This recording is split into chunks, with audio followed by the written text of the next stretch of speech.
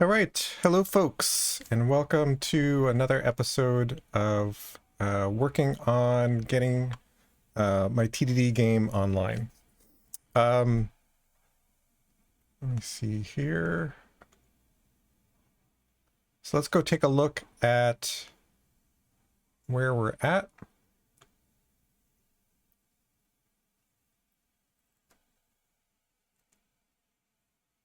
Whoops. That wasn't supposed to play. This is actually a new mock-up I'm making. Yes, that's for you, Astrid. Blew the surprise. Oh well. This is a mock-up I'm working on in Figma to try and figure out what the layout is gonna look like. This was my other mock-up here. And again, sort of, I'm trying to figure out how to fit things in. It's really interesting because there's a strong sense of want the board in the center and players around the edge, which is sort of typical for a lot of these online games, online versions of board games. But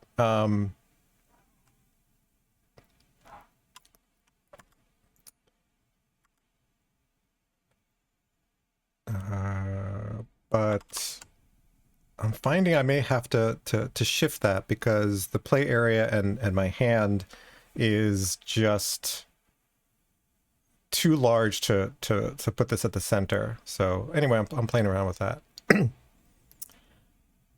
I just stopped talking to James Shore. What?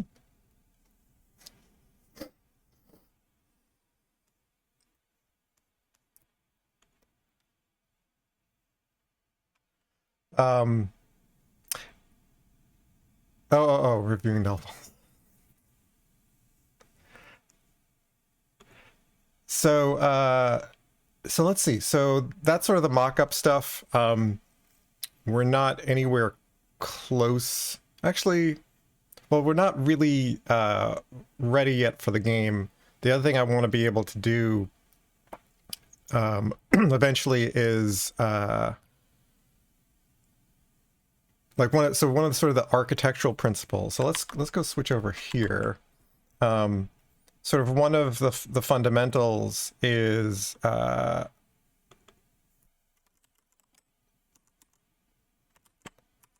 of underneath this is like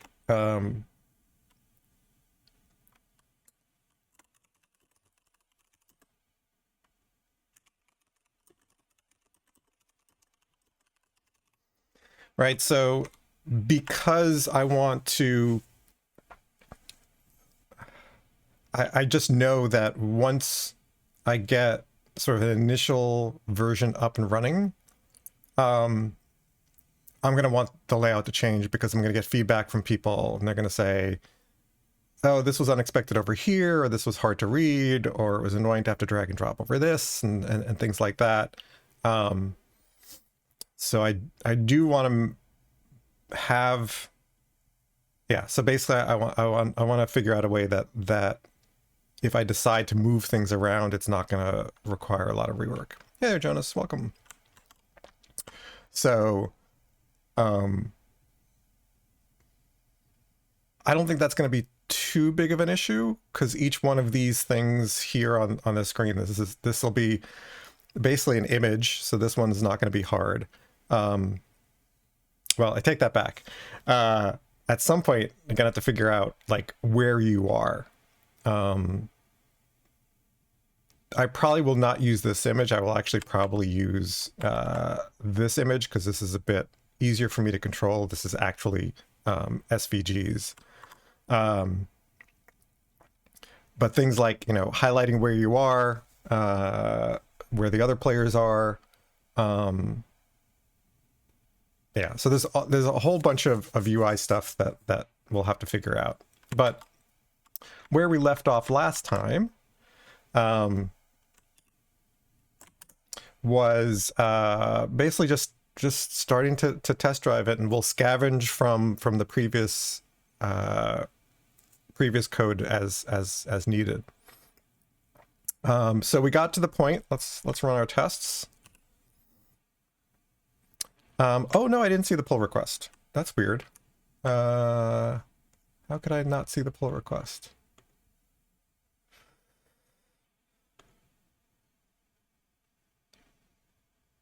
Let's see.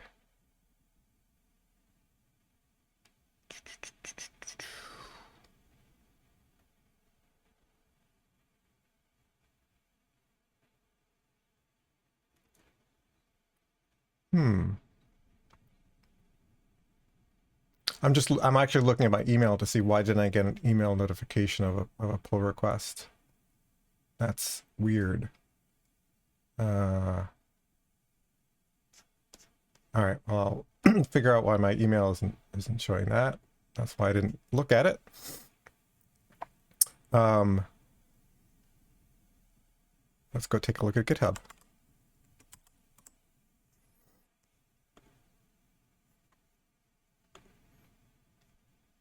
Boy, there are a lot of pull requests. I bet most of them are the automated stuff. I should just close all of them. So let's see.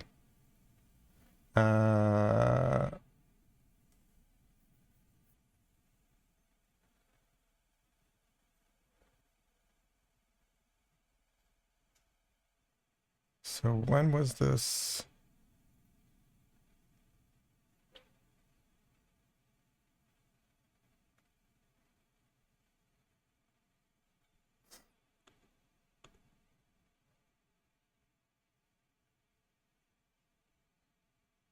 I gotta say, one thing that so annoys me about sites that are showing something about when something happened, like this, committed yesterday. Well, when yesterday?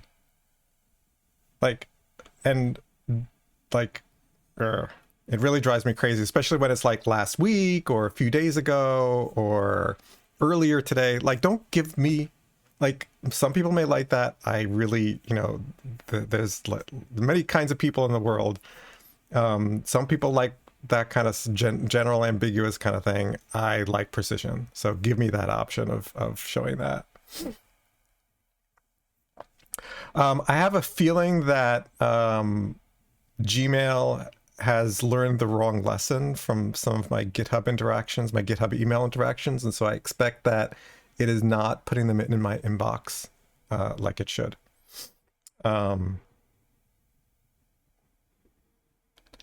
Let me do this. Let's go here. Let's go to pull requests. We'll look at all pull requests.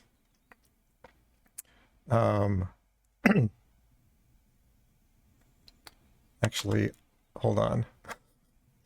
What I'm going to do first is basically, for all of these, I'm just going to close them. Because we did a whole bunch of updates the other day, and basically all of these are irrelevant because we're not, most of these are in front end, as you know, as you can see. So we don't care. And this one we can close as well. Okay.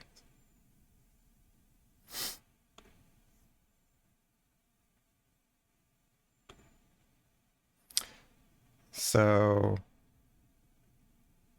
so yes, there's a hover, except this is another annoying thing. Like, how would you know that that's hoverable?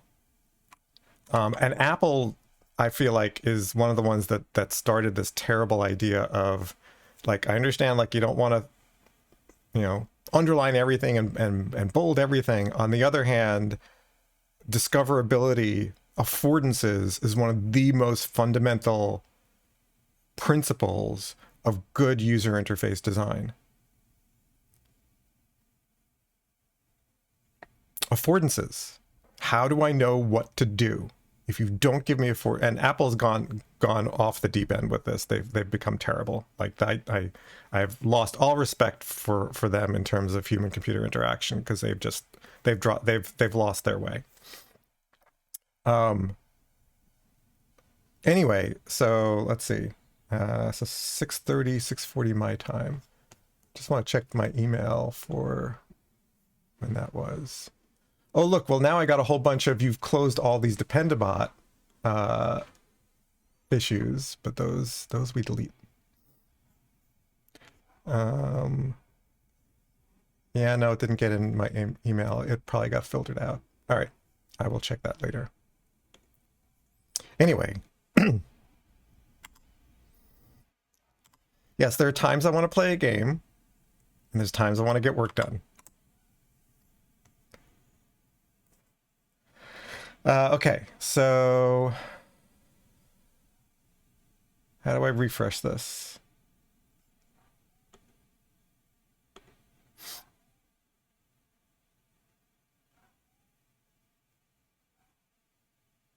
There it is.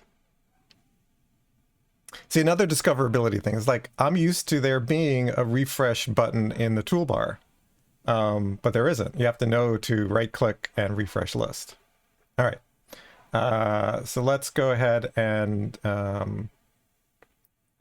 let's view this pull request.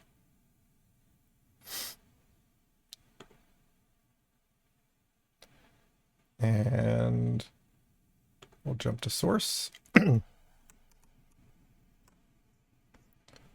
Let's make this big.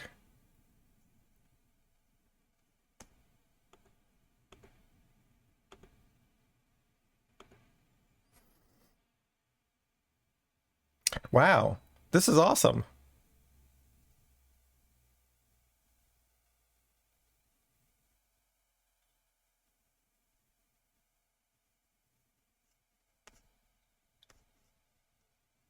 Wait, this is this that's not the pull request though.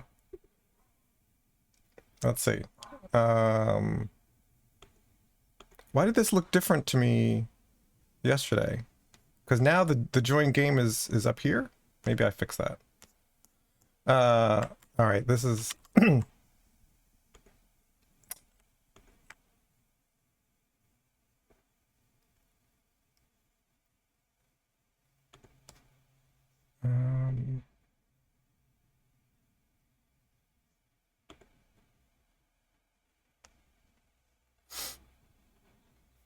did this change? Because now I'm confused.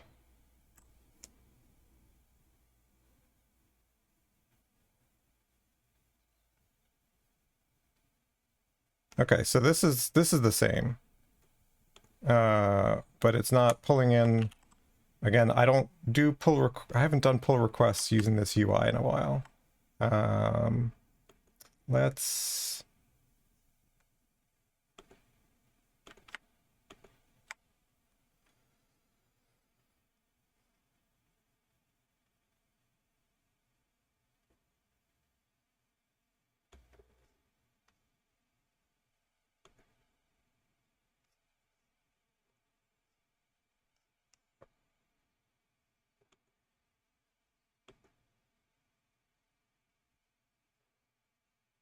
Ah, okay. So I had to check it out as reviewer. Now it's yours.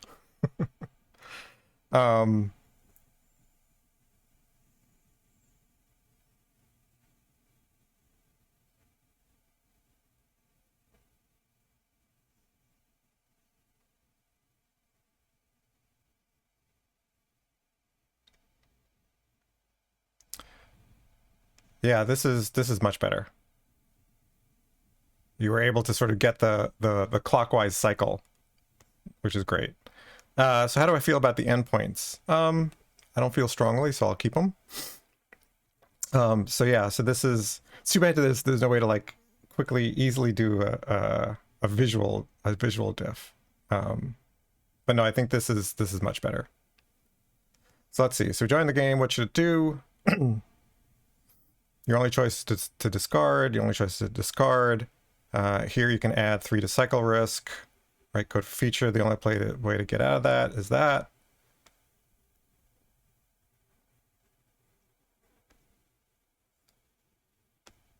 So my guess is that adding the endpoints made it easier to manipulate the larger things, because you're not depending on, you're not having a single element depending on other ones. And so here we've got the 2-cycle risk. Why is this?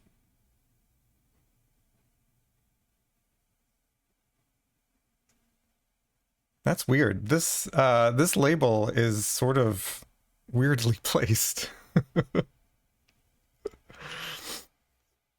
No, that wasn't the problem. Yeah. All right. But why is that so far? Yeah, who knows?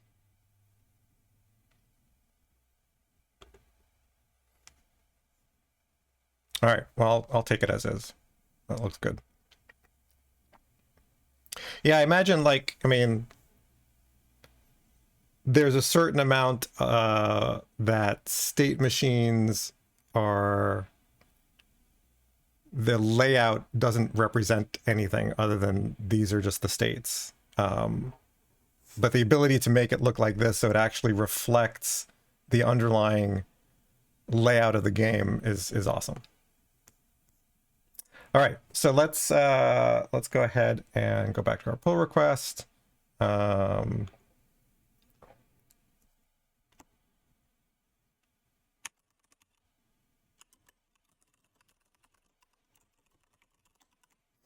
approve it. And we'll go ahead and merge it.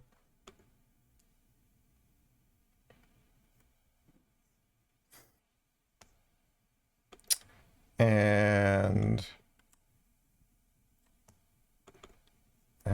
let's go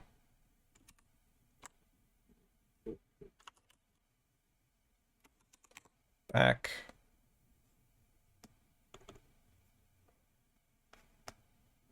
Where is the zoom out? There it is. Okay. And we can then go and check out master.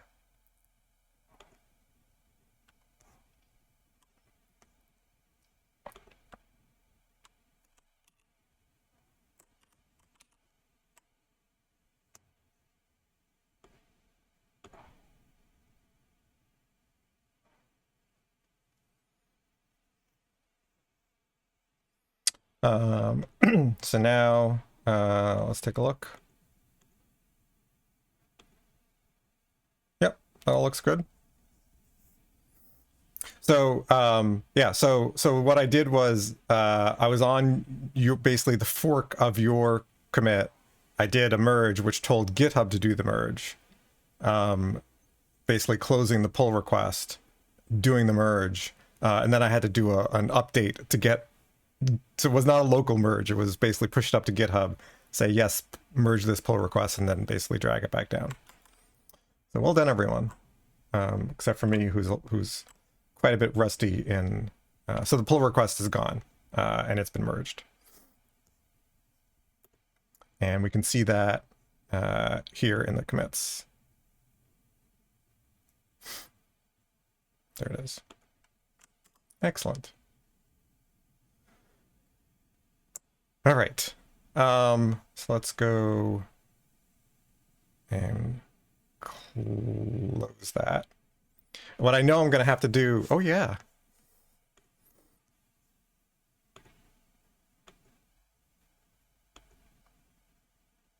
Celebrate.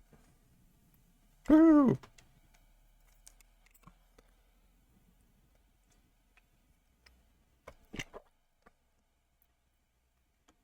That's a lot of confetti.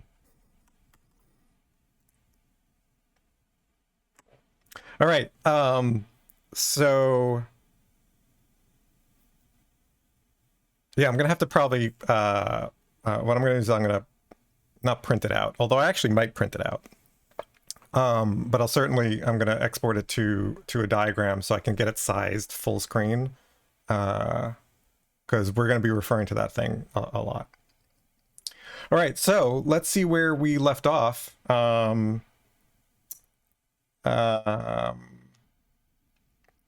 We were working on, did I run the tests? I forget if I ran the tests. Yes, so they all pass.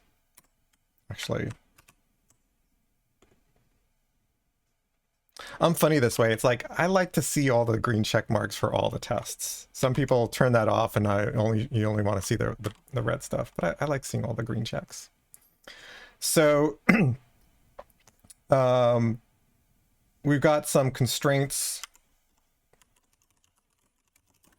A person can't join the same game twice, because if you join a game that you were already part of, it's considered a rejoin.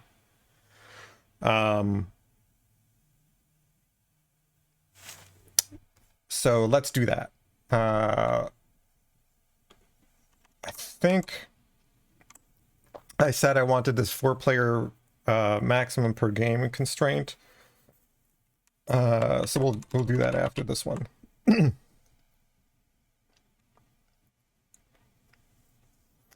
It's funny you say that, Astrid. That's exactly the way I think of it. I forget where it came up. It might have been, I don't have a picture of it. I'll have to see if I can dig it up. One of my very, very early prototypes was basically done on basically a pad of whiteboard paper, so you could do things and erase very easily. And I was brainstorming, play testing with someone, and I think that exact thing came up. Like, here's how you exit. What magic spell do you have to incant to get out of here? Yeah, or keys. Yeah, I think we were using magic spells. And the risk was basically hit points. It's like, oh, you've received damage. Hope you recover. Yeah, so that's a great way to think about it. All right, so let's do the constraint of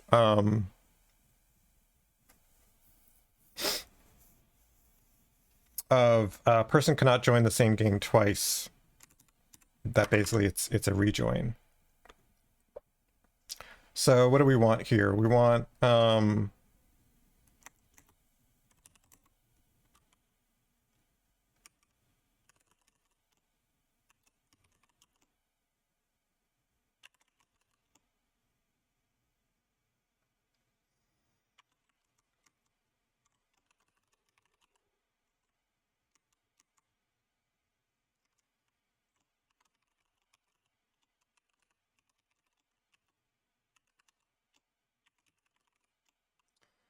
so when already something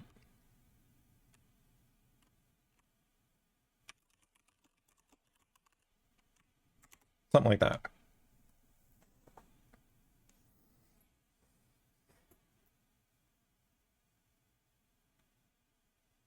Yeah, I think there's sort of another state machine.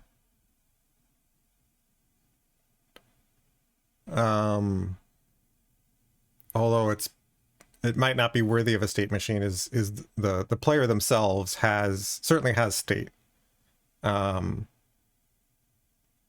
But that's why I'm thinking, like, there's sort of some central what do you call it, decider that receives the commands and then changes the state of the player. I don't know,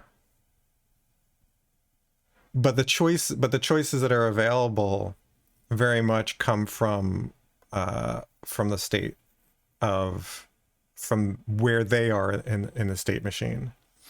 So I kind of think of it like we're saying, like the player is in one of these states, and this is your choices, and this is what you can do next. In a sense, like any, I mean, and that's also like hypermedia, because at any point, where is it? All right, I'm going to do this. Copy SVG source to clipboard.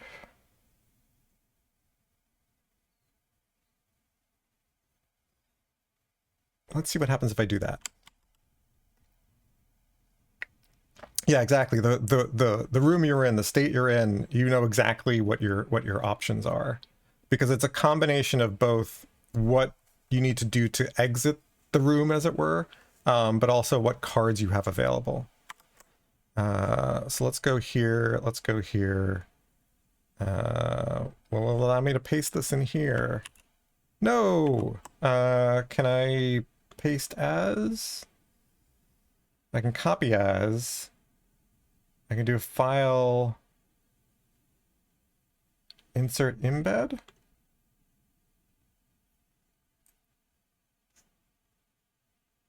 I don't want to insert an embed. Upload media? That would require me to upload it. Well, I was hoping I was hoping that the clipboard would work, but not.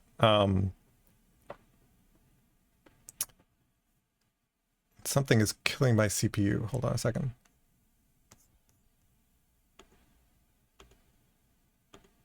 Well, it's using up all my CPU. I don't know. So let me do this.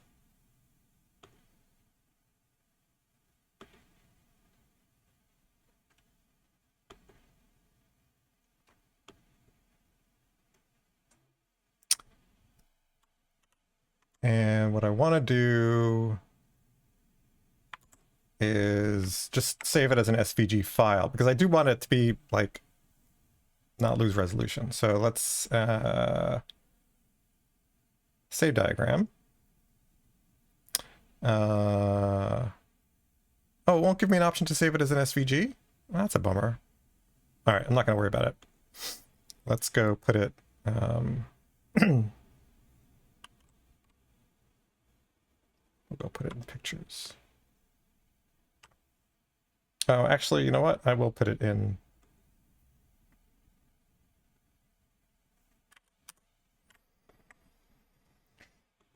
I feel like I've not woken up today. Let's just put it here. Okay, and then I can go do a file. No, upload media. Idea projects. TDD game. There it is.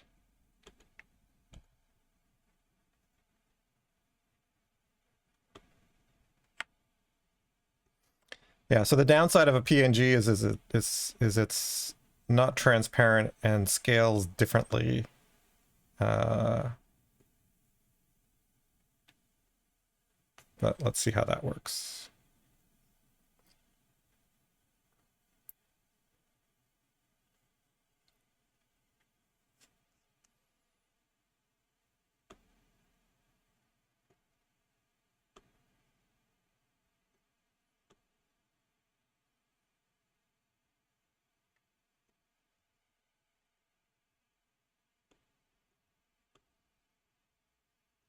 All right, good enough.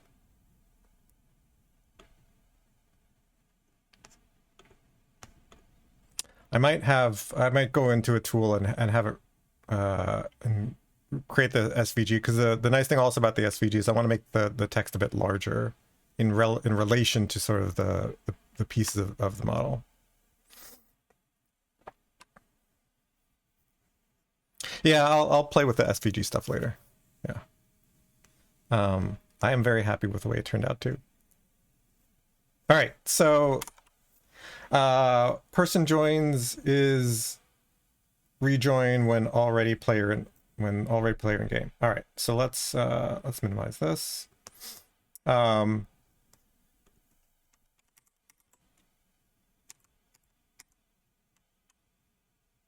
So I'll create a person, create a game.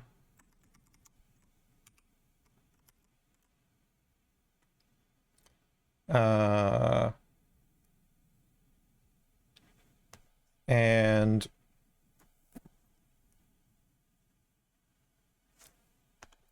we'll do this.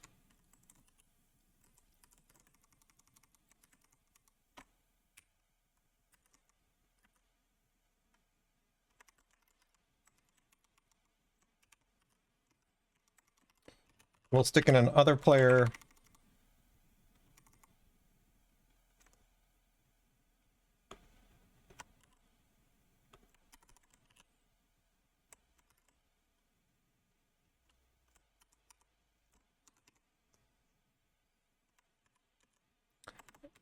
So this is part of the setup. So they've already joined. We've already got them as a player. We don't care about the other player. And we're saying that when we do player joins game,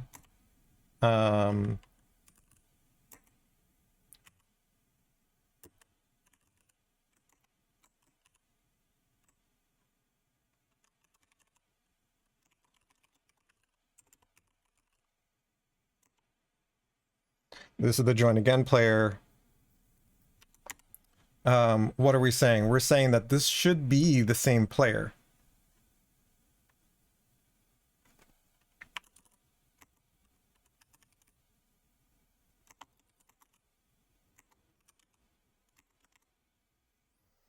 I forget, do we have a proper equals here?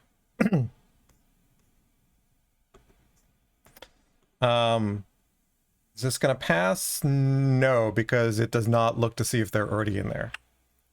All right, we just basically create a new player no matter what. So this will fail because the IDs will be different for each player. Right. All right, so that fails as expected. Simplest thing that could possibly work is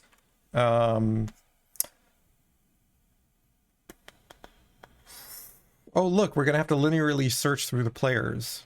That seems bad. But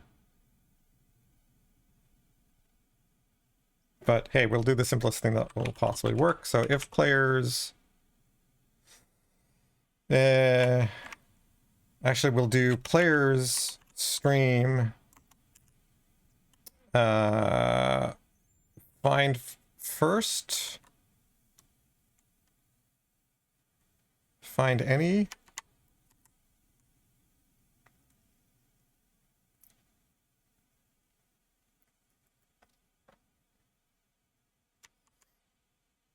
I guess it doesn't matter. Find first makes more sense. So find first. But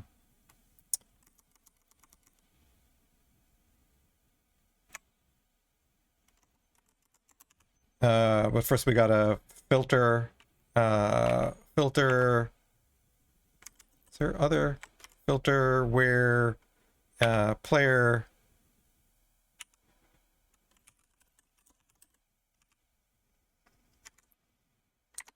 the player's person ID equals person ID. Right.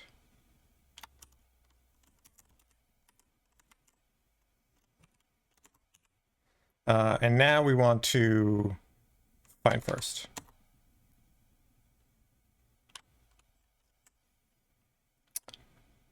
And we will just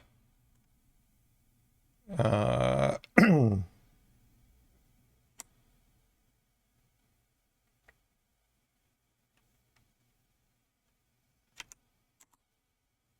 just do a get and then we'll return that. No. We want to not say get, we want to say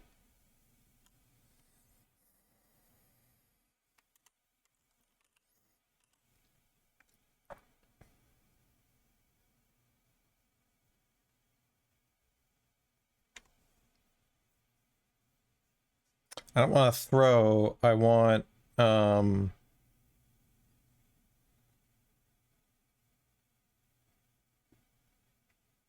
this needs to create a player in it. All right, let's do this.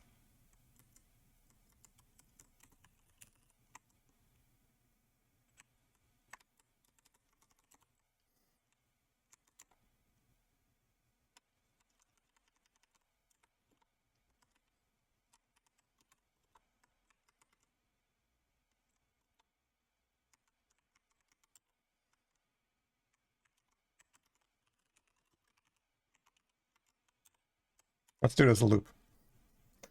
Because I'm sure there's a nicer way to do it with a stream with this other stuff. But right now I'm trying to do the simplest thing that will possibly work. Basically look through the players, right? Linear search to see, is there one with the ID matching? If there is, we return it. If not, then we go and create a new one. So I think this should pass. And it does. So what do you think, IntelliJ? Yeah, it's not going to make any suggestions.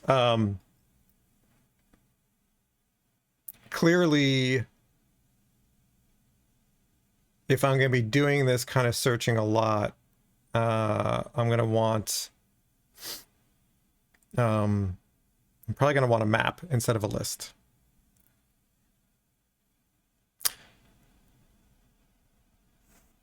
The map to the map is going to be then...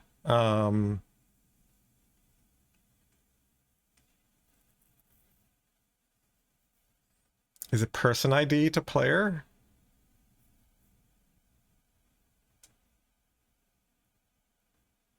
Well, that's certainly what I need here. You can play with 6 players. I think for the online version, mostly about screen real estate, but I also feel like it's much harder to play games remotely. And so if you have, if there are more than 4 people, I feel like even 4 people is I feel like 4 people is about the maximum I'd want to have in a remote online game, just because of the back and forth. You're missing body language. It's harder to interrupt. It's harder for people to speak over people. So I feel like six is too many. I mean, it'll just be a number, but I'm gonna initially limit it to 4. Yeah, it's not about performance though, right? I mean, obviously, yes, even if I had 10, 20, honestly, even 100, it probably would make no discernible difference. It's much more about intent. And I think the code will be simpler. Right, so here it's not a performance trade-off, it's a readability trade-off. So if we convert this to a map, then what does that look like? That's that. So we'll basically say map of person. What is person ID? Are we at the edge of, of creating an ID class? Yeah, so that's a long, the longer we wait, no pun intended, the longer we wait to convert this, although this conversion is relatively straightforward. So we'll go a little bit longer. And we're mapping that to player.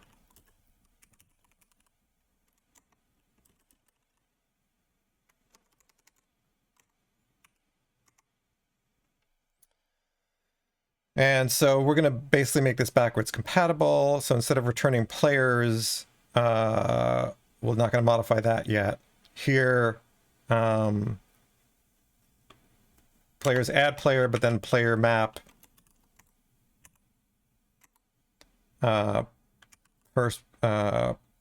player person ID to player.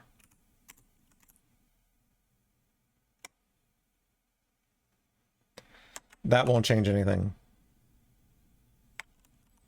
But now if we say, instead of players, we say player map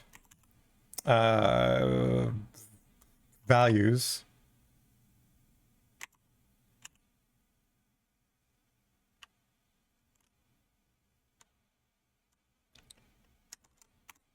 Stream to list.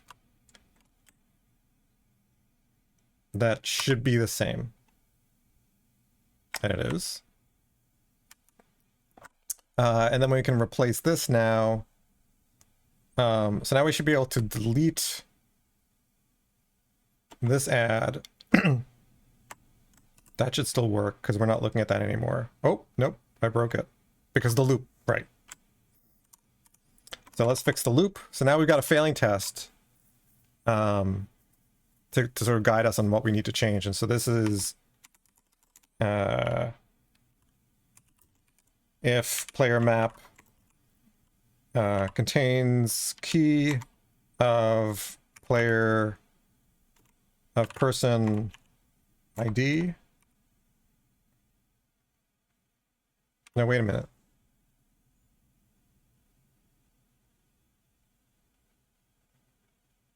Right, person ID. Right, and here's another reason why using long is not good anymore, is because the map would allow me to store any kind of ID. Right, this doesn't say whose ID is this. It's not player's ID. It's actually person ID. All right, next step is we're gonna do that refactor. So if it contains it, then we just return it.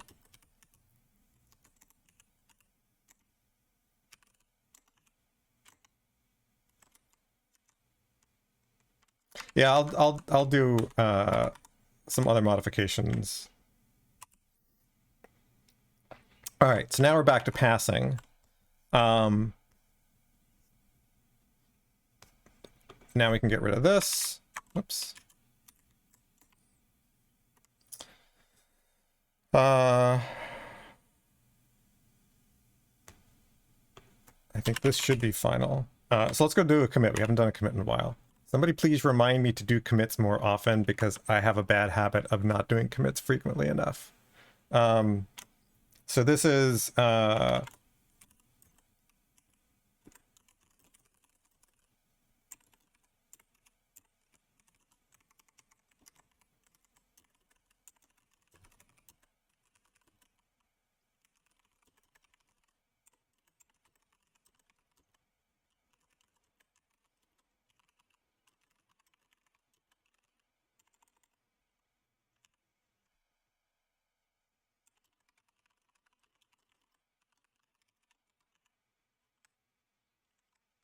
what's my unversioned file? Oh, that's fine.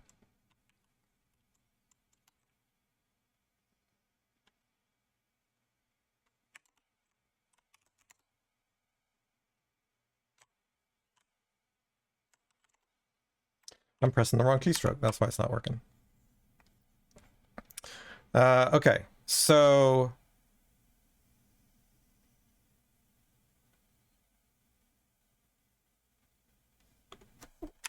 what we want to do instead is player map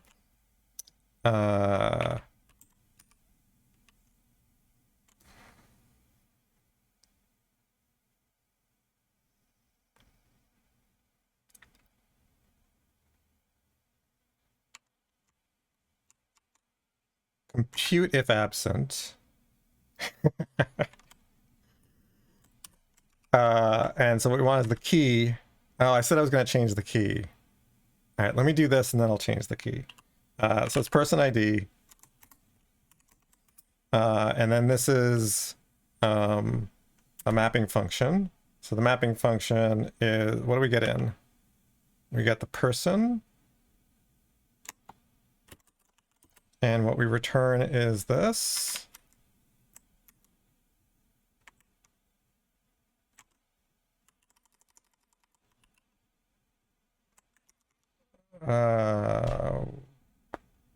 Oh, person is overloaded. So we'll do P.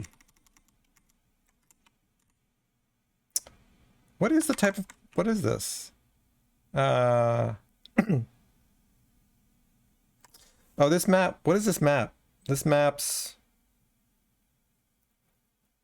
along to a player? Wait, what is this function?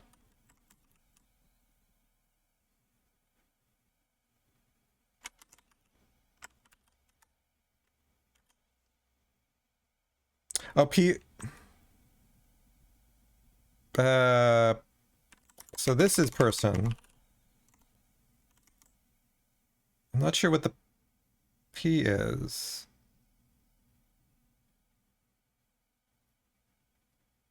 Is it this? Hold on. Oh, it's 2 inputs. That's why I was like, what? So computer assistant key.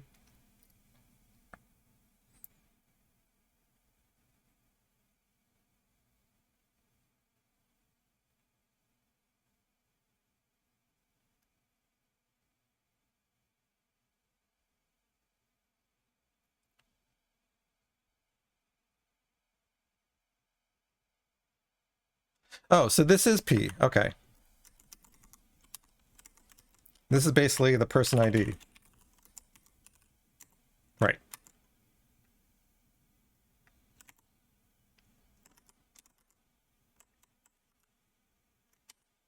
So it's not a multi-input function. It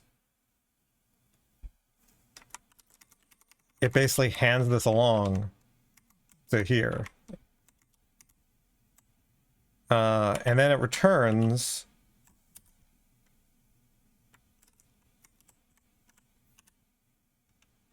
the player, which we can just return.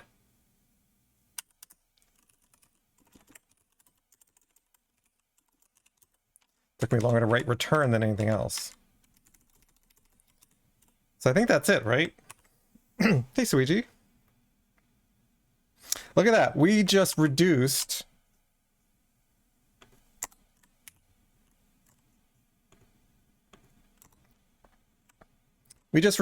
what was basically, I don't know, 10 lines of code to what's essentially 1 line of code. Much nicer. The benefit of our map, right? So again, the who cares about performance? This is way better, right? So we look up the player if they're already there. Otherwise, we go and create a new one. And we could even pull this into a function, which is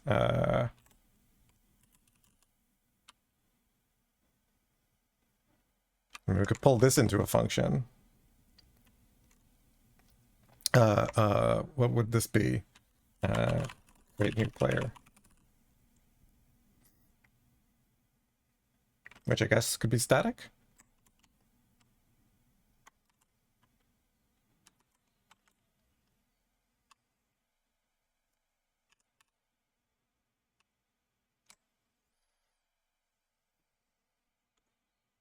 We should be paid by the number of lines we delete and with preserving the functionality.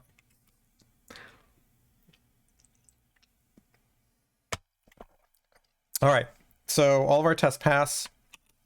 Go ahead and do a commit. I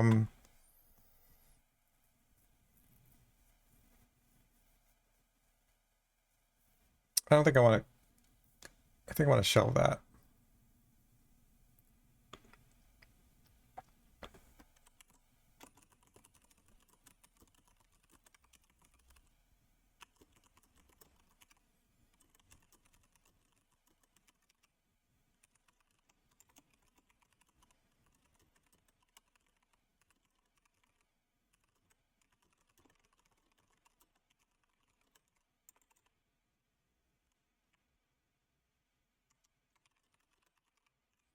That comment was probably more than I needed, but whatever.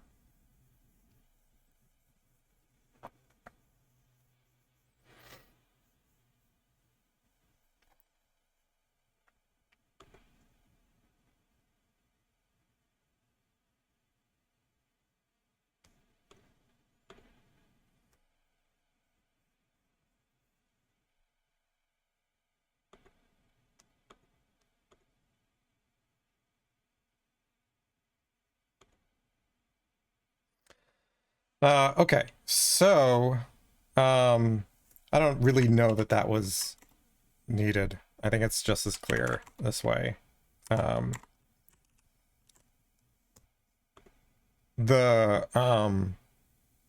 What's going to be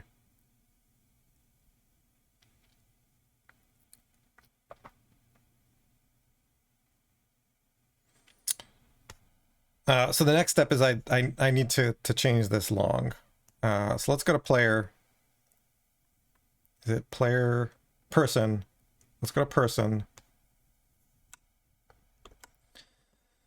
What refactoring option do we have here? Convert to atomic, sure.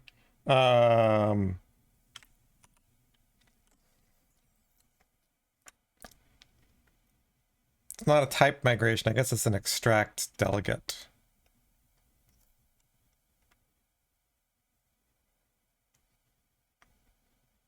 It's not really a delegate, though.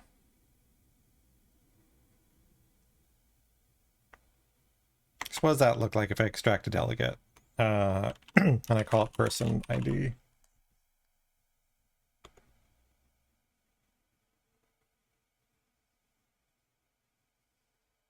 It's funny, I never use the preview because I always, whenever I do it, I'm like, I don't understand what this looks like. Constructor requires moved members. Yeah, because we're that one's a tricky one. Let's refactor anyway.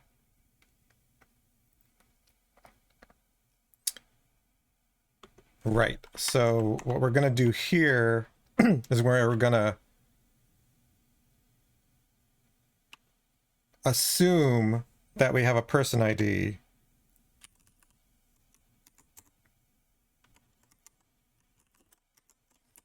that has that ID. Wait, person ID doesn't take a parameter? Say what now? All right, let's fix that.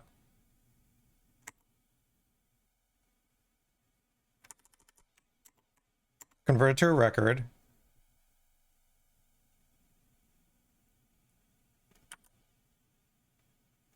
I don't know why that's a problem. Like, I've got a getter, unless there's somebody relying on that. Refactor anyway. That's what I want. This takes an ID.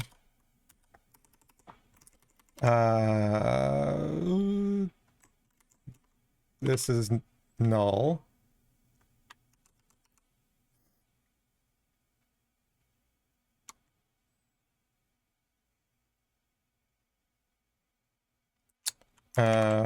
What we actually want to do is that.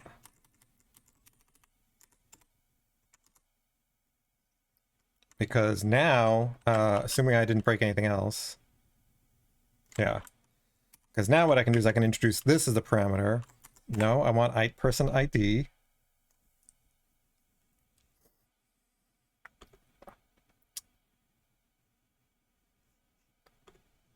There we go. And if we go back to game, we want this to be person ID.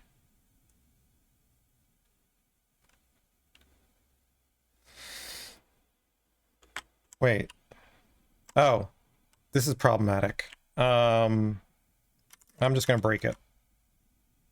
Well, how much is it used? It's used in one place. So I'm going to break it. Change the return value. Go back here. That still works. .id.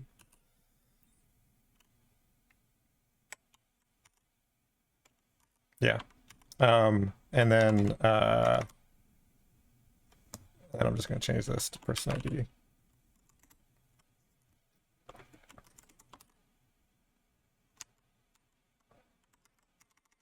What does player take?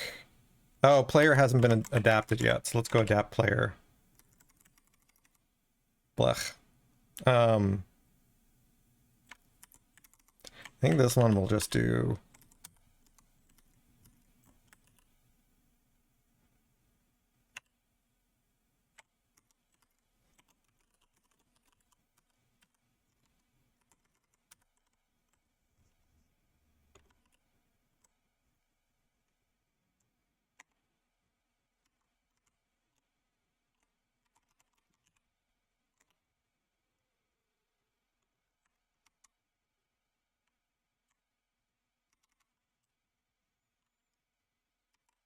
Do I do another extracting? No, I think I'll just say new person ID.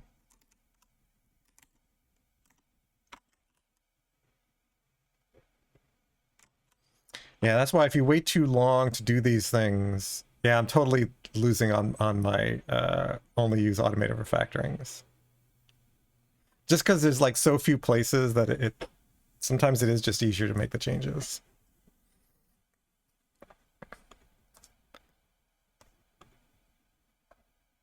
So this is going to have to be player ID as well. We'll change that in a second. Is it suggesting it can be a record? Yes, but not yet.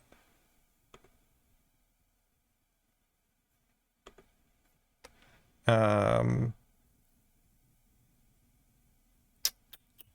that's person ID, person ID, person ID, person ID. Okay.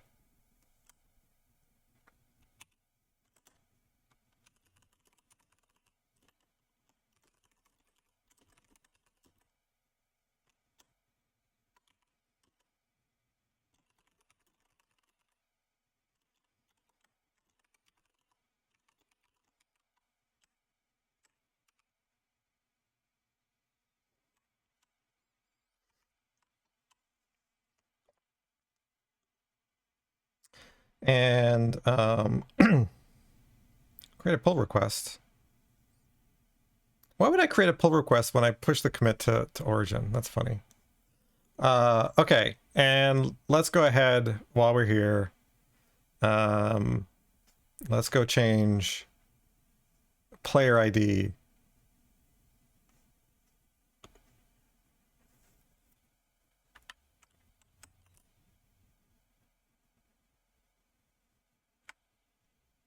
Every time I look at like type migration, it's like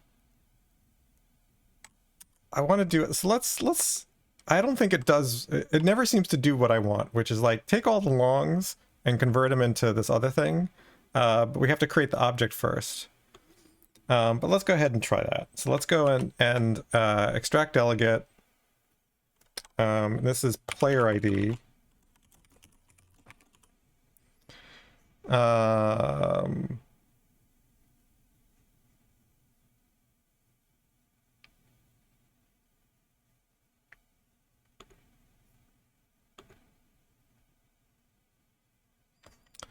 And so can I migrate this? Let's see.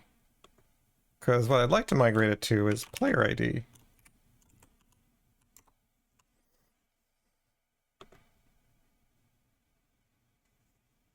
Yeah, it's like it can't convert the long to the player ID. Is that because the player ID is not correct? It is not correct.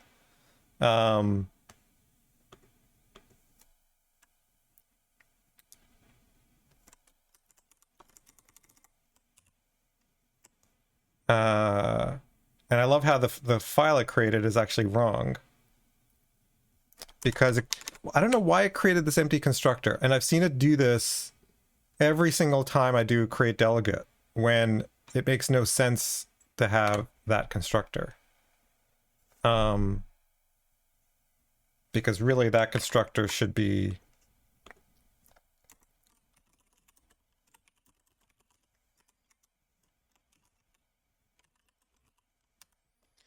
and then there should be no setter. Is anybody actually calling the setter? Yeah, well, we'll fix that.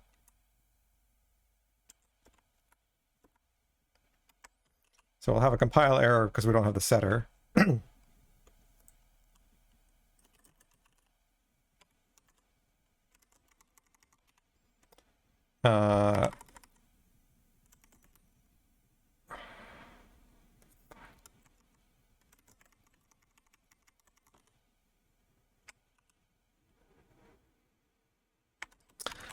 feel like there should be an easier set of refactoring steps to do this, and I think I'm gonna have to take some time to explore that, because extract delegate doesn't quite do it, because it's not really a delegate, it's really wrap type, and it's not quite encapsulate field either.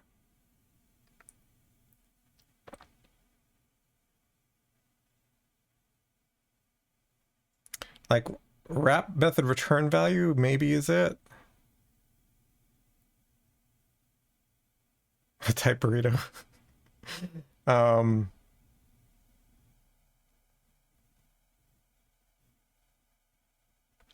Yeah, maybe the create parameter object would have been better.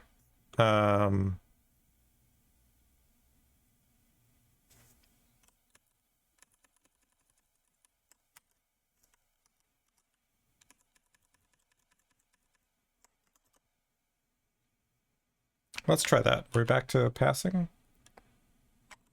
We haven't made any changes yet. I could have just done a revert. So if we say on this, introduce parameter object, that actually makes more sense. Yes. What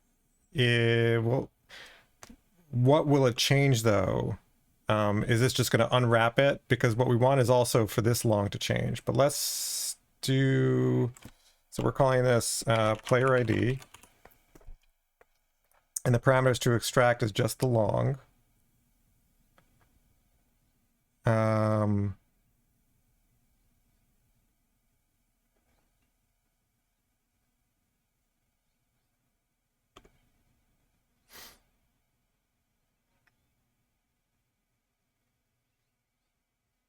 Oh, refactor anyway. Yeah, so it changes the constructor here, but it leaves us still with this and still with this. So now we've at least changed the callers to this. So we've changed the outside view of player, and now we need to change the internal storage of player. And what I'd like to do is I'd like to like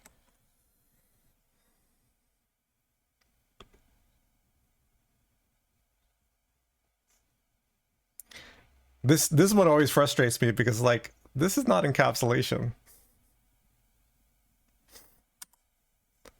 So we can extract the delegate again.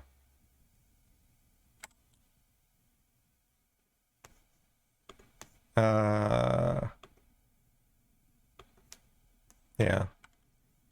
Does everything still pass? Yeah. But at least the caller to player, which is this one, does the new player ID. So that's helpful. The problem is now we've got the class. And so now I can't extract delegate. Because you can't extract delegate into an existing class. You could do introduce parameter object into an existing class. So maybe we do that. Did we try that? Oops, that's not what I want. That's what I want. Let's try that. That's right. You're going to suffer while I try a few different things here. All right, so back to player. So we said we wanted to extract this into a delegate that we're calling player ID.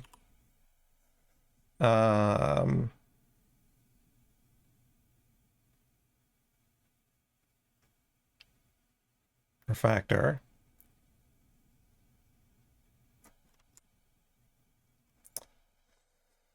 So it's going to need a getter and a setter. Unless I pass that along. It's like, no, that's a getter. All right. Fine. You want a getter? I'll give you a getter. But then it creates a getter and a setter, which is not what I want. But let's try this. Yeah, so it does this, which is not great.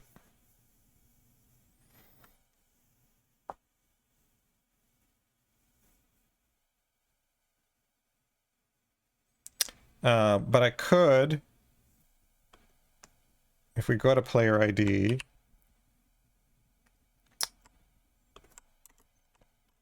can I tell it to initialize in constructor? No. No.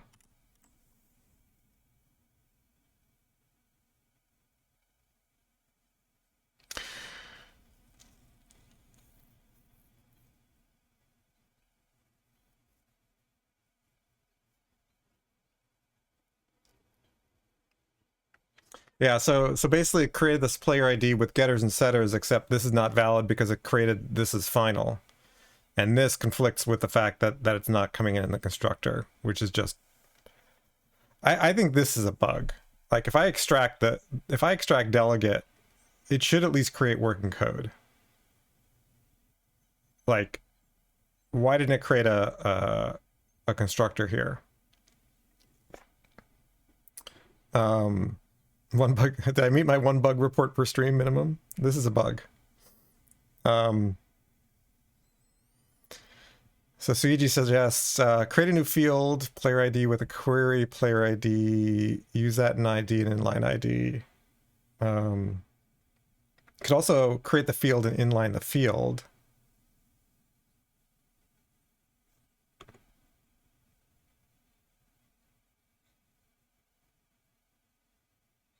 Yeah, it's like when it did this is just not right.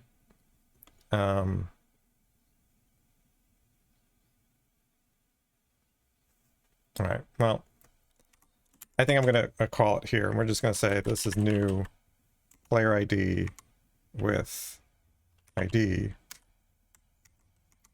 And then we're going to create a constructor for that. And then we're going to not do it here.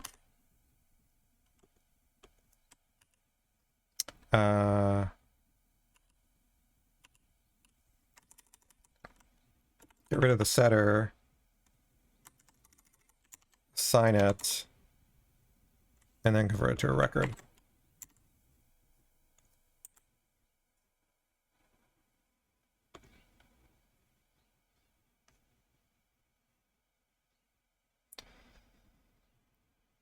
Yeah, the encapsulate thing has been that battle. I don't know. That I'm not going to fight that one. Let's go now. Pull this as a parameter. So what are the constructors to this look like?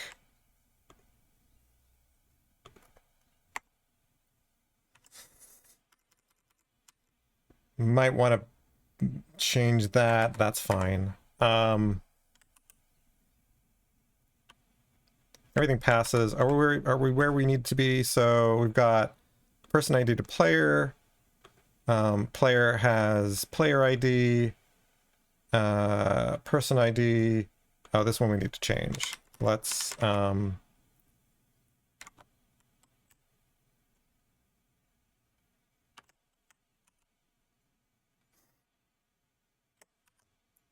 can I?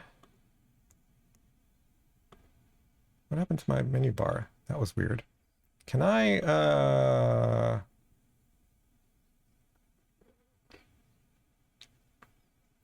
see, like, wrap method return value is what I'd like, but I never know. This is, I think, part of the extension thing, and I never know, like, what do I need to select to get that to be available?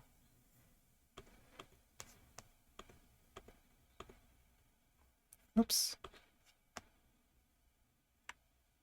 Why did arg? Let's try that again. We're here, refactor.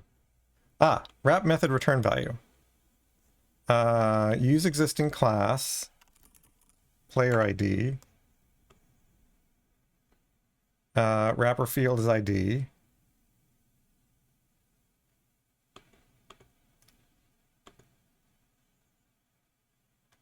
Well, yes, it does. Yeah, I was going to do the delegate and inline, but I wanted to try the route the middleman. It's like, this is a record.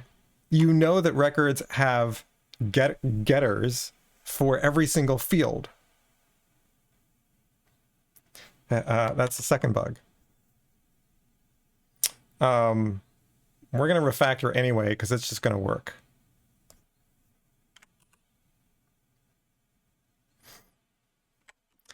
See, is that a bug or is that just like... I mean, it's a bug because clearly when it did the refactor, it knew what to do, right? Because it did this thing, although it didn't need to unwrap it.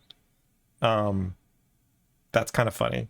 It could have just returned it directly, but whatever. And then it did the right thing. Like it gave me a warning that this is a problem, but then it did it and it worked. We don't need to create a copy, so we'll just return player ID.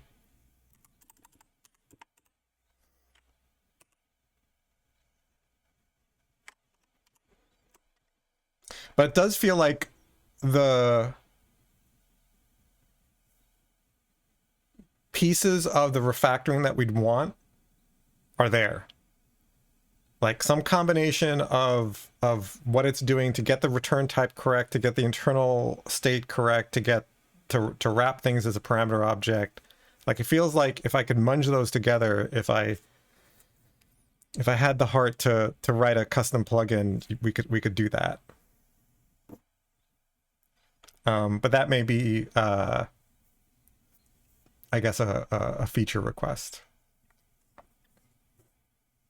The wrap return value, map method return value is actually, I believe, I'm pretty sure it's a plugin.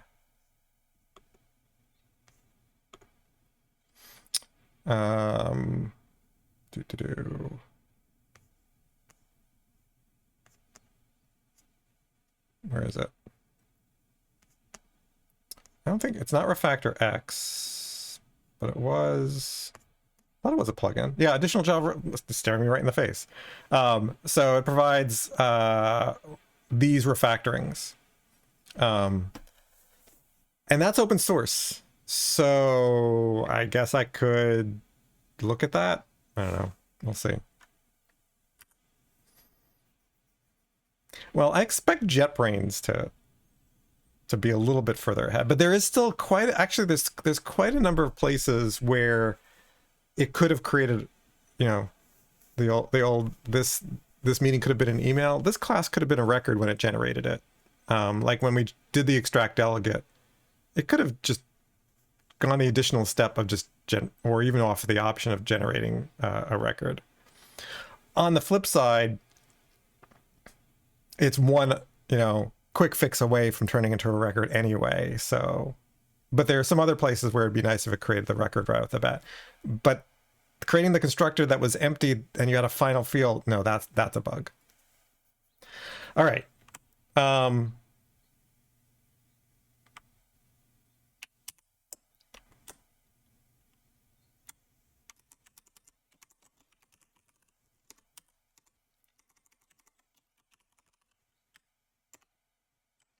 Done. Yeah, I wouldn't be opposed to that, but I would assume that that's harder, because if you're working on an older code base, then it has to know not to, like, pre-Java, like Java 8 or Java 11, that it can't introduce a record. So I think it's easier for them to basically say, we're going to assume, you know, lowest common denominator, and then you can, you know, sort of modernize it through other quick fixes. Yeah. I don't need help. That's what ChatGPT is for generating non-compilable code. If I want non-compilable code, I'll go to an LLM. All right. Yeah, nothing can create an abomination of non-compilable code faster than an LLM. All right, so our test pass, we got this this one working.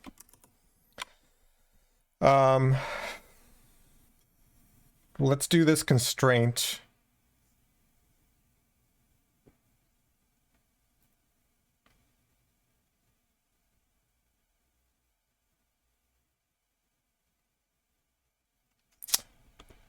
because this one's pretty quick. Let's just do it. I did commit. Thank you. I did not push, though. Now it's pushed. So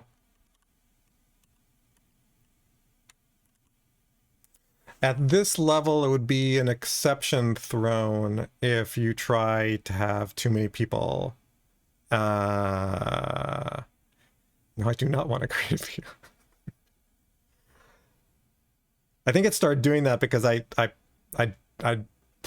processed Astrid's pull request earlier, and now it's like everything is a, do you want to create a pull request? It's like, no, actually I don't. I don't ever want to do that.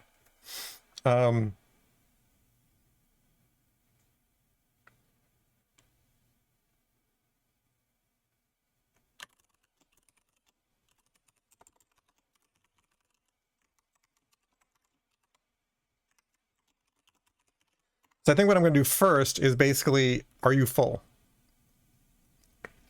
Because my rule is, and it's not just my rule, very much the can execute pattern is if you're going to throw an exception because you did something or attempted to do something, there should be a way to detect whether the thing you're going to do is going to throw an exception, concurrency aside.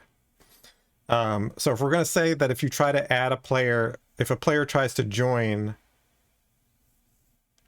when there's already 4 players, you need to have a way of asking the game, how many are you full? One could do that by just saying, hey game, how many players do you have?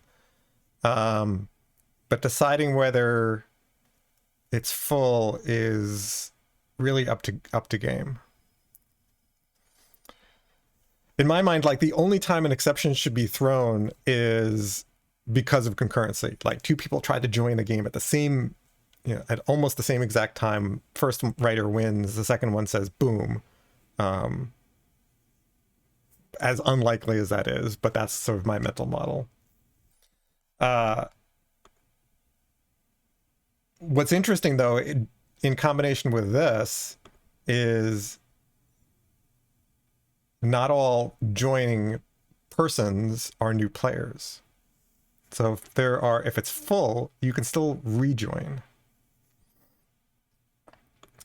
Yeah, exception message. Did you check if it was full before you tried to add? So here we're going to create game with 4 players.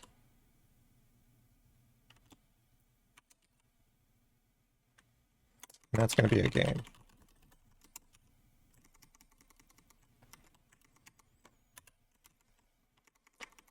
And usually I write the code and then extract it, but I was kind of thinking of the name first, so I decided to do it this way. So we'll go ahead and do that.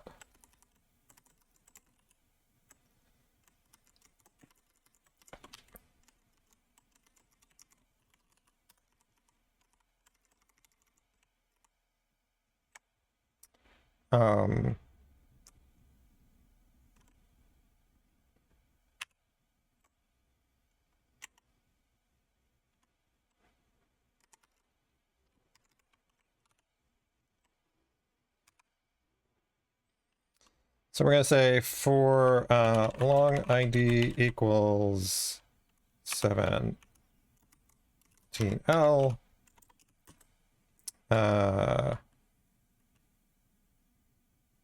I shouldn't have done it this way.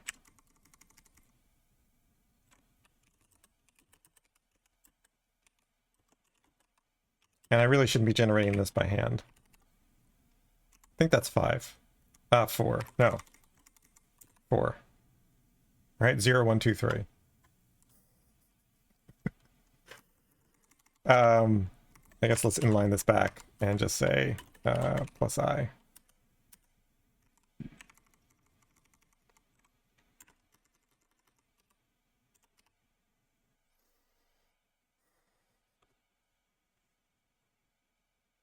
right? 1, 2, 3, 4. Yeah. Yes, I could do an int stream or a long stream.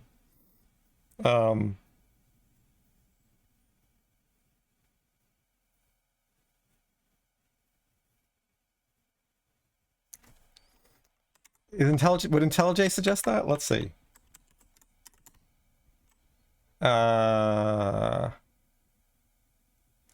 Interesting. So it would collapse the loop into a stream of for each.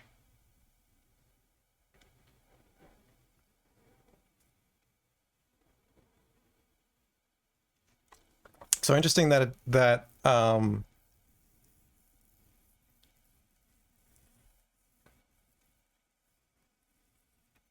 yeah. And I guess I could do now a long stream, range closed of 8 to 11. It's a closed stream. 1 to 4, 8 to 12, 11. I think that's harder to understand. But we'll still create a yeah, never mind. I'll just do an in stream. I was gonna make this from 8 to 11 or 8 to 12, and I'm like, that's gonna be harder to read to figure out how many that is, even though the method says 4 players.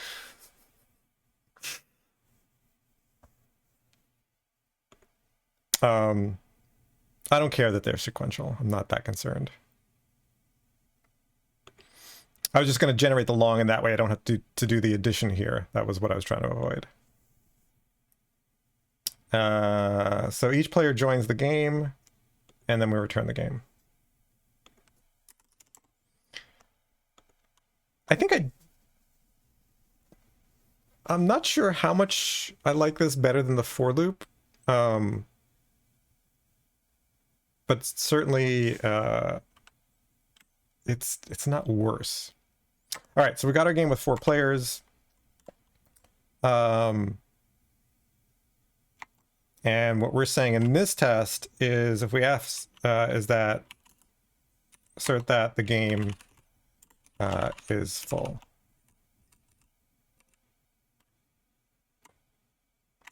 And that's true.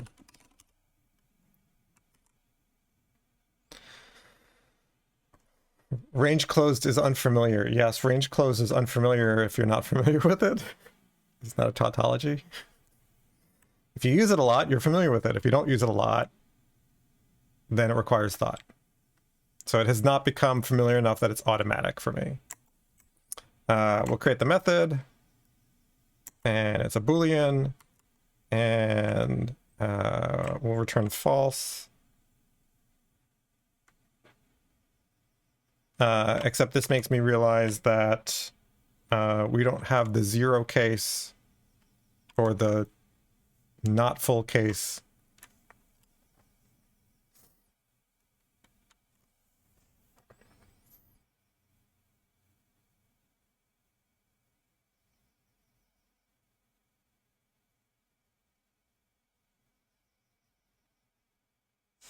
So yeah, sorry, now that you're talking about map to obj,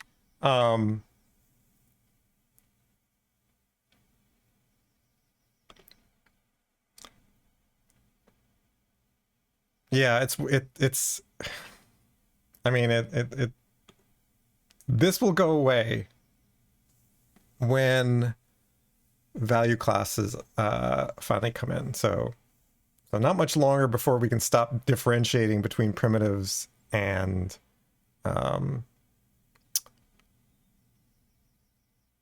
objects. So the other alternative was what Suiji suggested. We could do a stream of those long values. Would it though? Would it actually create the objects as objects? Yes, it does. Okay. So then we could just say map.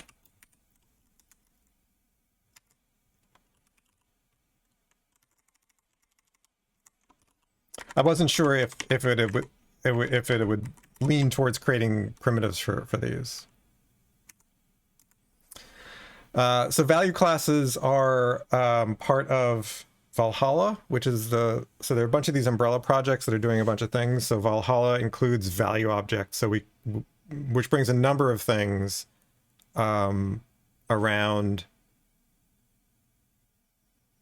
getting rid of the differences between objects and primitives for the most part. A lot of other features too. So for example, in JDK 23, the primitive pattern matching is coming as a preview. But there's stuff about layout and memory and optimization and so on that is all around value classes, which are basically what you'd think. Like I can create something that is sort of as compact, but also lacks an identifier. So we can safely say that, 7L is equal to 7L, right? If we do a comparison for these two, we know they're the same because they have the same value. Even if we did new long 7L, right? These are still the same. They're not the same instance, although they might be for optimization purposes. Underneath it does some optimizations, but if we had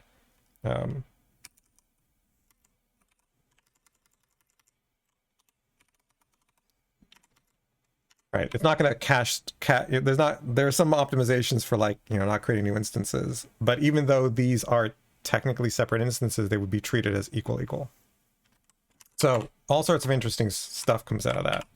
But I think I like this stream better than the pesky int stream. All right. If we're going to say this is true, we're going to want to make sure that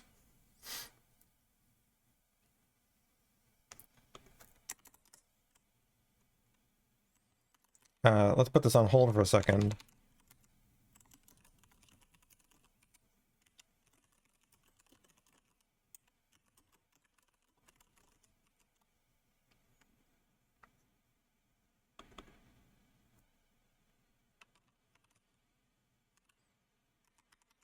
I'll leave the method there, even though technically I shouldn't do that.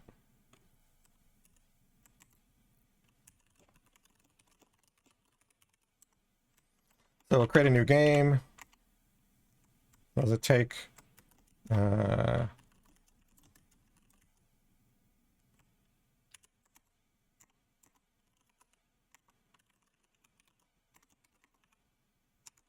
that should be false. That's going to fail. We'll make it pass.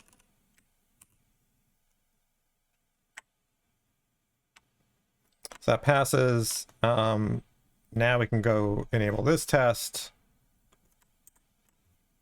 This will now fail.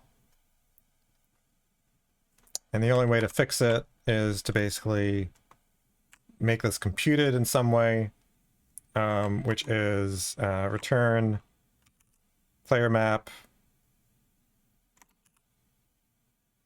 size 4.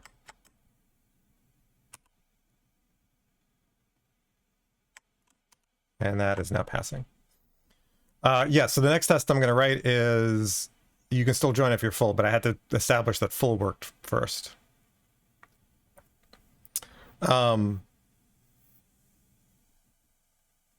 Yeah, that was Suiji. That was basically gonna sort of be the next discovery that is full is not enough. I need to basically say can join.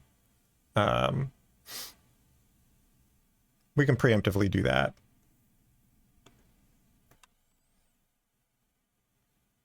But that becomes more complicated because then I have to pass in, the person ID, right? So I'm gonna forestall that just yet. So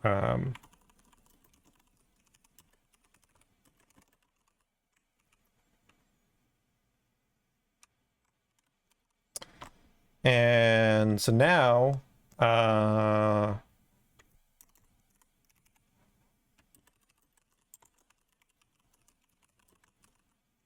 I spell encapsulated wrong? Encapsulated.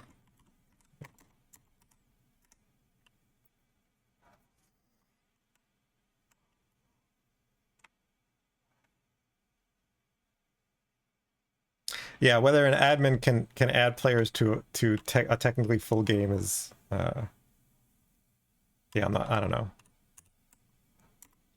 That causes all sorts of problems. Like how many can the admin add? The bigger problem is where the heck do they appear on the screen? Because remember, we're working with limited space here. So so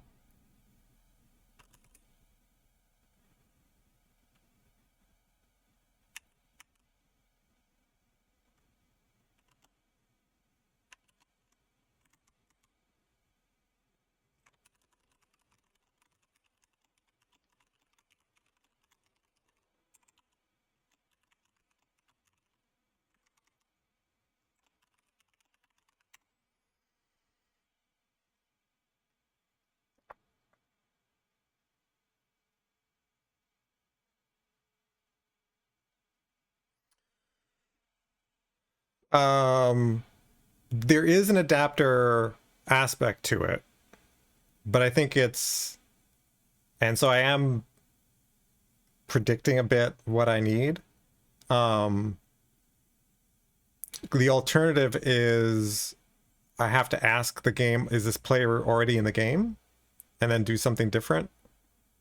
But if it's to a certain extent item potent, if I add a person 3 times, I'm always going to get the same player. And I think that will make it easier. Because I think the connection handling stuff is going to be separate.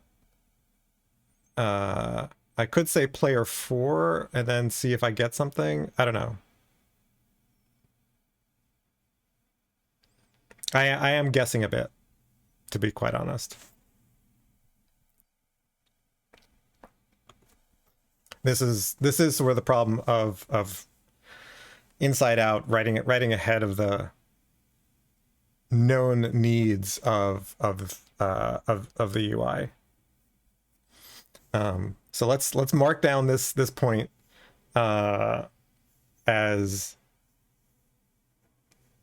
we'll see. So we'll go back and say, you know, was I right to predict this need, or was I wrong and then we had to refactor our way around it? I don't anticipate any refactoring that I have to do is going to be difficult, but yeah. Yes, definitely the digging the tunnel from both ends.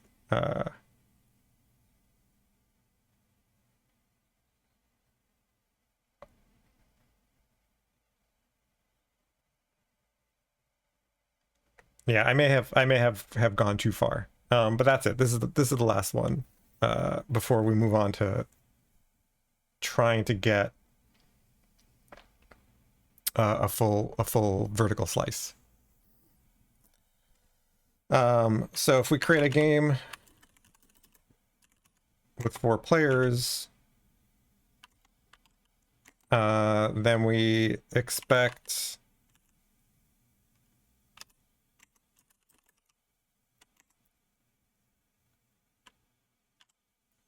no,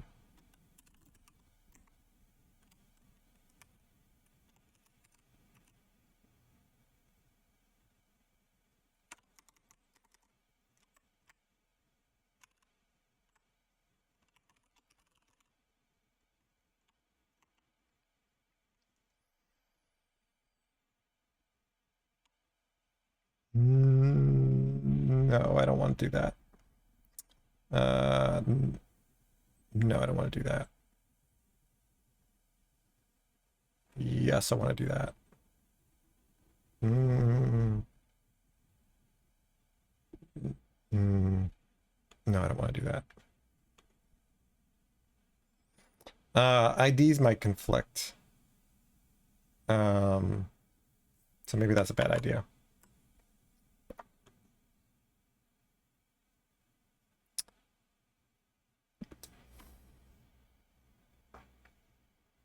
Can I pull these out as parameters?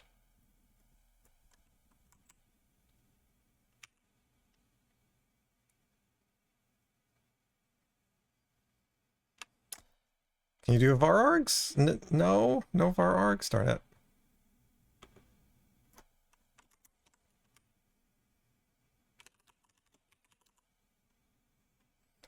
Let's do that. And then can we convert that?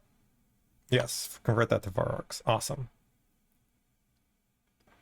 Because then what we can do is that, and we see that they're a different one. Okay. Great. So I did that because if this wasn't visible, then I wouldn't know that this is a new person ID. Yeah, 42 I normally do, but it doesn't matter. So we expect then this to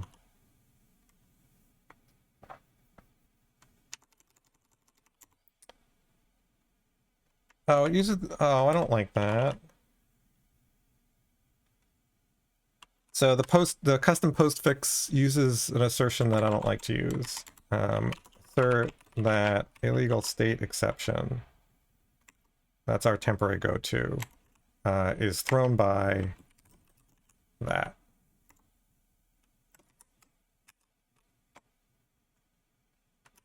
Yeah.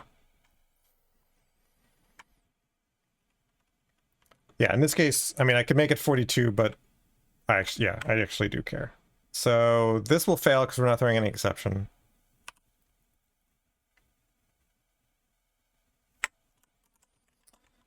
So we'll go ahead and throw an exception when we try to join.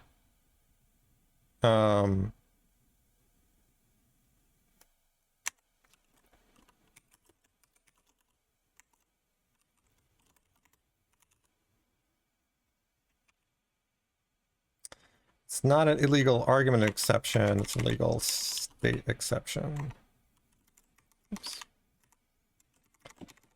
So yesterday somebody was showing me some code. I haven't seen this in a really, like, I can't remember the last time I saw it, where they had no opening and closing brace.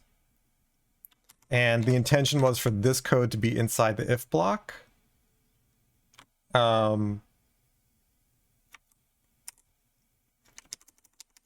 Like that. That's not good. Luckily IntelliJ marks that, but their code wasn't marked. Be careful. Always put, that's why we have a rule, and luckily IntelliJ also warns us about that, which is nice. Okay.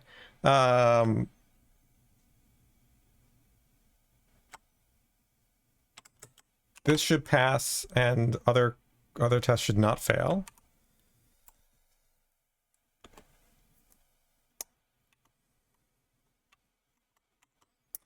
Equals on different types. That's always fun. This test is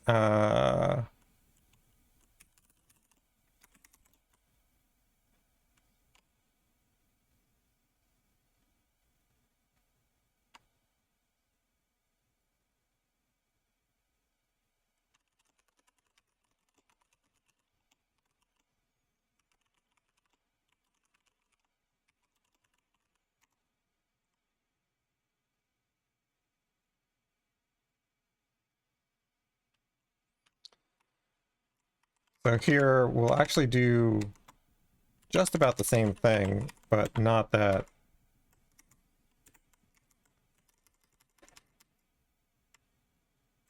Oh, actually, we want to assert that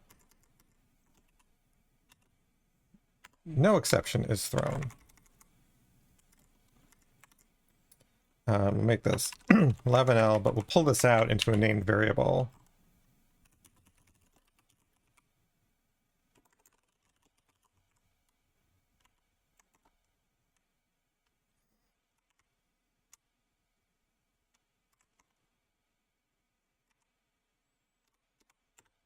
So this will fail because it thinks they shouldn't be allowed to join. Right.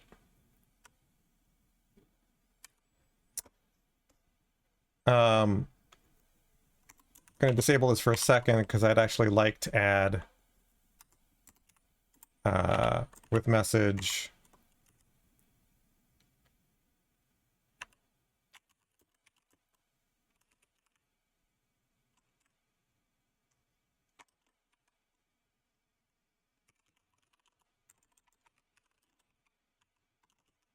with player IDs. I don't know what it's going to output. 7, 9, 11, 13.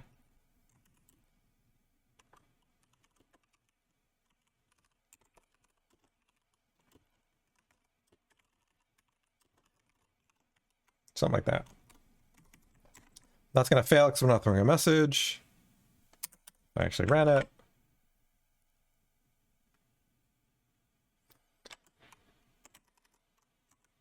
And let's go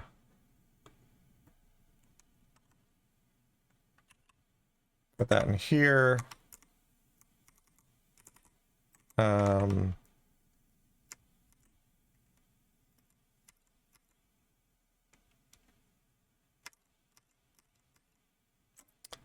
We're gonna extract this as IDs.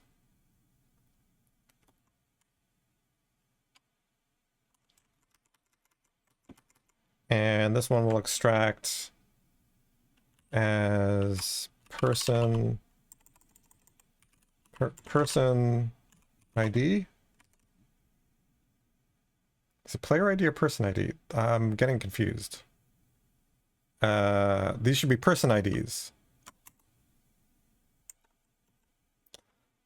Oh, come on, let me introduce it. Darn it.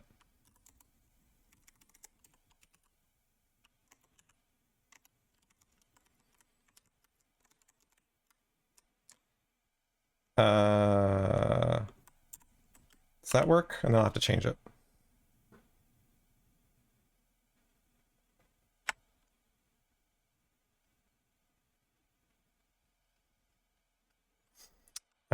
Let's actually change this to be what it says.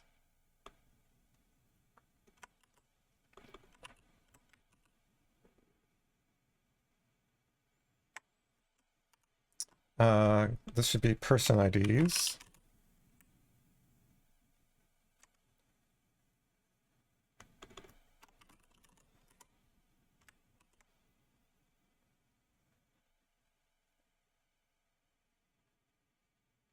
Oh, I didn't take it out of here either. Okay. So now it should match. And now we'll change it so that this is the player map, keys, key set to string. It's probably not going to be what I want.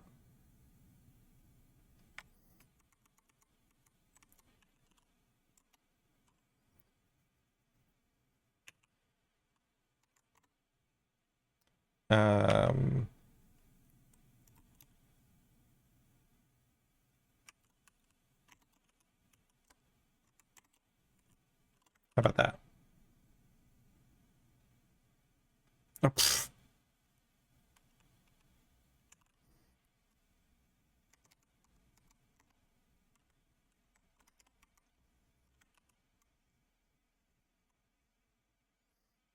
close enough.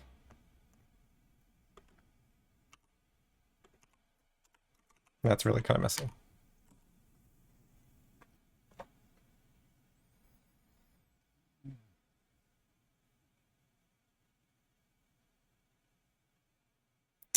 I don't disagree, Suiji. I'm just not sure what other names to use. But I agree there is clearly... I hesitate to go to user. That's why I have it as person. But that might be a reason to do it. Okay, so that passes. So now that we have better error messages, when this test fails,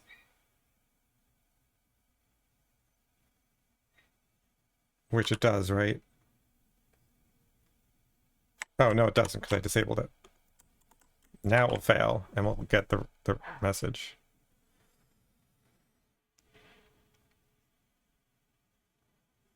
Okay, so that's what I expected, even though I didn't say it out loud.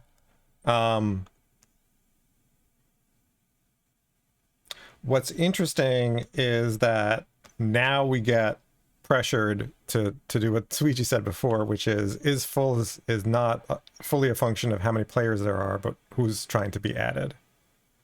So this is not really is full anymore. It's, as Sweetie suggested, can join.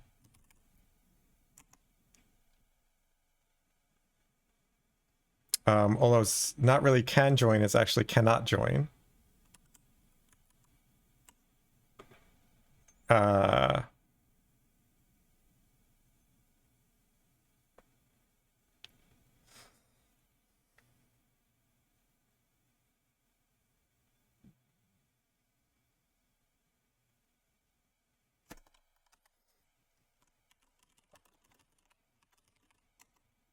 Let's do that.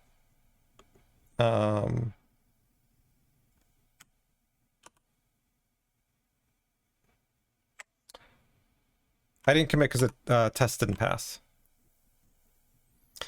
Yeah, so member and customer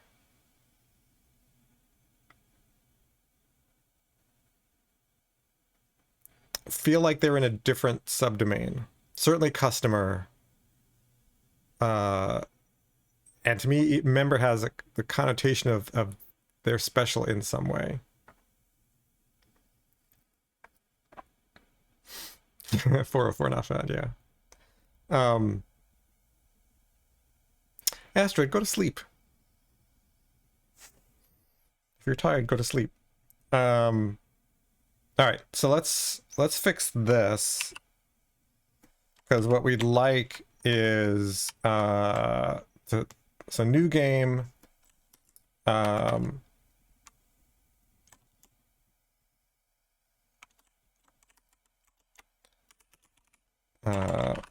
persons can join new game. So we'd like a method called can join, and we'd like that to be true. And so we'll create that.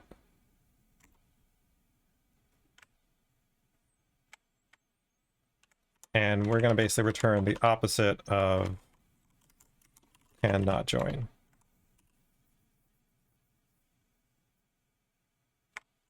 Let me go disable the other test.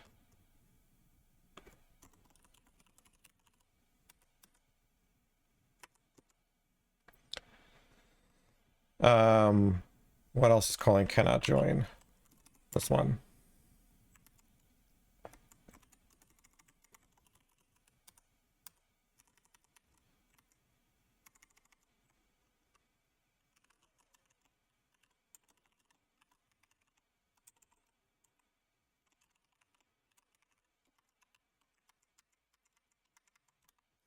So a person cannot join a game that already has 4 players.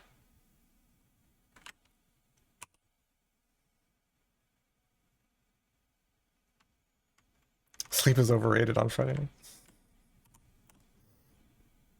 All right, so that means this. I think I can now inline this.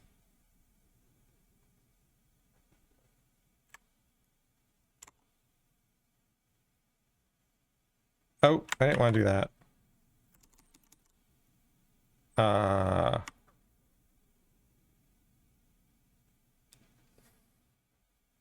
I guess I want to inline this.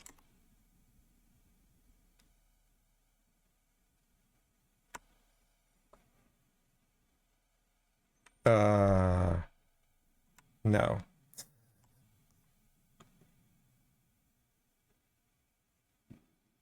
Yeah, where is this call from?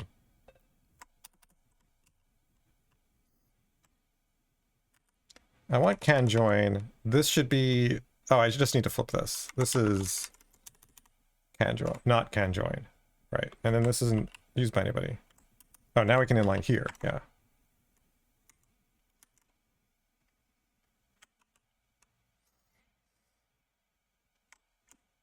All right.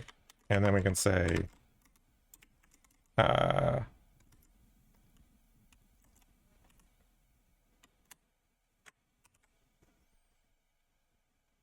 right. So that's the refactoring.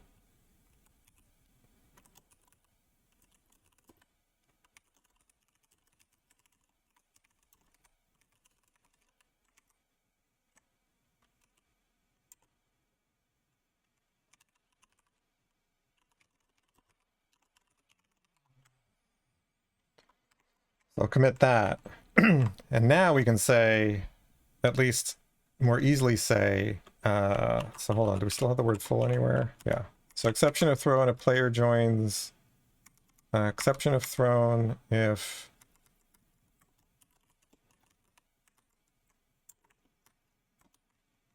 cannot join game. Okay.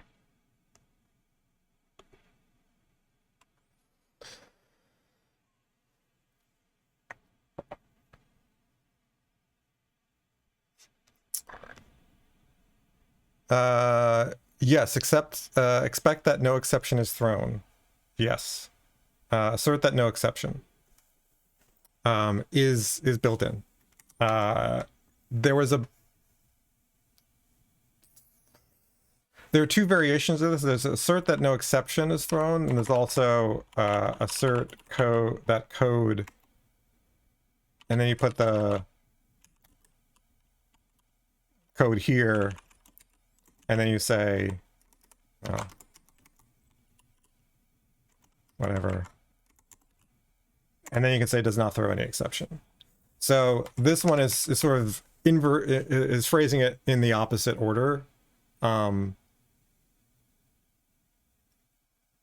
thing, if you're with assert J, is there's lots and lots and lots and lots and lots of different ways to do the same thing.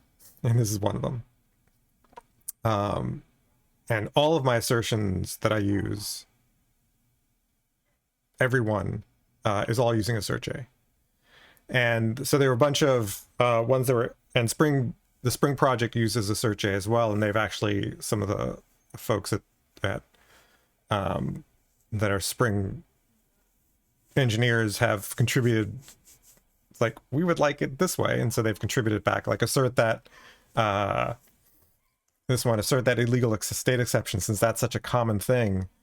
They sort of elevated it to a top level assertion. And those were committed, suggested pull requests came from Spring folks. So I used to do it this way, assert that whatever throws exception. But now I like this form better.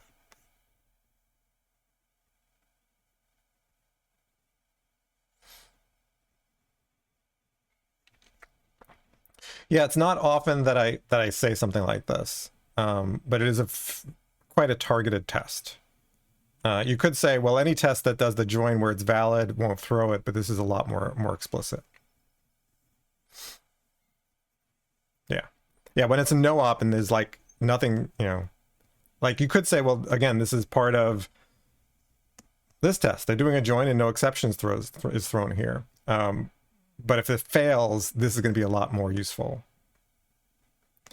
All right, so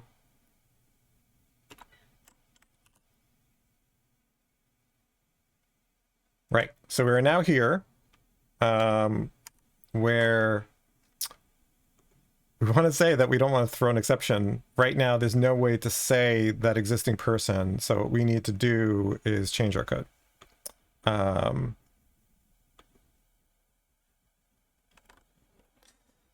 Now, I could change this first, but in reality, I am changing the behavior of this, so I need to test drive this.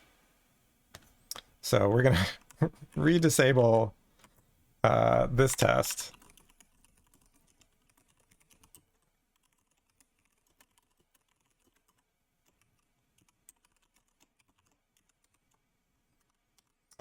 And we're going to go back to our fundamentals around can join.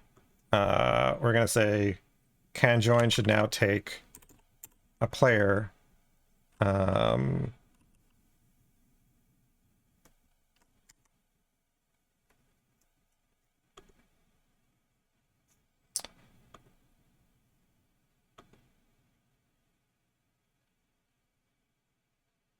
Yeah, I'll do it manually. So we're going to just say new player ID. So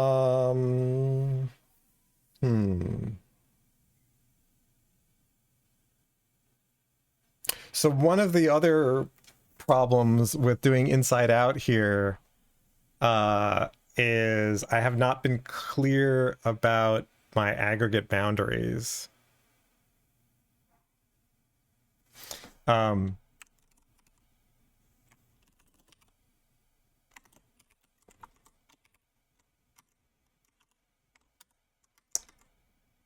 Because this shouldn't take a person.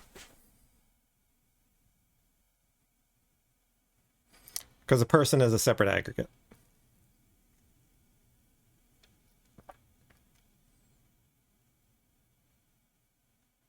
I haven't sort of drawn that out in my sketches. And right now, person just has an ID, so that's why there's sort of no difference. But yeah, this should be person ID, which makes sense because that's all I use from it. Which of course makes sense because there isn't anything else in person. And it does not actually hold on to person, right? So we got person here, but we grab the ID as the key, and then we grab the ID as part of what attaches itself to player. So there is no reference to person in this class in terms of data. But we should make that more clear.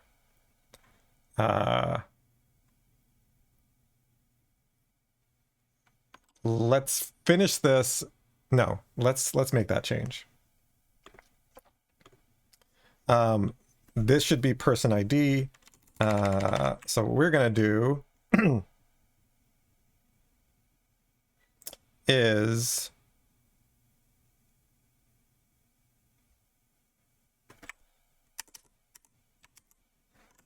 pull this out as a parameter.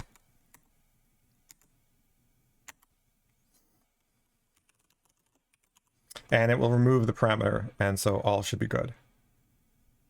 Yeah, whatever. Go ahead, refactor it. We'll fix that.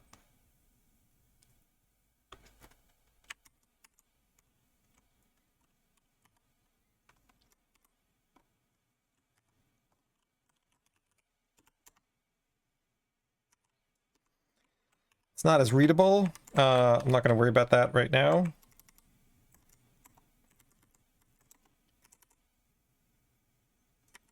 Technically, I could just ignore it and use person ID.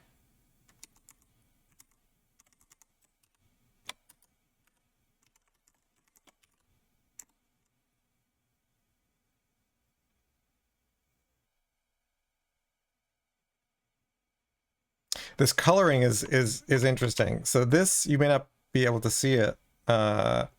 This one matches the parameter. This one looks like it's a field, but it's not. It's just an outer value. So something that I'm going to be adding pretty soon is the J molecule stuff that will make this at least the not necessarily the DDD stuff and not the modulus stuff, at least not yet. But there is the DDD stuff for aggregates and entities and IDs and aggregate references and things like that. Yeah, this is an enclosure, and so this color can be a bit misleading. I mean, it's a lambda, and so this is referencing, if we go to it, where does it go? It goes to, right? If we start here, we go find the declaration, and it's this.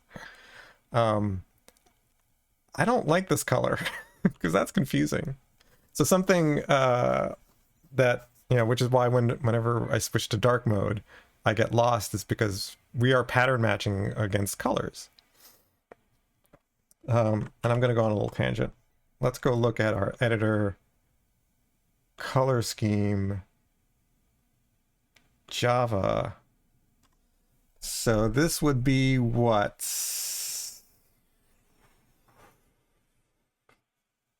Variables? It's not a local variable. It's not a reassigned variable. It's not really a class field.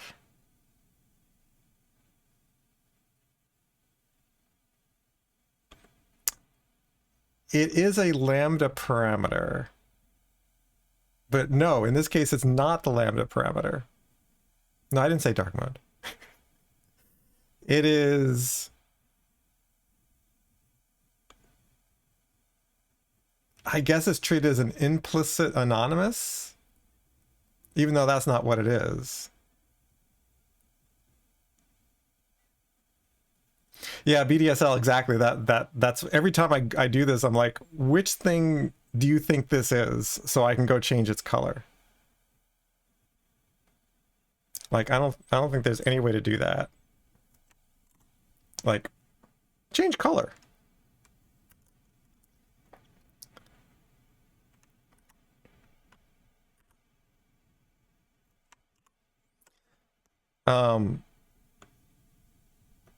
But let's change it. Let's see. It's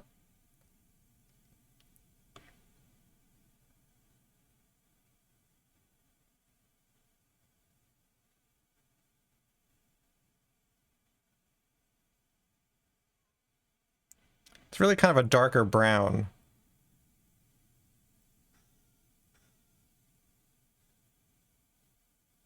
Let's try that. So the question is, will it actually change that color? Yes, it did. No, actually, that's way too close to parameter. But it is treating it as this implicit anonymous class parameter, which it isn't.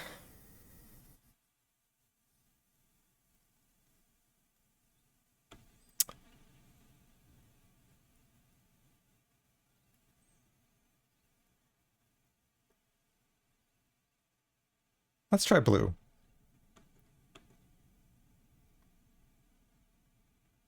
It's like all the colors are taken. I remember when I've done some customization on some things, like I actually color my interface differently. But it's like there's only so many colors.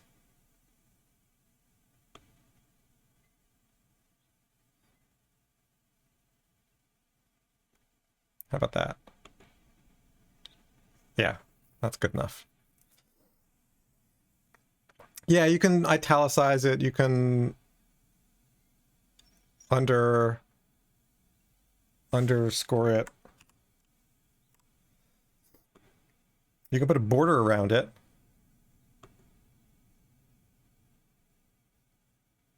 You can bold underscore it. What does bordered look like?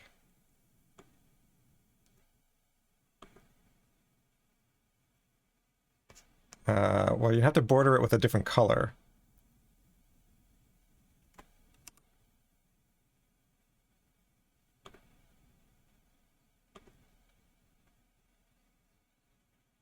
Yeah, I don't think I want bordered.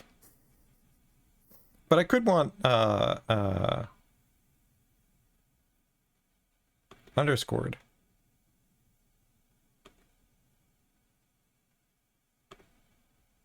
That's okay. And then I think if I make that the,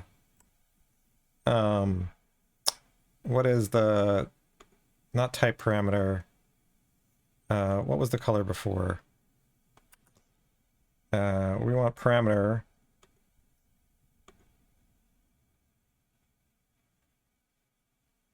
So 874E11.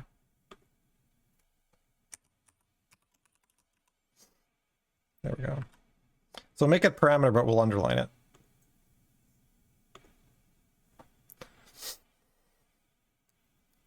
Eight 5169. Underwave? No, I'm not going to underwave it. No, I'm not strike through it either. No, but the reason why I did the underline is because that's what it does when you reuse a parameter. So if I tried to do like an assignment, like if I said person ID equals, you know, null, it underlines it. So it's kind of the same thing, but you have to be careful about that. So this isn't quite that, but it's obvious. I don't know. We'll see. All right. What were we doing? We were going to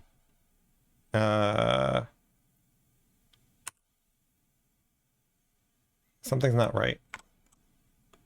Oh, right, because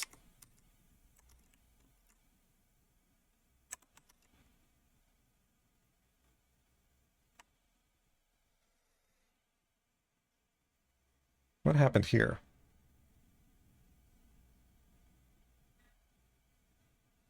Oh, right, when I basically converted the parameter from person to person ID, this is what happened.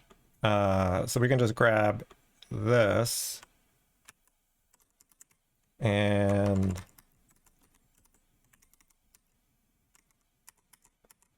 do that.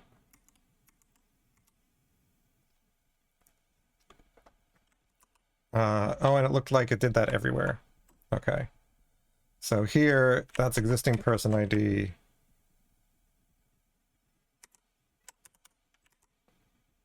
We want that. And we want to hand that in here.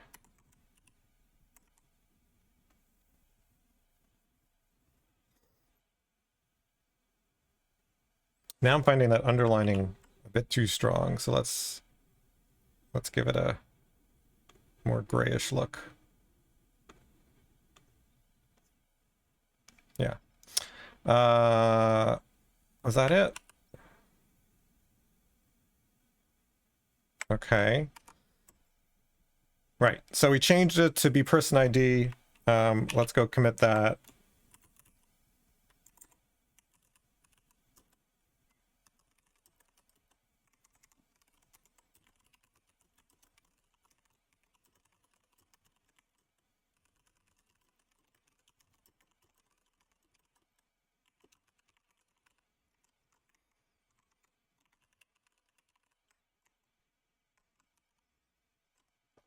And now we can go back and add this in here. So what we want here is just any person ID.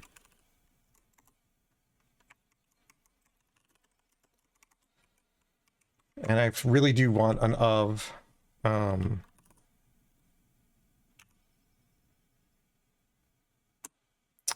So this is an, we'll add this as a parameter. Our default will be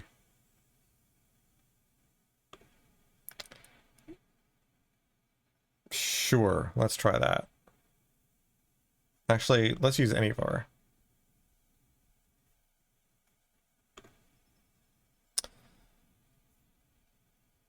So now usages. By the way, the other day I finally like figured out what any var means. For the longest time, I honestly like didn't know what any var meant. What any var means is if it can find a variable that matches it nearby, it will use that. And so that's why this worked. It basically said, oh, you want a person ID? Well, it turns out I've got one in scope. So let me use that. And then the other usage down here was, well, I don't have one that's in scope. I'll use the one you told me to use.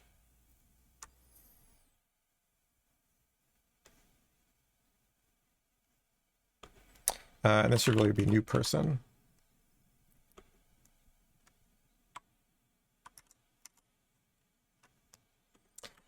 So that shouldn't have changed anything.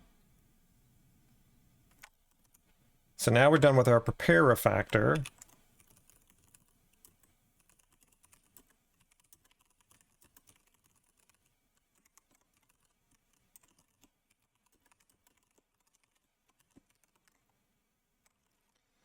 And now we can go to, why isn't disabled? It's funny. I kind of think like disabled should be a warning. Can I make disabled a warning? Today must be editor configuration tangent day or something. So we want warnings, not color scheme. Is that an inspection?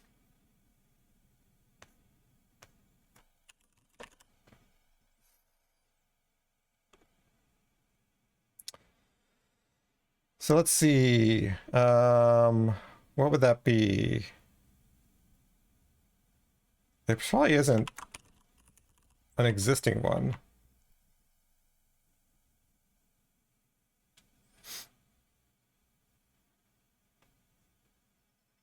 Oh, look at that. There is one. Yes, I would like this to be a warning. Only reported annotations without reason. No, I want you to report all of them. If they have a reason, that's fine. There we go. So no need for a custom inspection. I mean, I kind of would like a disabled without a string to be an error. I'm not sure I can set it up that way. Because there's an option for this one. Like, I can mark it as an error, but there's no way to say, but if it's got a reason, then that's a warning. Yeah. That would probably require a new custom inspection. I guess I could duplicate it.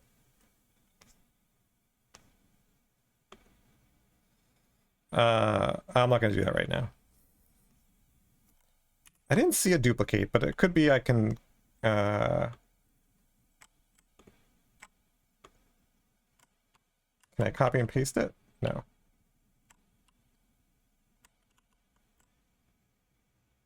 I'd probably have to go into the to the XML and duplicate it that way. And it's powered by the JUnit plugin, so I'd have to go look and see how that's done.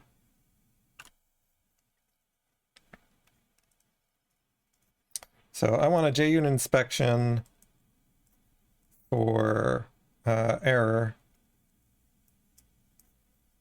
for disabled without a reason. Because too often I've been burned by disabling something and it's like, why the heck is this disabled? Okay.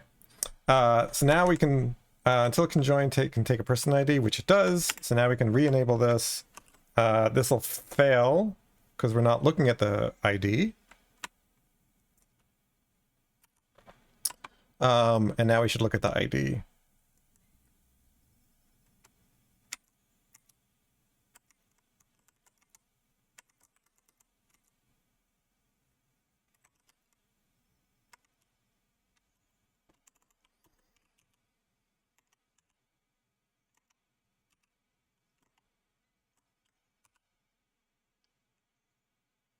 I really hated writing that Boolean expression, like, but I've got good tests for it, so. So that's it.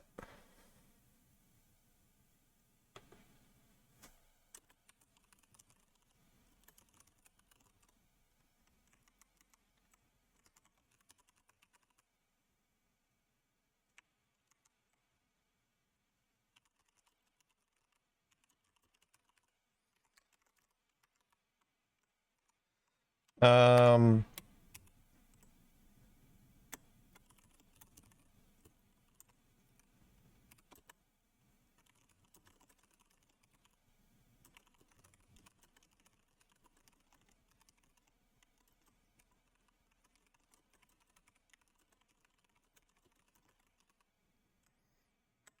and we'll do a commit and push.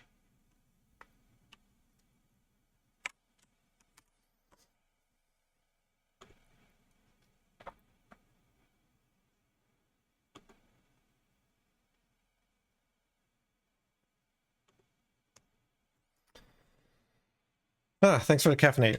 That's probably the last of my caffeine for today.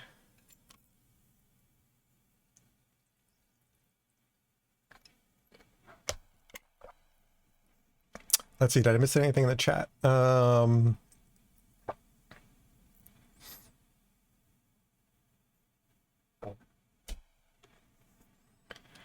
Yeah, there's zero chance that there's going to be any refactoring of IntelliJ to get to CSS for some of these elements. There is way too much code for that kind. I mean, this is why they did the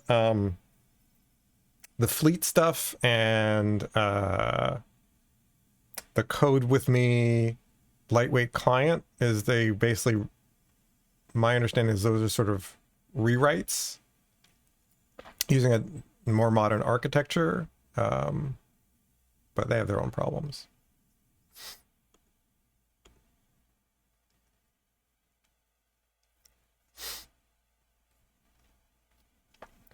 Oh, 404 not found. Thank you. Speaking of which, I'm going to take a quick break.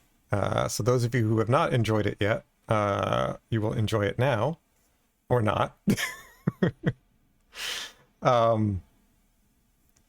In game dev, we used wacky magenta textures to find stuff. But yeah, a common thing that I do with CSS is like, let me set the border of everything to red because I'm really confused as to where stuff is. This was before the dev tools got good enough where you didn't need to do I don't need to do that anymore. All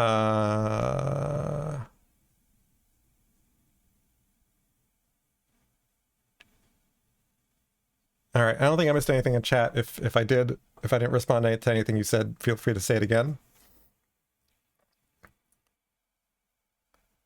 Yeah, setting the board to outline. Yeah. All right, I'm going to take a quick break, and when we come back, we will we can consider this done.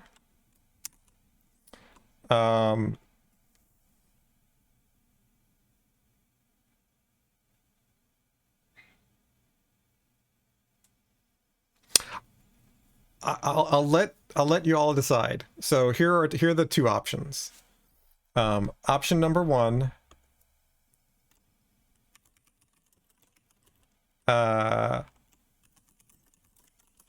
work on start game.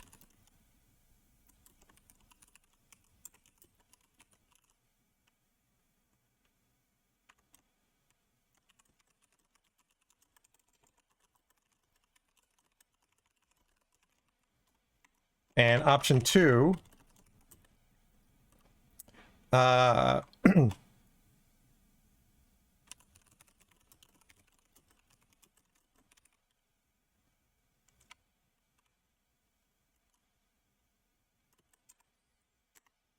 option one is work on start game. That's Jira 91. The other option is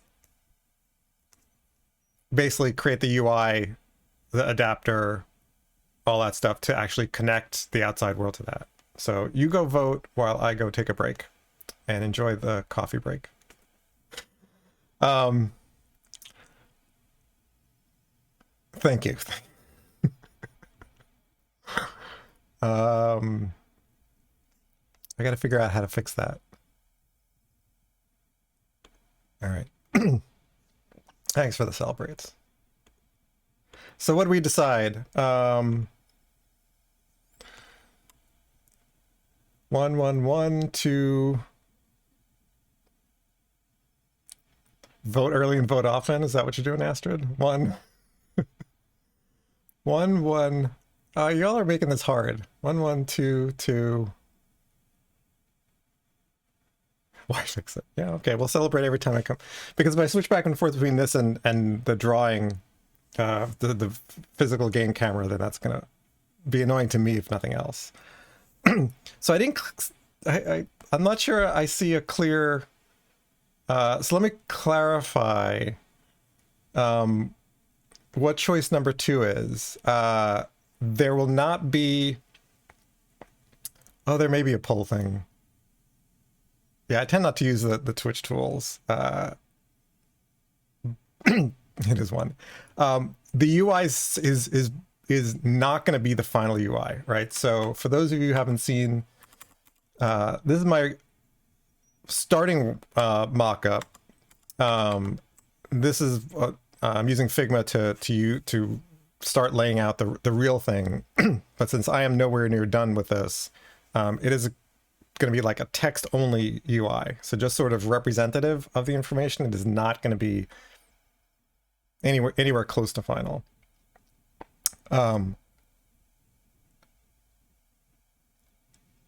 I don't even know when I'll get to something that is sort of, you know, like this. Although this isn't hard because I have all these images, so this isn't hard.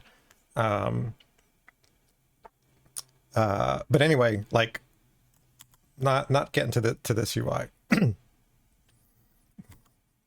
More reason for one. Yeah, I'm kind of with you, Suiji. I'm a little uncomfortable doing this much work inside out. But hold on, let's see. Is that it? No.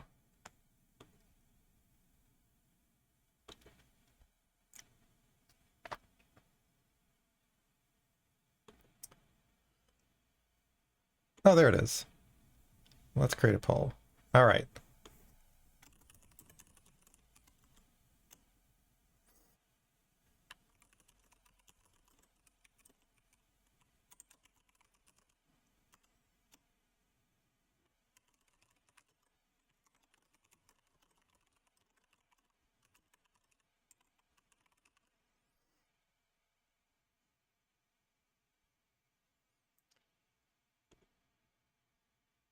Okay, you've got 1 minute for this poll.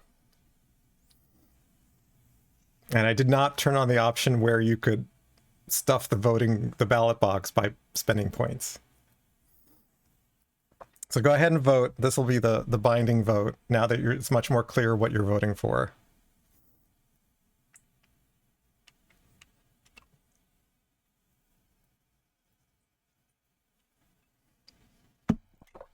And then we'll go that way.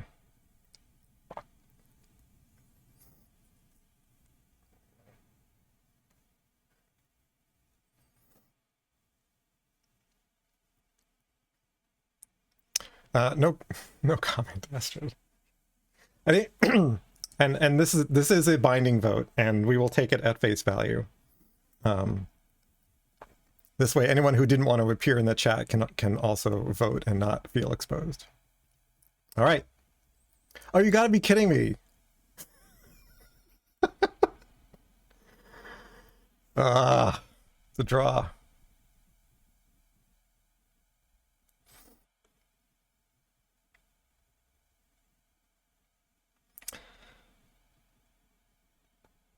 All right. Well, then I get to break the tie. In which case, we're gonna go adapter.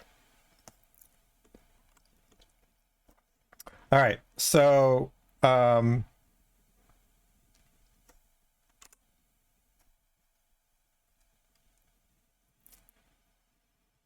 let's do it. I don't get a vote. I get so I guess I'm like the vice president. I vote to break the tie, and you all tied. So I break the tie, and I'm gonna vote for working on the adapter. All right, so this is what we're gonna work on next. There's not, I don't know. We'll see how much there is here. So the first thing we got to figure out is our player joins game requires 2 pieces of information. And actually up here, I also probably just want the person ID.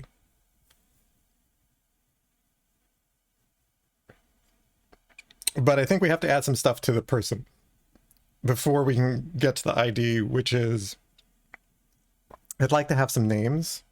At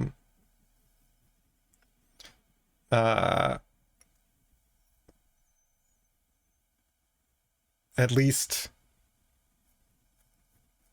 well, actually, I didn't want to put the names. I will figure that out. So let's see. So what do we want for the initial screen? So the initial screen we said is we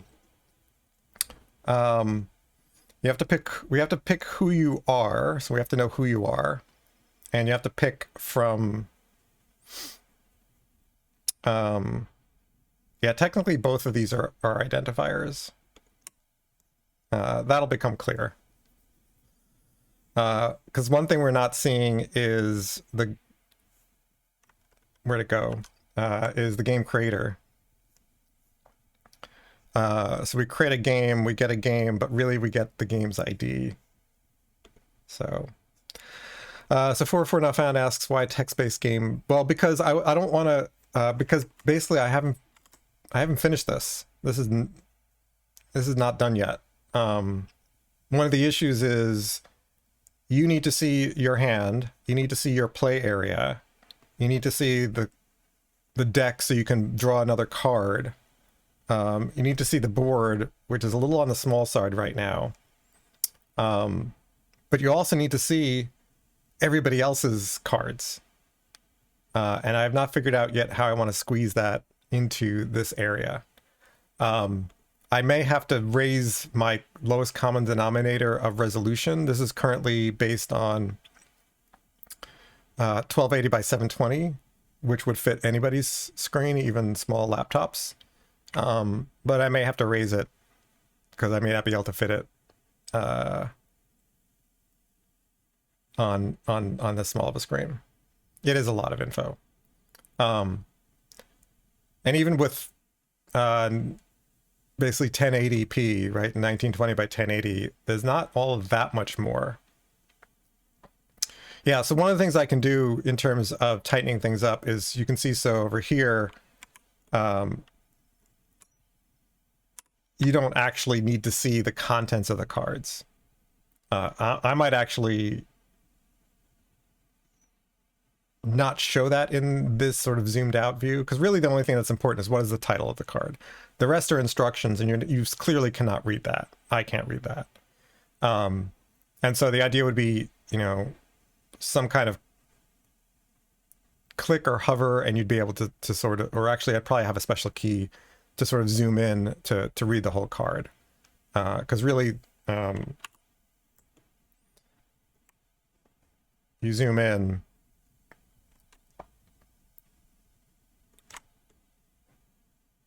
right, and then that's readable. But that's sort of a temporary kind of thing. So there are ways where I can sort of, you know, compress this to be smaller. This can be a bit smaller, at least sort of horizontally. But anyway, like all that stuff and deciding that stuff and figuring that stuff out is why I don't want to do this now, because that's going to take me a while to get to something where I feel like, all right, this is a good starting point.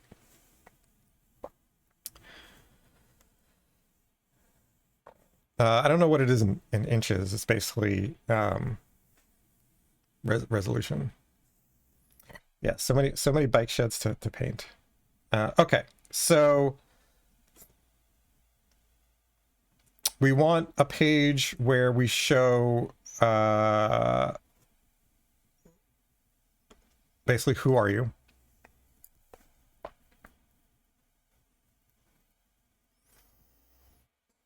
So we need a way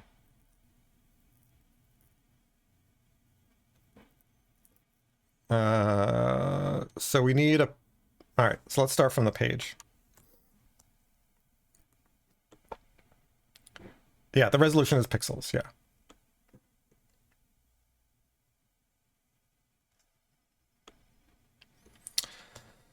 So let's go ahead and create in our resources.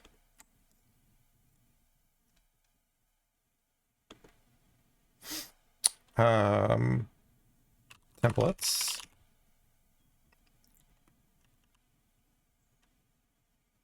I'm going to call it login, even though it's not really login. Person picker.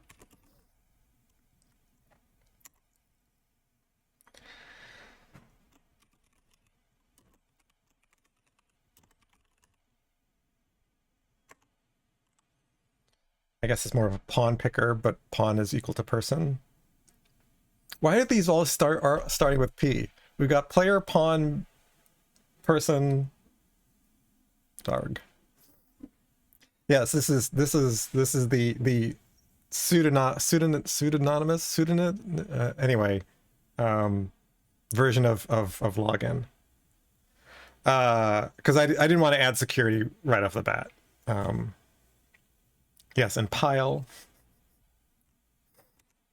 Okay, so pick your pawn. What we want here is basically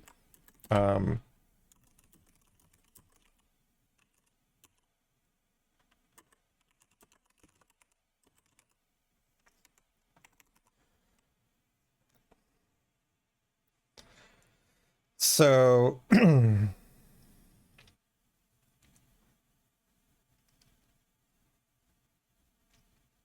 think these are just going to be a bunch of buttons.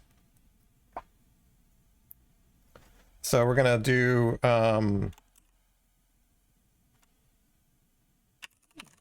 button th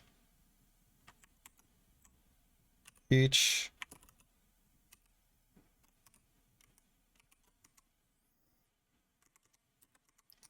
pawn from pawns.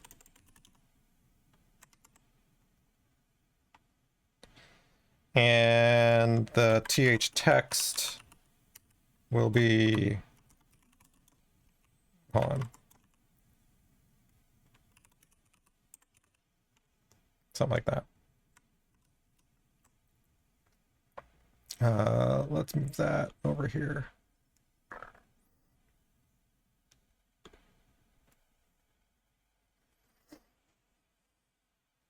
Oh, that's true. I could hard code these on the client side. That's a good idea.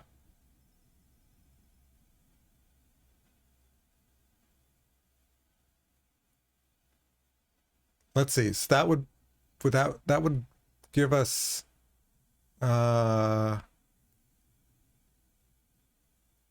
sort of a more login-like experience.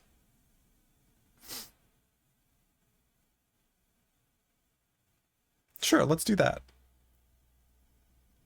Well,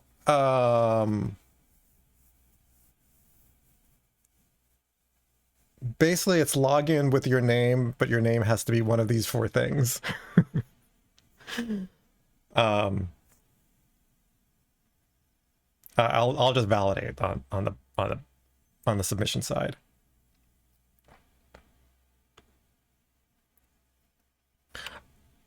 If I thought that showing like a bunch of player names would be useful, but yeah. So on the other hand, well, let's start this way. So let's do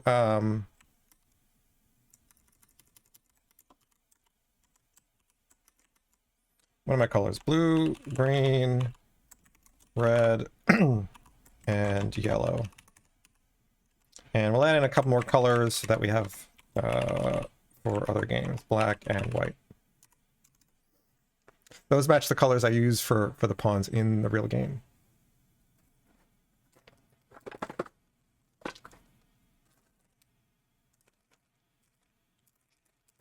That's these. And like, I would love to sell enough games that I can start switching over from plastic to wood, as it's a bit more sustainable. Yeah, exactly, Astrid. That was the reason why. So if you're picking from it,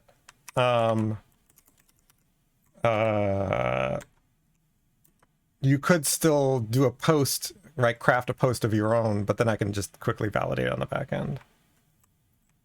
What do I want here? I want name is pawn.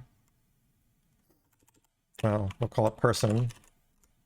And value equals, and this is blue.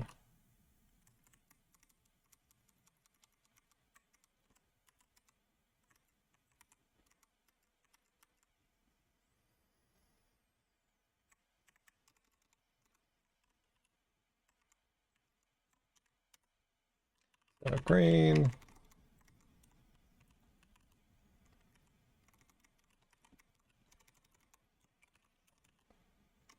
Oh, I guess I could have done this.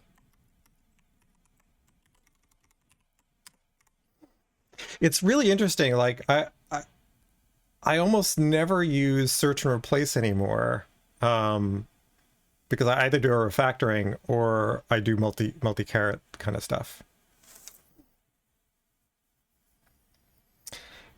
Different wood species. You overestimate how much I'm selling the game for. I could do a special edition and that would likely increase the cost by like 4 times. It's amazing how hard it is to source some of that stuff. I guess it's not amazing, but it's hard to source some of that stuff. Meeple, yes. Okay, so basically you select one, and presumably we need to put this in a form.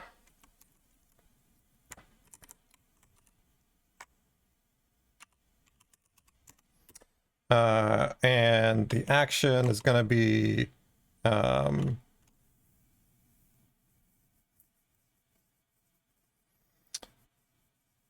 we're going to post to somewhere, but the default action is that. The th action is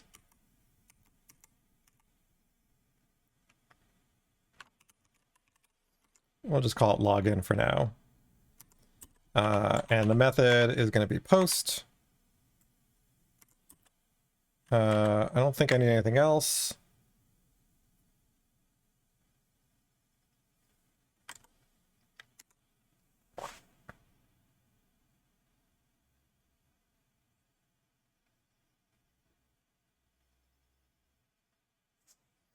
What doesn't I like about that? TH action is not allowed here. Sure it is.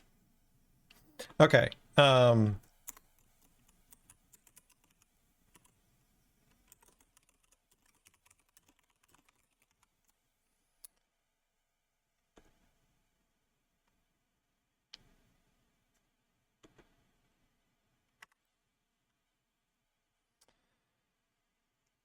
I believe, yes, that the default action, the default type of button is submit.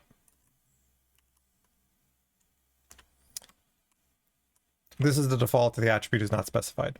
Yep. If it's associated with a form, then it becomes a submit button.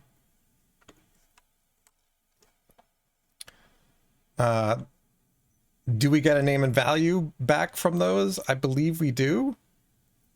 We're gonna find out. So what does this look like? Blue, green, red, etc. Yeah.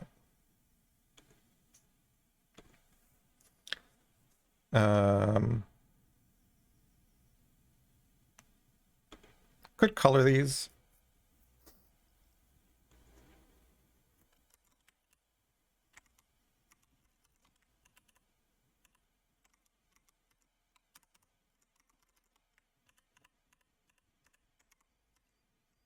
Let's see, style equals color colon.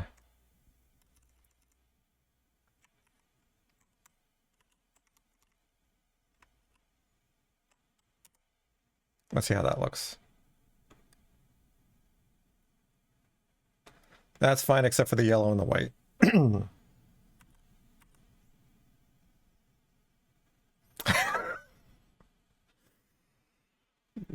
Astrid's suggestion of coloring them differently than the color they say is just mean. So we said white was no good. Let's change the background to dark gray. All right, so do you all spell gray with an A or with an E? That's what I'm curious about. The yellow, let's also background. Oh, that's not a dark enough gray. How about a dim gray?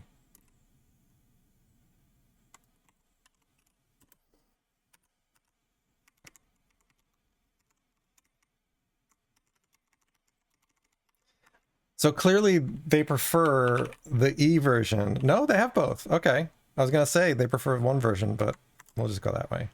All right, what does that look like? That looks good. Looks a bit weird, but you know what? I am not going to focus on that much more. I think I used to do A for in gray, and now I go the E route. But all right, so let's write a controller. I'll test drive it. Let's test drive the controller. All right. I'm going to close Jira for now. So let's go create. Let's go create a class. And this is going to be adapter in HTTP.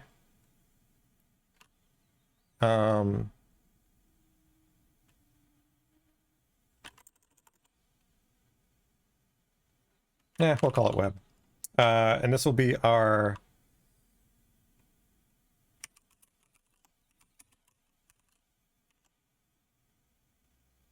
player picker.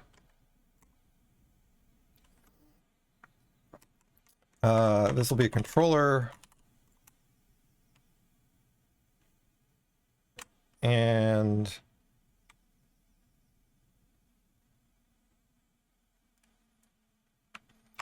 yeah, I think it's gotten to the point where A and E are just interchangeably acceptable.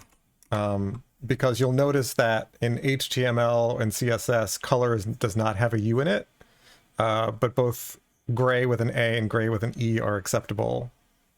So there you go. All right, so let's create a test for this. Create an MVC test.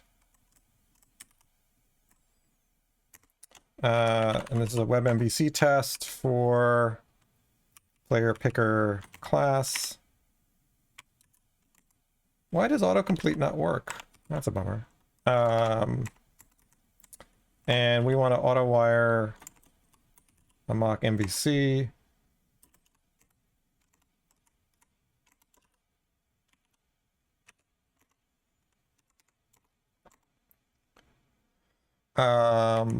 And so our test is, what did we say our endpoint was? We didn't. We basically said login. Let's call it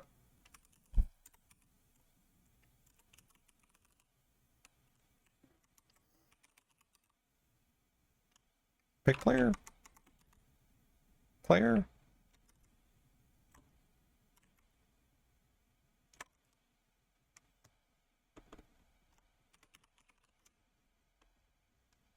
Whatever.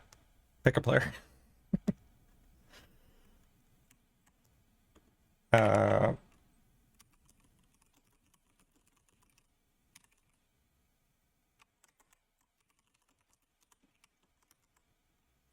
what do we want to do when you click post? We want to redirect you to the game chooser.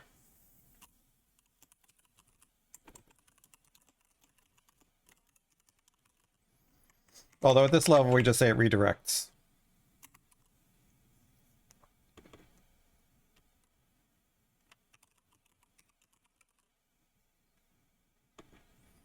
So we'll do a mock MVC, perform, post, pickup layer,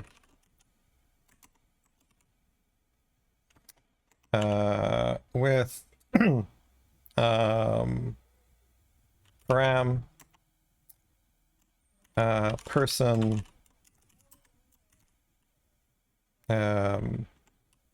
blue.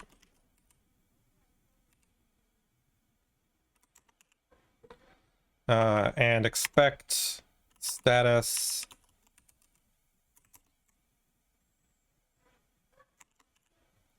is a 300 redirection.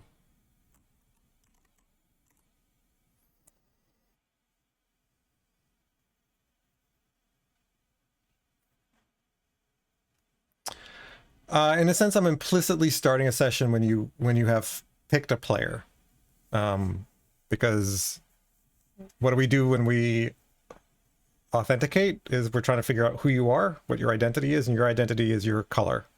So that's why this is very much like a login form. Yes, to the lobby.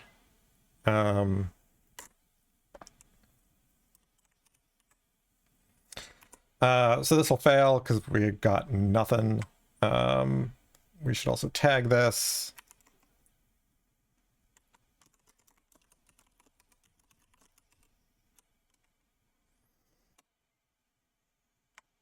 And I think I already have this set to, no, I don't. So we'll ignore MVC. Hey. And we'll duplicate this to be MVC tests. And that, or only that. Oh, stores project file. All right.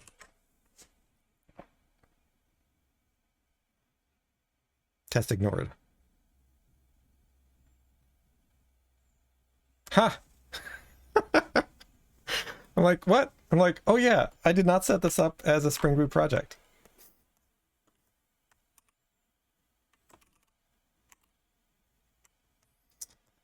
Well, I did, but clearly not quite because I don't have an application file. So let's go create an application file. Do I even have...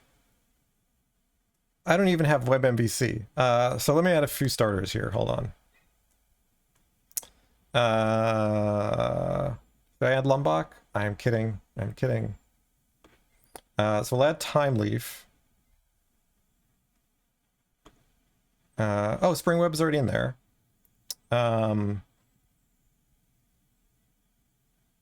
Really? I don't remember seeing it. Okay. Anything else I want to add at this point? May as well add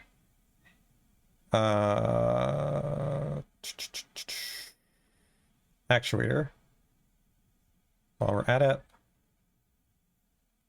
What's wrong with Lombok? Everything is wrong with Lombok.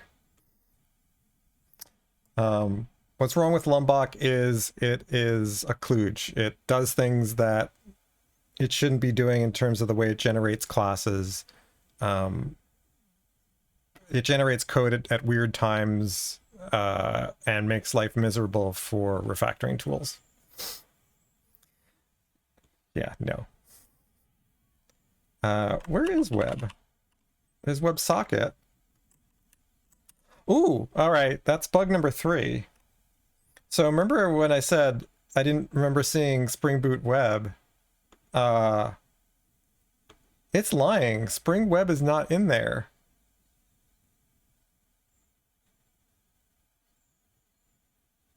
WebSocket is. But I don't see Spring Web.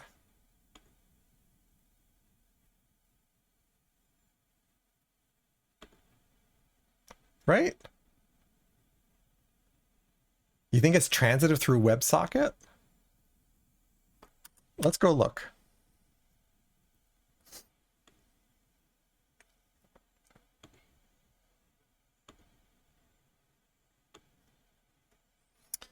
So there's WebSocket. Ah, it is transitive. That's interesting. So it is transitive through, I mean, I guess that makes sense. There's no point in having WebSocket if you don't have web. That's interesting. I hadn't thought about that. But that means that technically I can't add it. So if I remove it, what happens? Nothing? Oh, what the heck? Where did this come from? That was weird.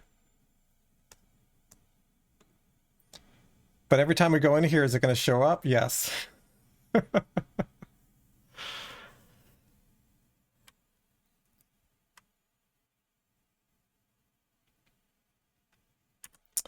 So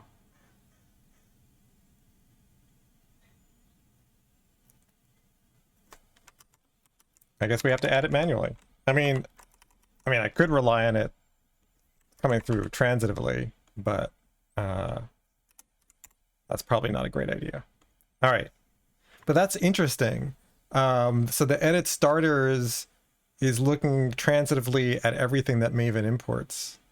I kind of think that's a bug, but I've exceeded my bug limits for this stream. All right, let's try running our test again. Oh, I still forgot this configuration. So let's go and create a Java class. We will call it TDD game assembly startup. So this has at Spring Boot application. I should have just had it generate it.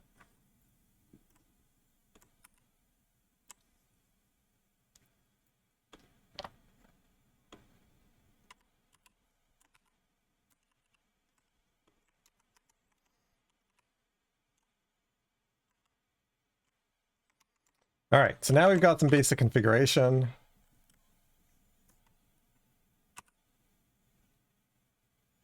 And now we can run our tests. And it should fail because it's a 404, right? That's what we got. Okay, great.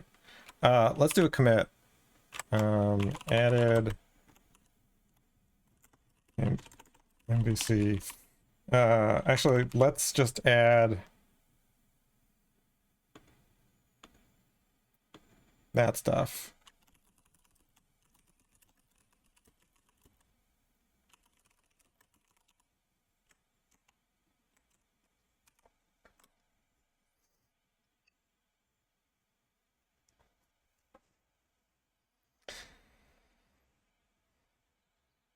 Yeah, it's sort of an interesting edge case. Like, technically that starter is not part of my Maven file, but it is brought in.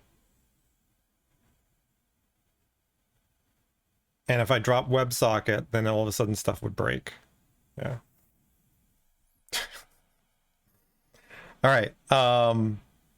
So it fails for the right reason. We'll go to our picker. We'll go ahead and did I turn off the machine learning? Because it doesn't seem to be doing any completion anymore, so I must have turned it off. Huh.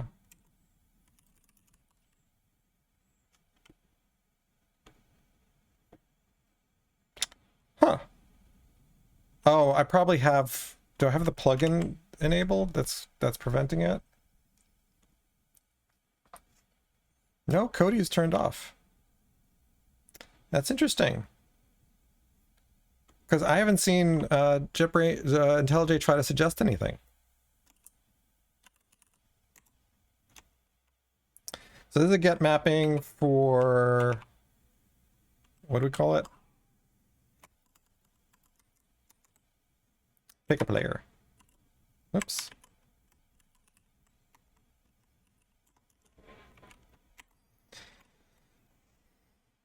I don't know. I probably have some plugins that need to be updated, maybe because it's in the, you need to restart your IDE state. That, I don't know.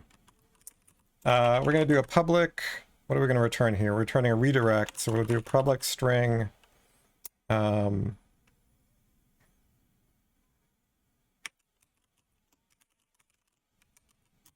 now, we'll keep that as empty. And right now we'll return just a plain old redirect. That'll get the test to pass. Or not.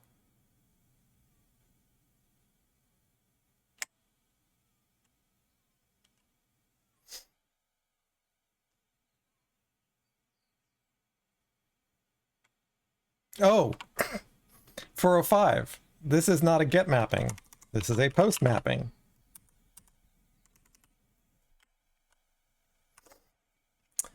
So another prediction failed.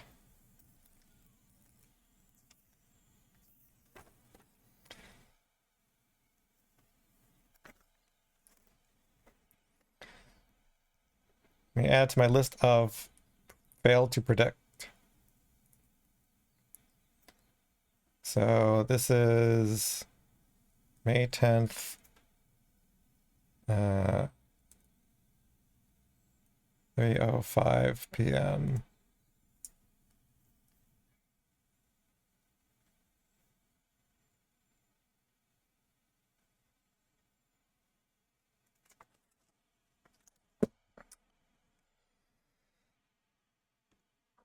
What retro? Oh.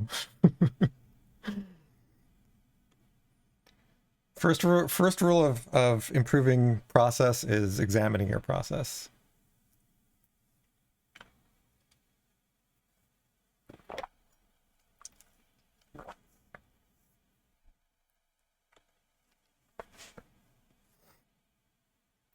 Yes, this answers the question of why I write these tests. Because exactly that.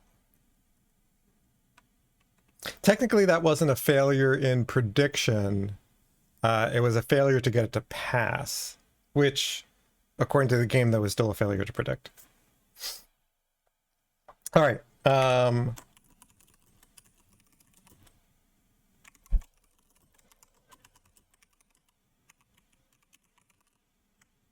Now we can add that.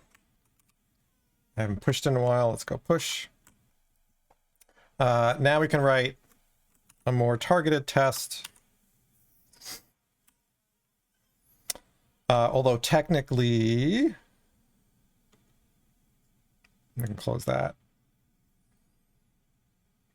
No, that's fine. So that'll be valid.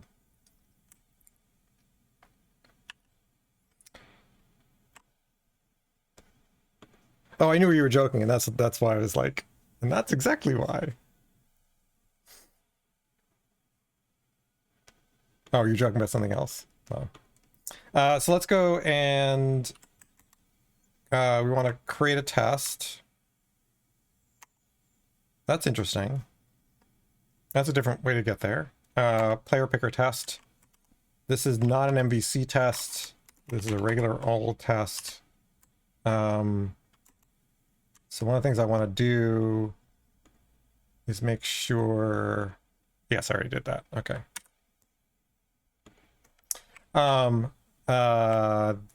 So this is going to be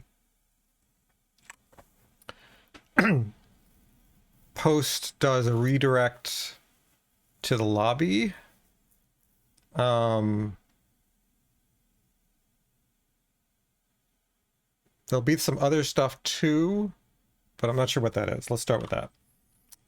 Post to pick player redirects to lobby.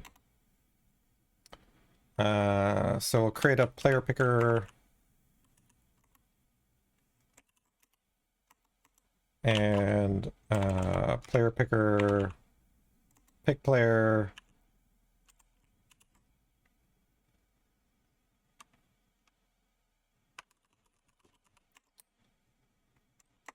And we'll assert that the redirect is equal to, so we said we're going to call it lobby.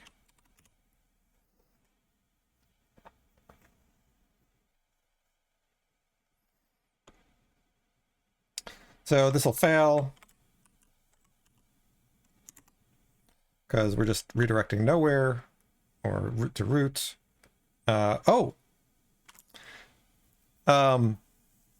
This is actually a proper fail to predict. I predicted it was only differ by the redirection, but I'm actually didn't test for redirection at all.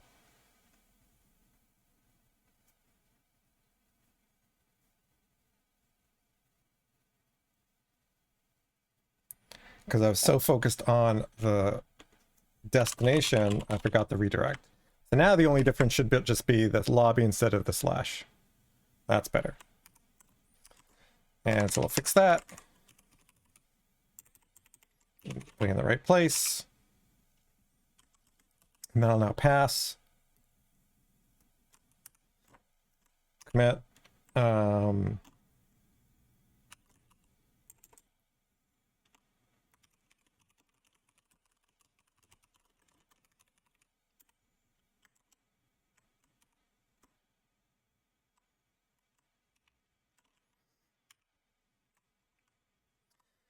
All right, so now what I want is, what do we do with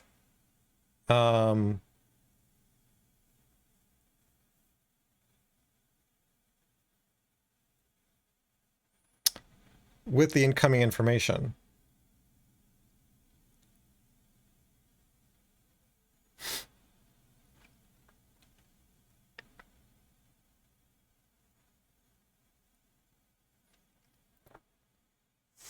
So we're going to get some string here.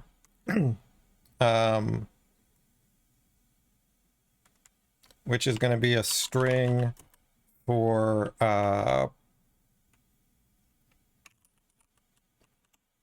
we'll call it player name.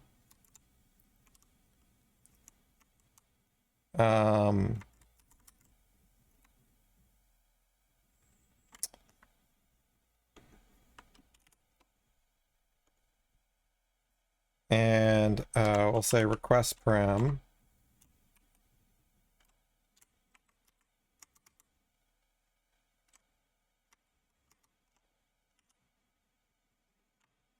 Technically, I shouldn't be writing this, but I've already got a test that's already sending in the parameter, which is the MVC one.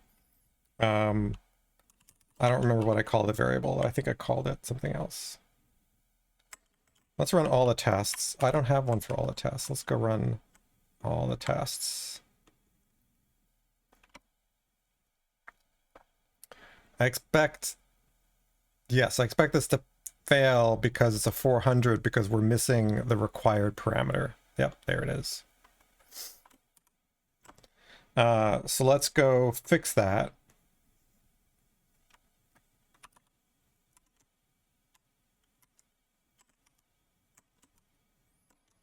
So the test is correct. We just need to call it person.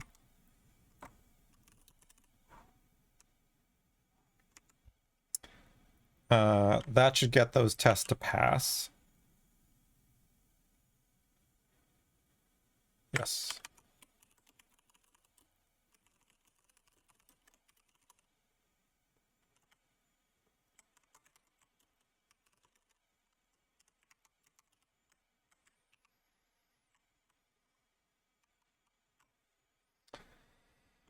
And now what I'd like is I need to hand over this player name. And so here's where it gets a little tricky without having security is I need to manually set up a session. I wonder if I should just bite the bullet and do the security. Because if I don't, then I have to manually track your session. I could use the session support.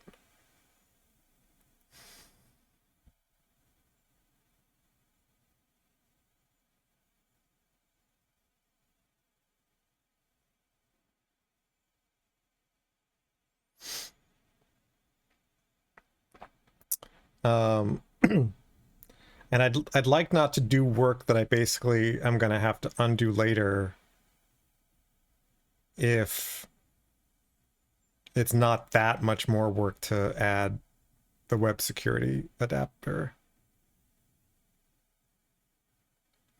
Because for this MVC test on the left, when I hit an endpoint, I can just do mock user.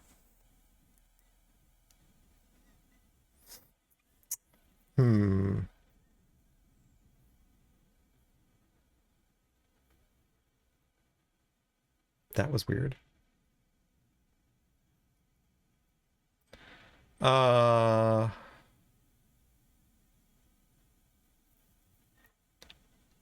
if I don't let Spring Security manage the principal, I have to track that myself in a session, which means I'd have to add session support, which isn't hard, but once I use security, I won't need that session.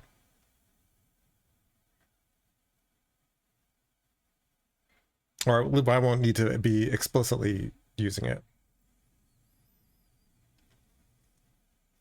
All right, so if we go that way, then I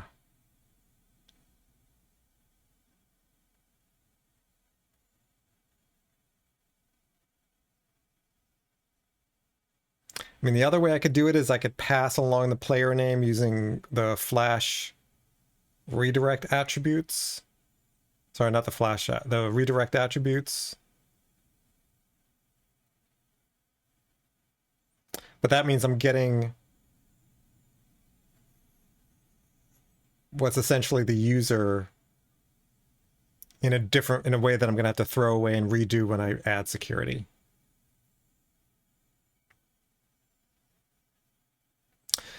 Yeah, that's what I was thinking of BDSLs. I can add security and I can add a basic user details.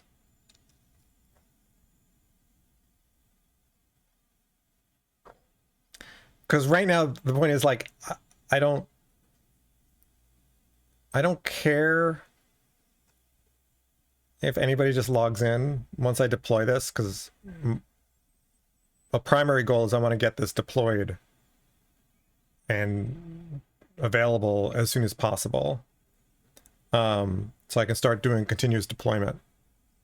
But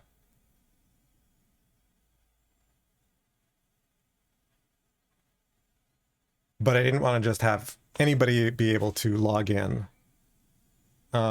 So we could predefine users with general passwords. I think that's what we can do.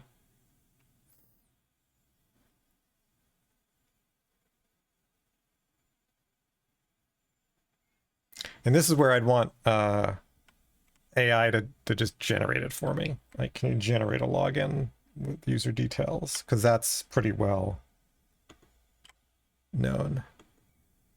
Yeah, pretty much that. Well, admin, I would not do that. Because right now I don't have an admin role, so I don't need that. At the point where I actually do need a real admin, then I will actually go to a real security OAuth client. Likely, it'll be, Google and GitHub are the ones I'll do that. All right, so let's ping.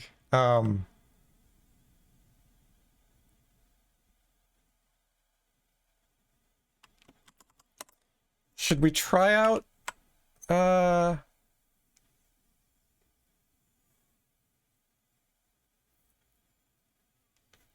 Cody? See what it's going to generate? I haven't actually tried it yet.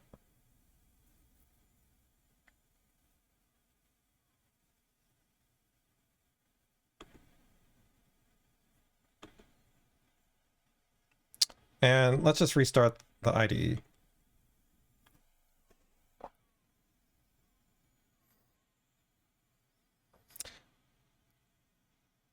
Well, it may end up being basic auth.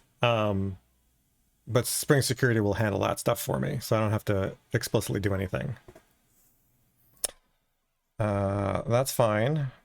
Oh, all right. Sure, let's go update. Take me there. Get a little busy. Sure, let's update.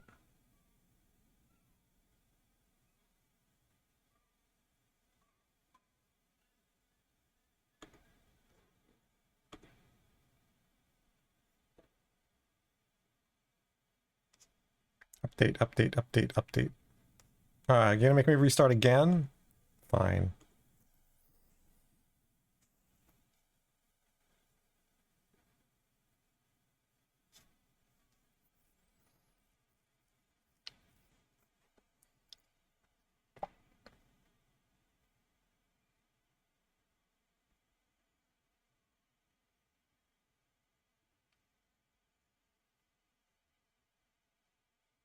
All right, you're updated.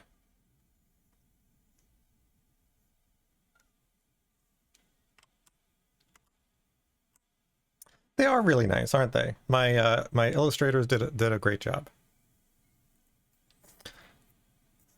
I do need to hire someone to clean up my InDesign manual, because I've got a bunch of pages to add, and it's exceeded my tolerance for working with Adobe InDesign. And the tiles need some fixing as well. All right. Nothing here. How do we turn Cody on? Hi, Cody. Sure, let's sign in with GitHub.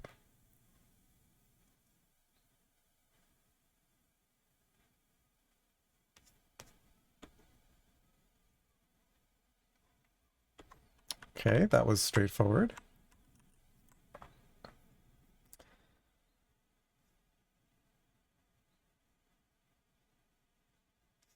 All right, let's get started.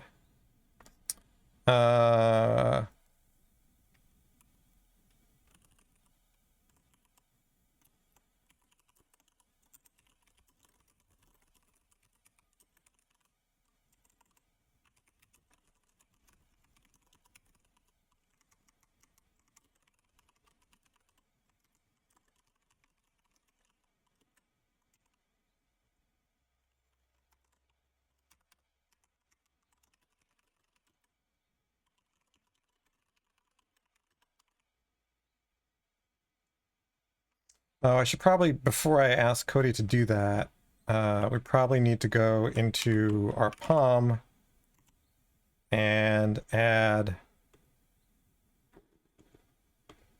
security.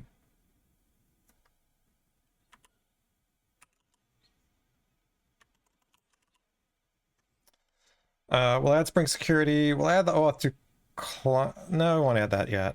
I think that's all I need. I don't think there's anything to commit. Yeah, it's just a POM.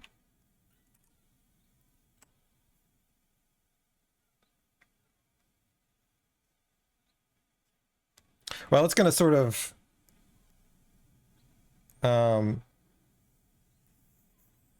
it may do the bcrypt hashing for me. We'll see what it depends on what it generates. But honestly, again, for this, I really could care less.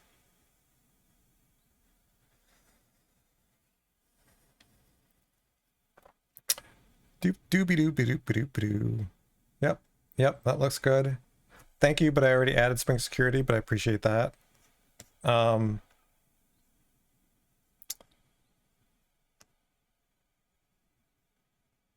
looks fine. And yes, it did encode the password. And yes, it is using HTTP basic. All right. So insert a cursor. Well, you can't insert a cursor.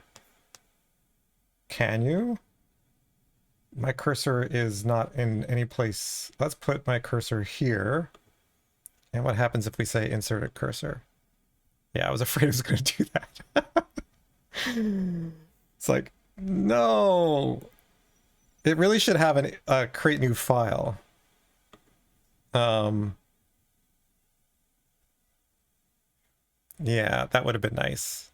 Thanks, Cody. Appreciate the attempt. So let's grab it up to here. Because what we can do is I can click here and I can click paste, and it will create the file for me.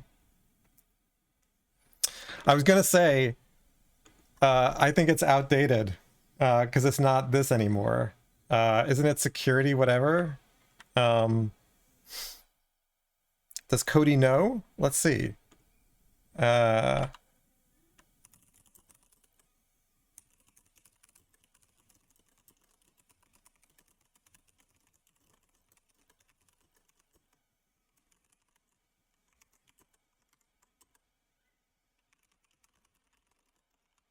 Let's see what it does. Hey, it knew about security filter chain. Why didn't it discover that? This is why I don't hire AI to do all my work for me. All right, so let's grab this.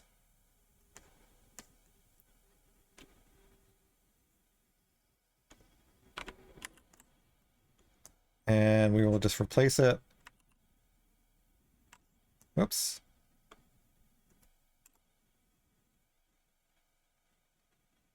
Well, now, no, it's like, no, don't suggest that.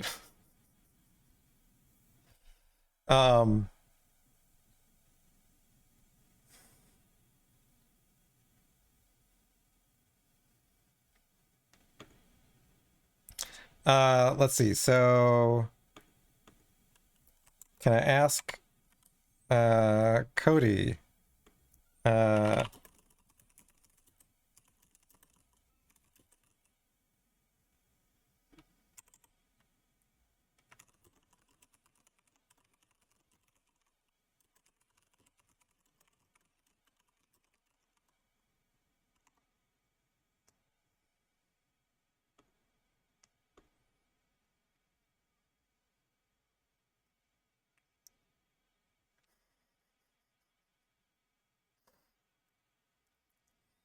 that looks better.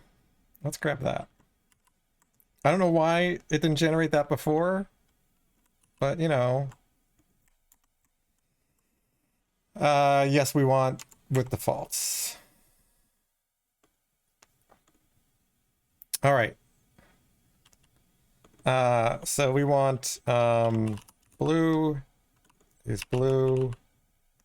Role is user whatever, that's fine.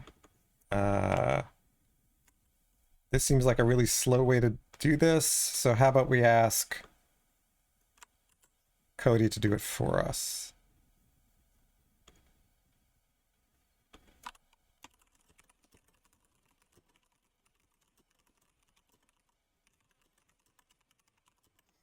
What was it? Blue, red, green, yellow, black, and white instead of blue.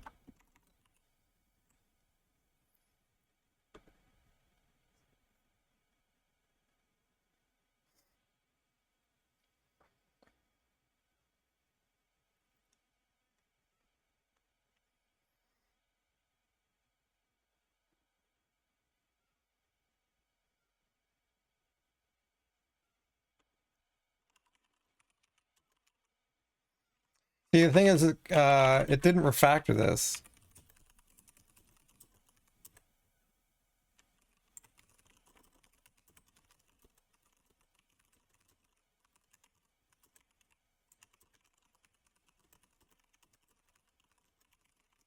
Let's see what it does, and then I'm going to stop asking it.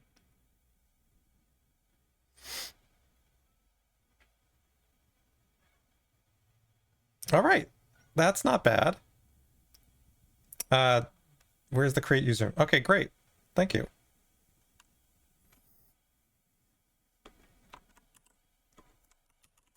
Well, I'm not going to thank it until it works, so let's make it work first.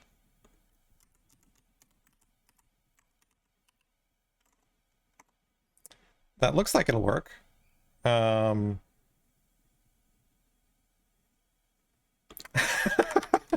didn't ask it to do that.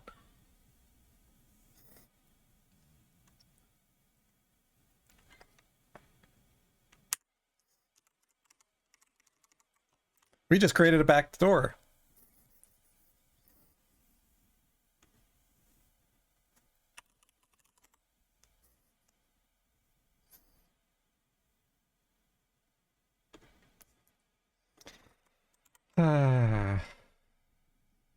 And we lost blue. All right, well, that's at least easy to fix.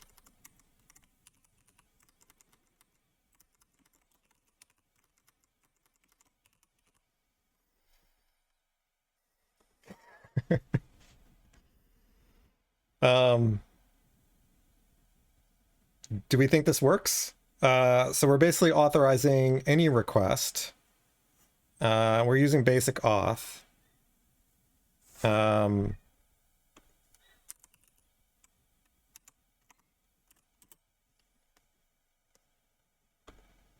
Did I say instead of blue? Yeah, but it should have known what I meant. Okay, so we got our security config.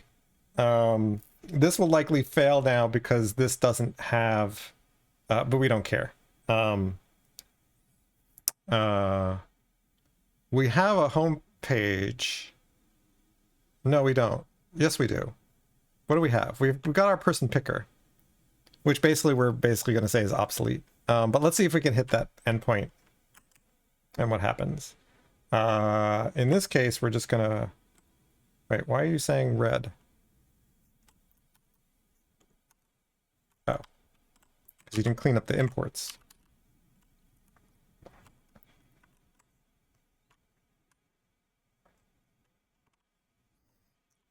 Yeah, Cody, you should have known what I meant, not what I said.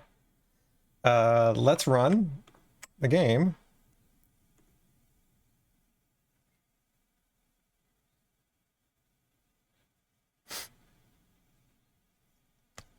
And that's my password.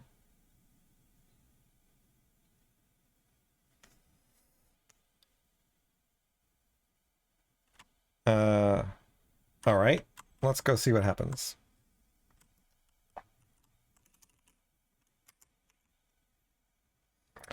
There shouldn't be any such endpoint, but it should get us to log in.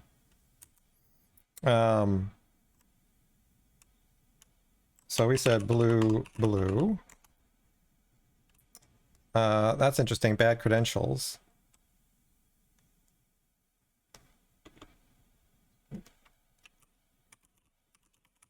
that the name of the endpoint we had? Pick a player. So we said blue, right?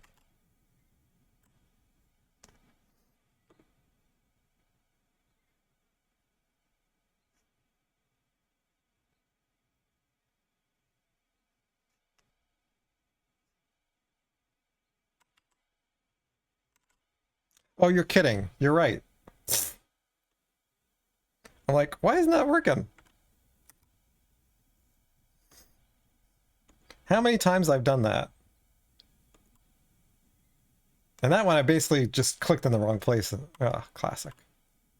All right, so let's restart.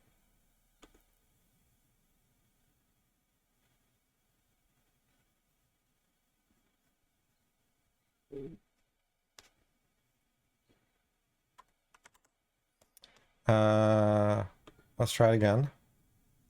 Aha! Okay, maybe I didn't want basic, but sure.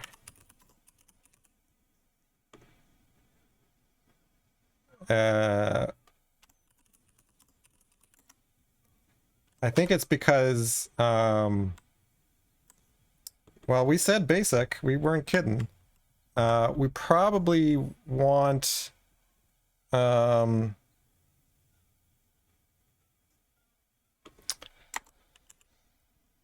what is it? We want dispatcher type matchers. Error.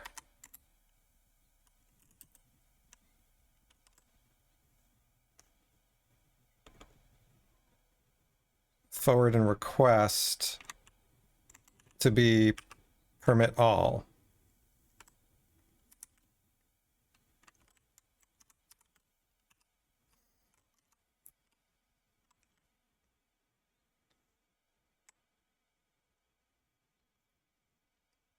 I mean, it did say HTTP basic. We could say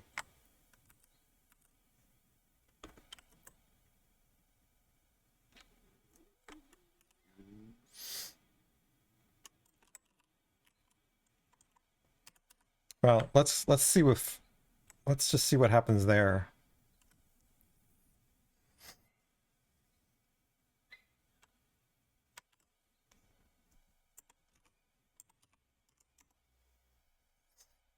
Oh, right, that's a post endpoint. All right, well that's good. Because that now tells us we can get error pages. So we actually can't redirect anywhere because we don't have a get.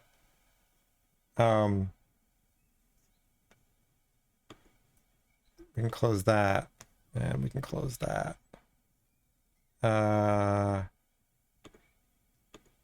So after you log in, where do we want people to go? We want them pretty much just to go right to the lobby. And if you don't have let's all go to the lobby going through your head, you probably haven't been to the movies in the US.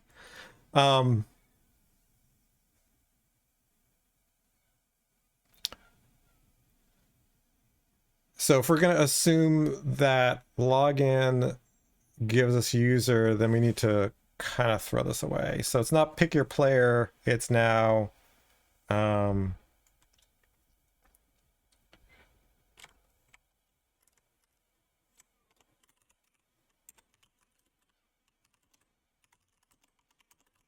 choose or host a game. And I know it says the stream will end shortly. I'm going to reset my timer, although I am amazed at all of you who are still awake. Where is that? Here. Let's go.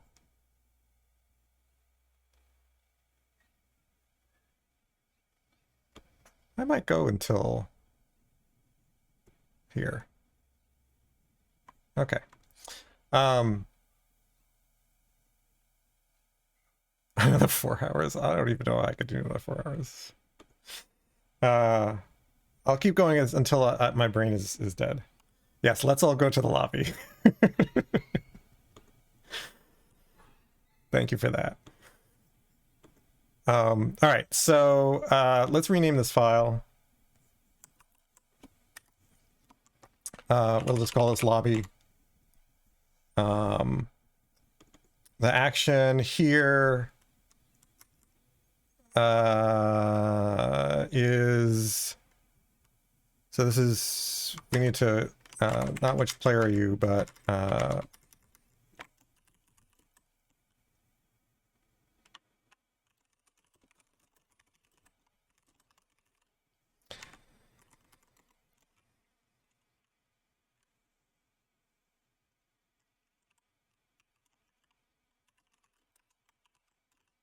I'm just gonna put that as a placeholder,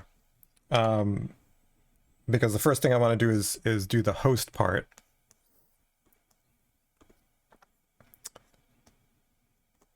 So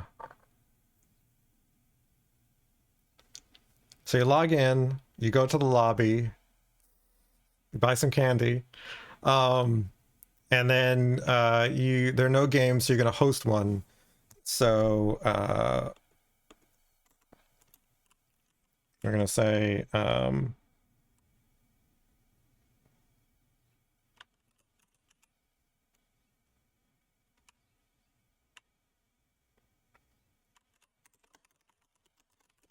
host new game. Popcorn, yes, another P. What flavor popcorn do you want? So this is going to post to game, because we are basically creating a game. And it's going to be a post, and all that stuff goes away. All that work, all that hard work wasted. Actually, I could have had Cody generate it. So the LLMs are great for like the this kind of repetitive stuff.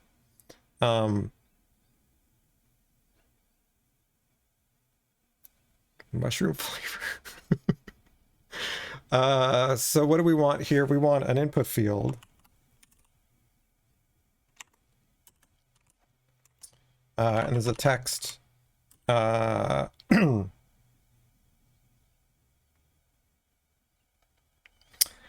And that's close, Cody, but we're in a time leave template.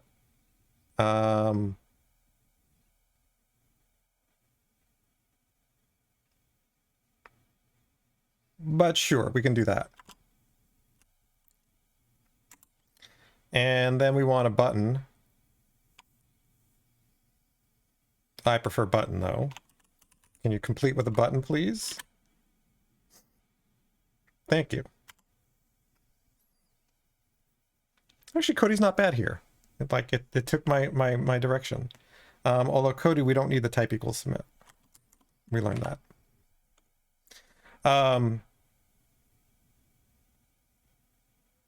What does that look like? Looks just fine. So this is a post. Okay, so now what we want is after you post, it should create a game and then redirect you to the game page. So let's do a commit.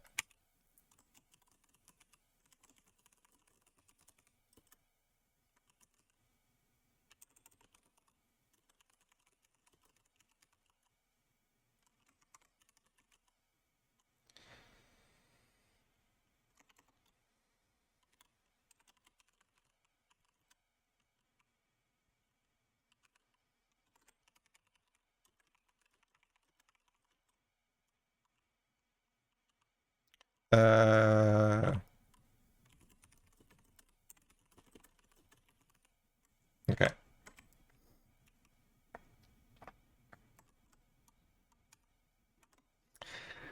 Yes, I love natural templates, and I don't understand the usage patterns of people who. So there's some interesting other template libraries. JTE is one. Thomas Schuley uses it in one of his libraries, but it's not a natural template.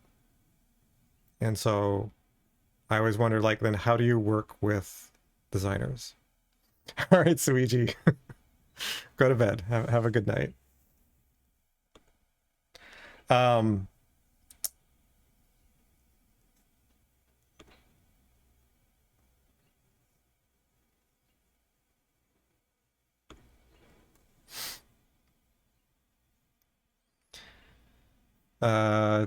BDSL just did an update of all our Angular templates to use the new feature that makes them further away from natural templates. Oy. Well, I guess you haven't lost much if they weren't, but I just like, how do designers work? I don't understand it.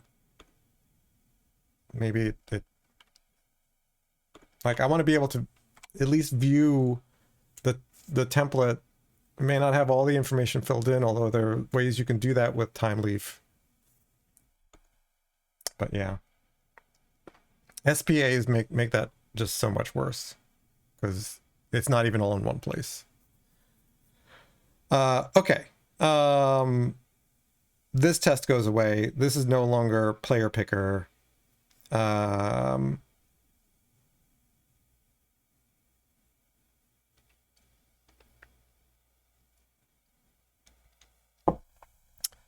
So you've logged in and you go to the lobby. So let's delete this test. And let's delete this. And this is now not player picker, but the lobby.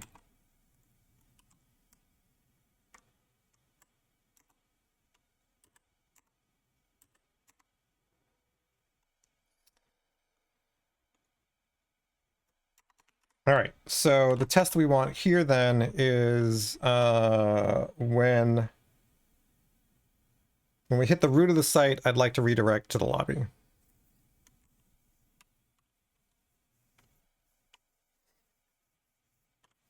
Yeah, I'm taking this CSS class, and so one of the things is like when you I get wanting to create designs using in a sense Photoshop, but that's not always implementable. Yeah. And I'm not saying that all designers should be coders, but certainly designers, the more aware they are of the constraints and benefits and limitations of what are basically components, the better off you are. Bye again, Luigi. All right, so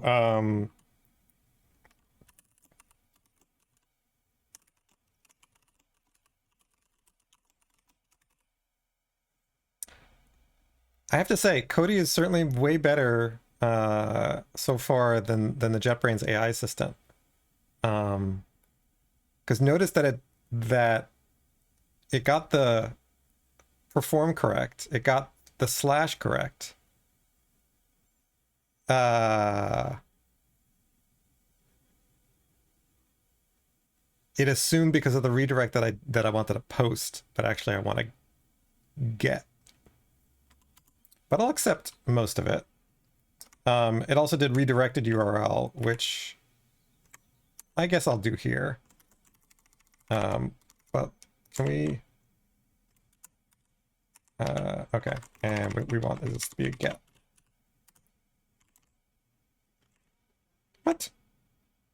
No. Why are you offering all of these?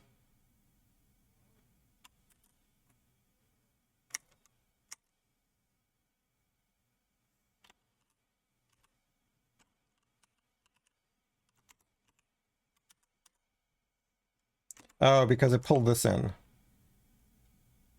And we lost this.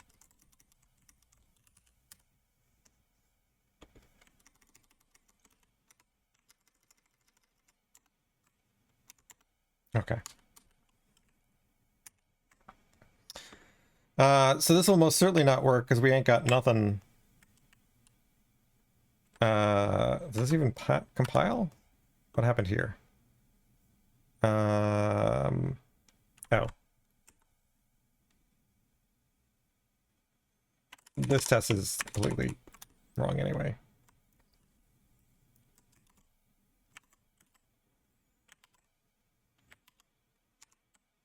Okay. So if we run our MVC tests, this will fail because I don't know where it's going to redirect to. It may even have a security problem. Let's see.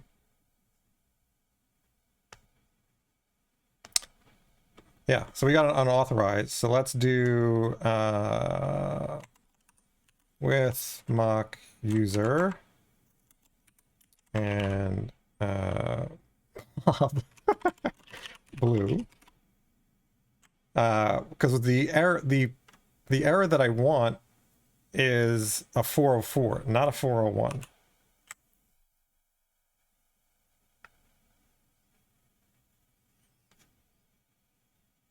Now I've got a 404. Oh, I didn't actually do an expect on that. I'd like the status to be redirection. See, Cody didn't add that.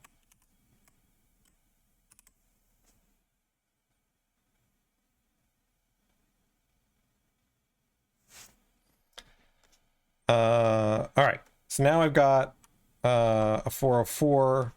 We are logged in with the principal, blah blah blah, username blue. Yeah, so that's all good. Role user, not that I care. All right, so what do you think, Cody? Can you write me a get mapping? Nope. Good try though. Nope. but also good try.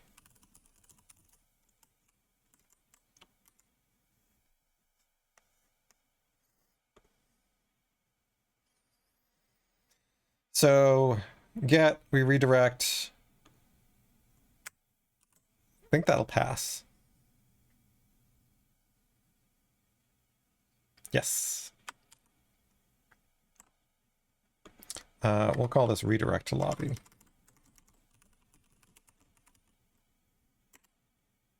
All right, so we'll commit that.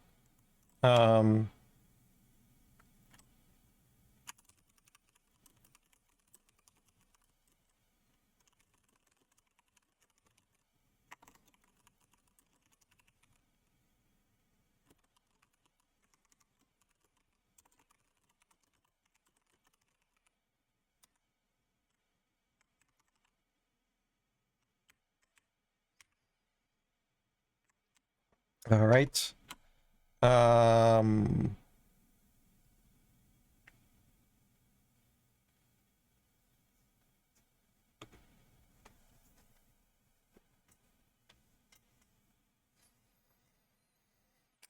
that's true. Yeah, GitHub doesn't render HTML. I assume they don't want to bother with making it safe. That would be my assumption.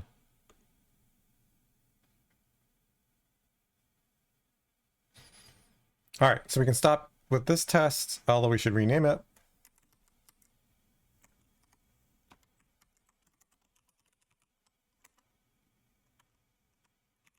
And I can't amend because I just committed, pushed, so we'll just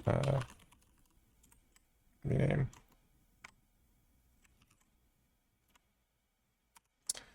Now what we want is when you actually go to the lobby, you get your candy. Or this page, one of the two.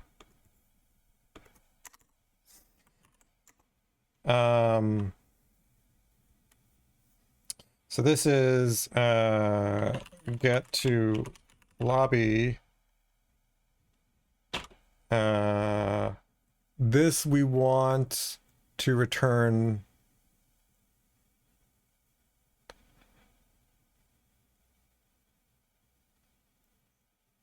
actually this we just want to say is 200.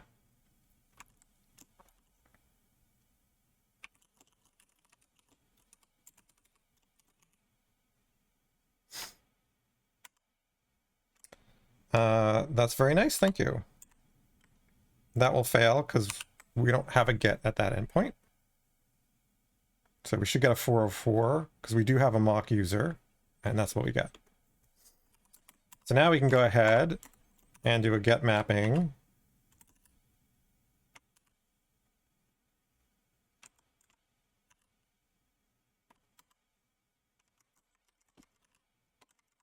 That's interesting that it let me autocomplete something that didn't work. And yes, sure, show the lobby.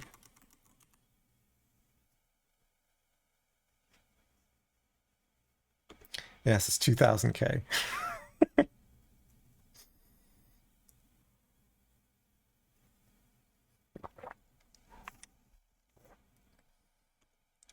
All right. Well, that's going to fail because we're not returning a valid template name.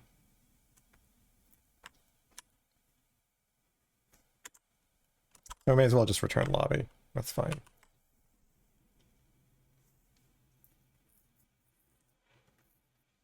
Okay.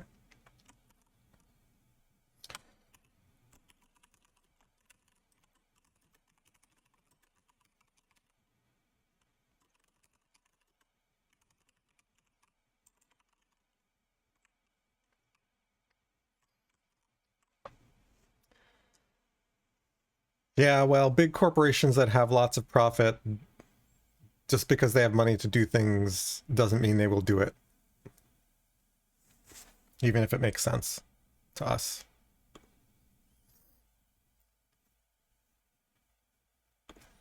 The real question is, how would that benefit Microsoft and GitHub? Because if it doesn't benefit them, they're not going to do it. Because users are even paying users are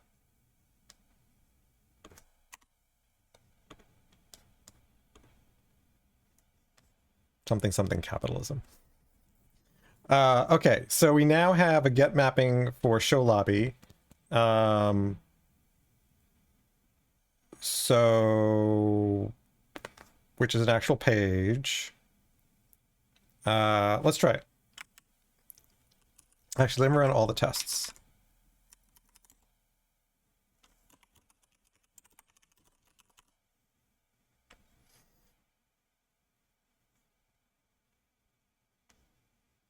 I don't know why I did all in directory. I just want like all in package or the entire thing.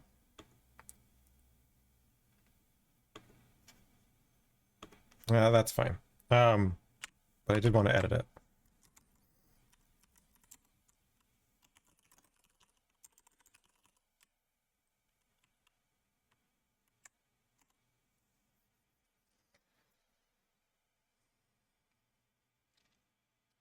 Indeed, development is a cost center.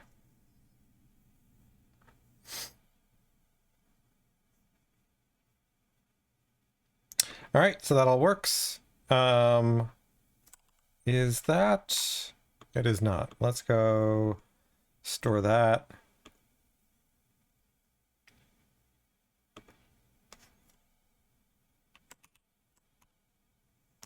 What's the unversioned file? Oh, that's weird. What is going on?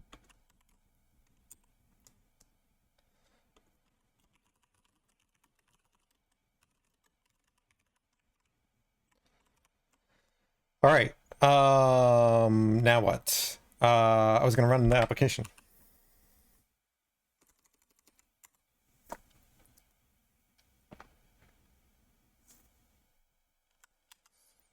So let's go here. Are we already logged in?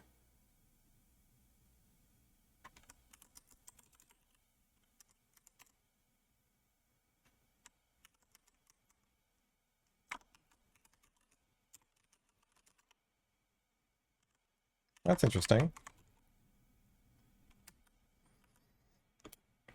Who are we?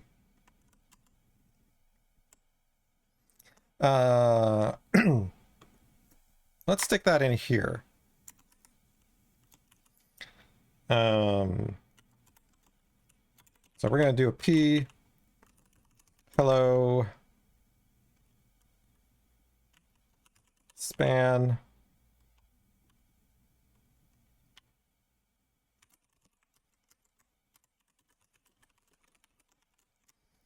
And then we'll do a th text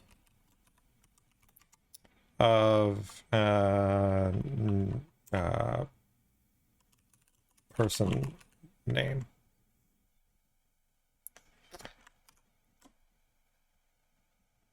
And so now what we'd like is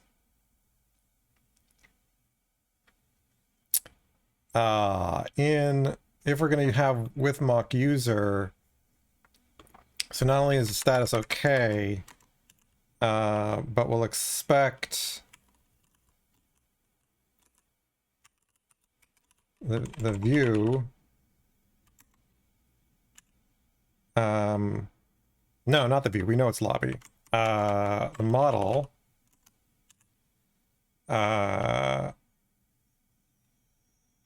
Attribute of person name is blue.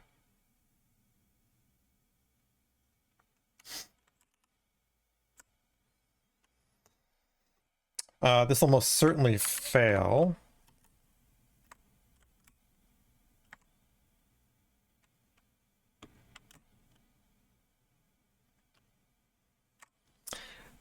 Yeah, well, that's what big companies like Google and so on have done, is they've just let go thousands of developers because that saves them money.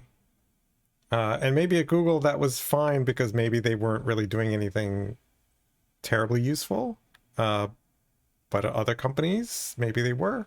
and maybe you'll stop making as much money as you did. Okay, so this will fail.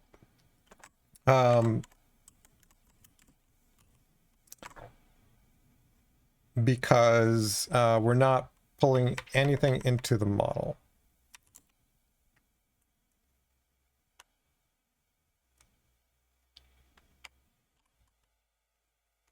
So it's basically not there. Yeah. So let's go to the lobby. I'm gonna laugh every time. So what we want here is some kind of principle.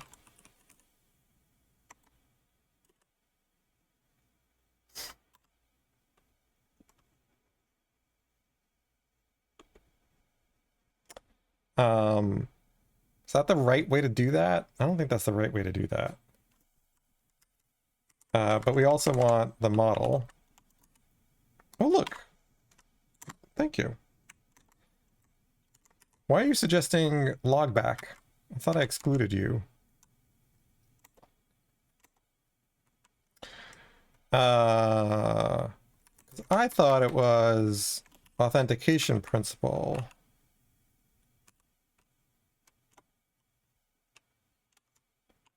What's the difference between that and principle?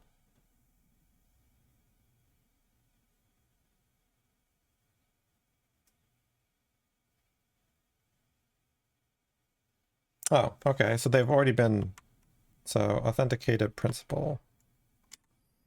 So let's see. So what can we pull out of here? We can say model.add attribute. Person name. Maybe?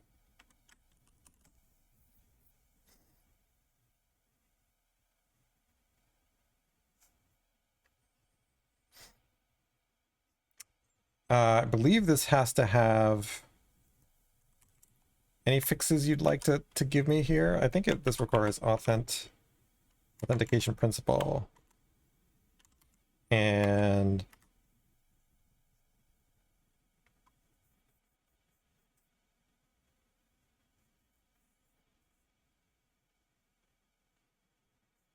yeah, let's try that.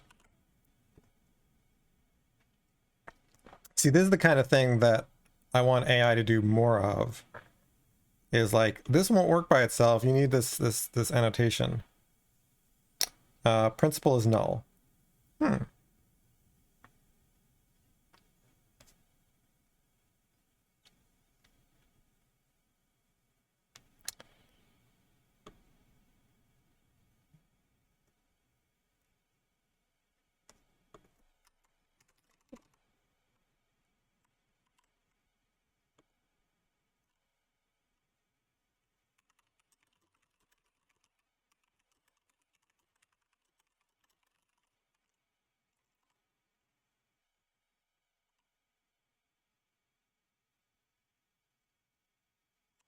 Let's see what it can figure out.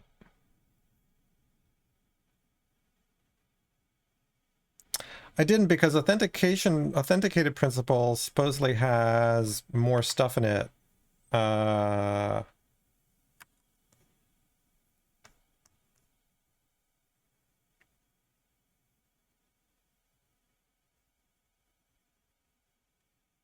I have that. Unless that's not the default value. Ah, that is not the default.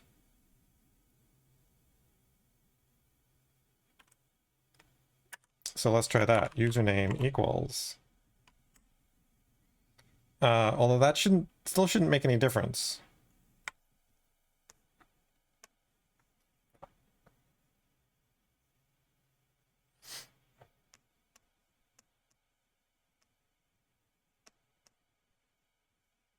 But I'll also try principle if that doesn't work.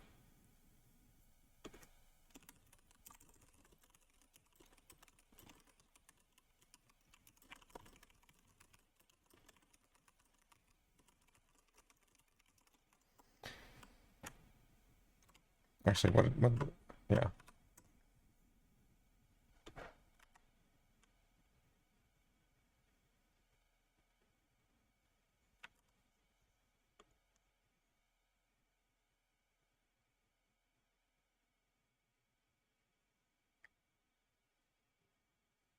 Well, we can try principal.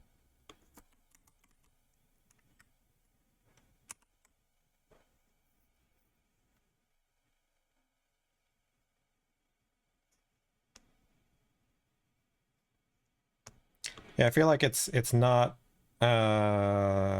logged in.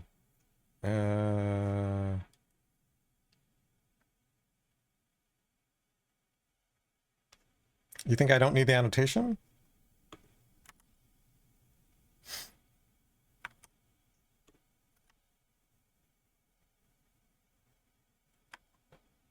Well, we could go look at the docs. While the test runs, we'll go look at the docs.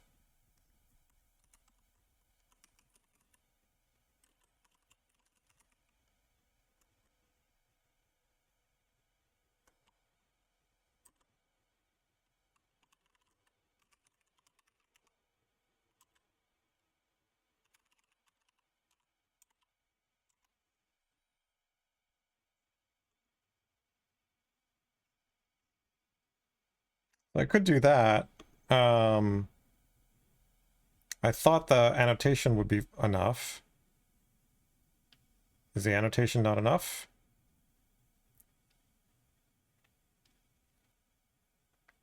It should be.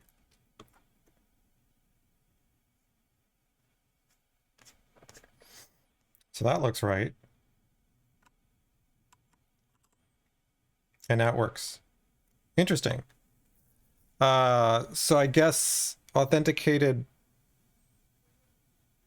tries to give me something else.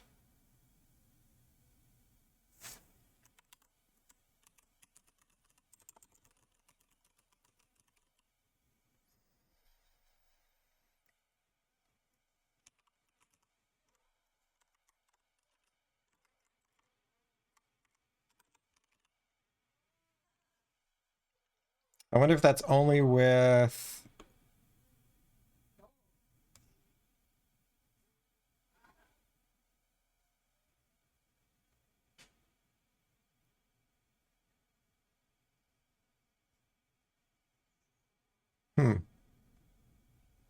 I don't know. I don't know why this doesn't resolve to the same thing. What does our security config look like? I mean, I'm not going to worry about it too much because this is likely going to change. I believe... why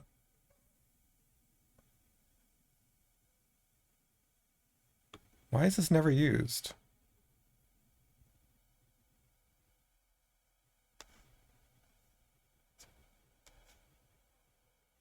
Is this really never used?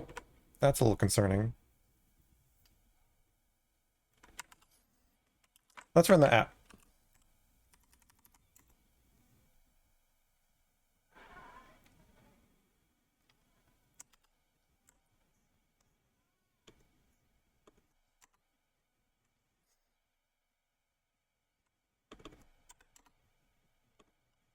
Yeah, I think it's... yeah, there's something wrong there.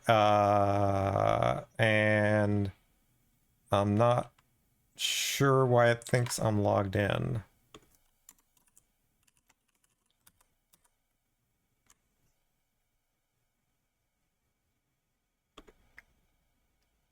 Oh, that's not the...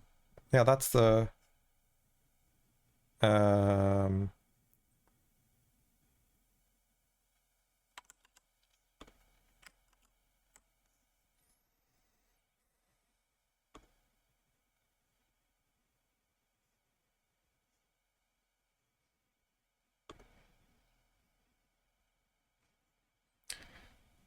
like, this is literally the stuff that I want the AI to do for me because I do it like once and then I never set it up again. And I can't get it right because stuff has changed so much over the years.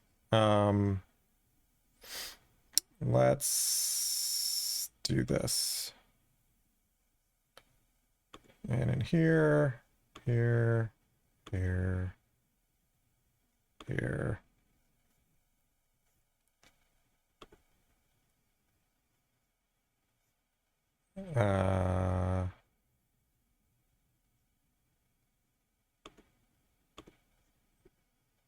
Why is this an example? There's no security here. Unless this is just like default security.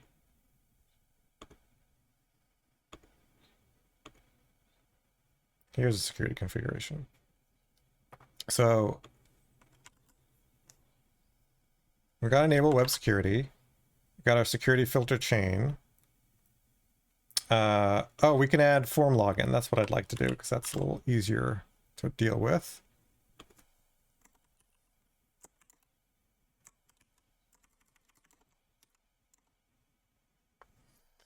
You feel like you do this multiple times a month? I'm sorry. The user details service should be the bean. Is it not that? Is it not that?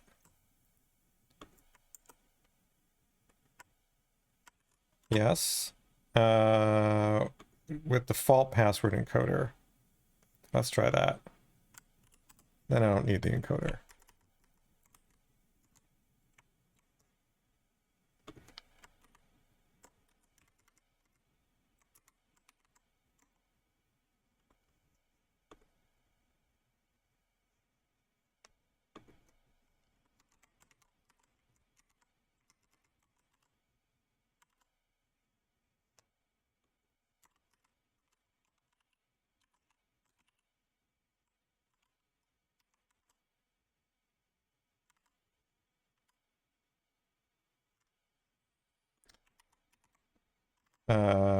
Then we don't need, whoops. Then we don't need that.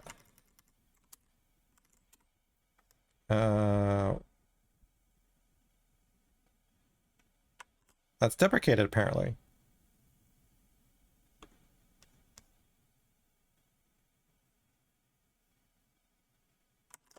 Well, so why, oh, it's not with username, it's just username. That's why, okay. We don't need this.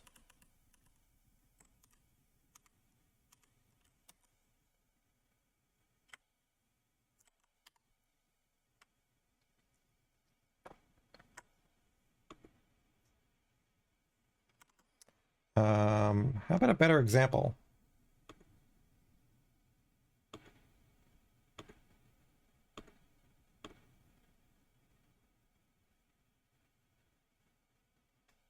No, not a better example? Fine.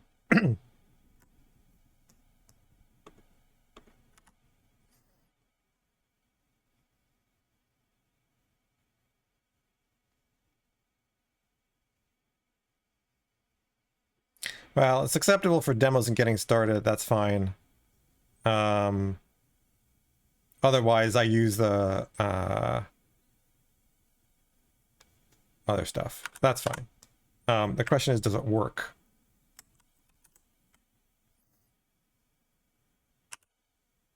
Yeah, the way Spring sometimes seems to deprecate stuff is, in this case, sort of understandable, but not always clear what you should do instead. So I feel like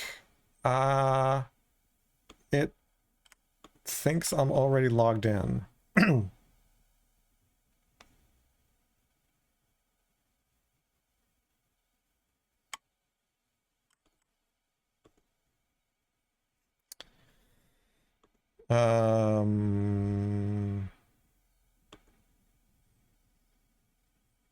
No.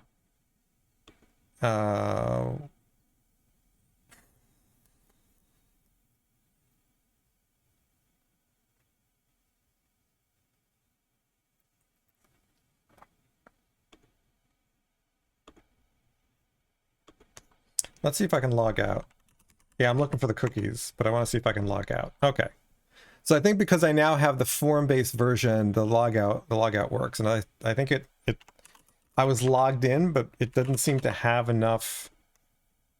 It might not have had the principal or something. I don't know. Because there we go.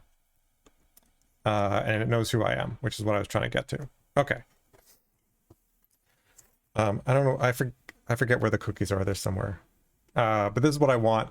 And once you turn the form-based login on, then you can actually get access to the logout. Otherwise, I don't think there's an easy way to log out. What's all this stuff? This is probably about the principal. Indeed. And so you can go away. All right. So we can stop you.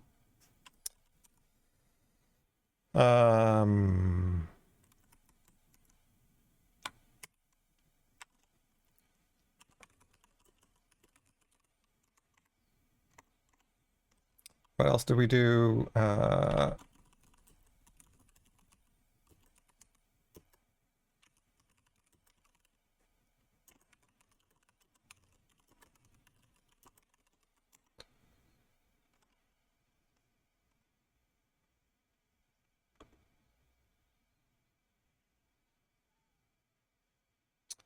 And I think that's it.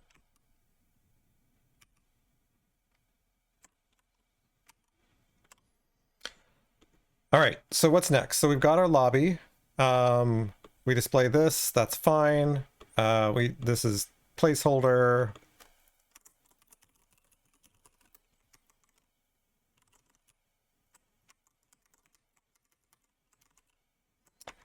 Now, so that means we display this page. We can wait for you to type in the name of a game.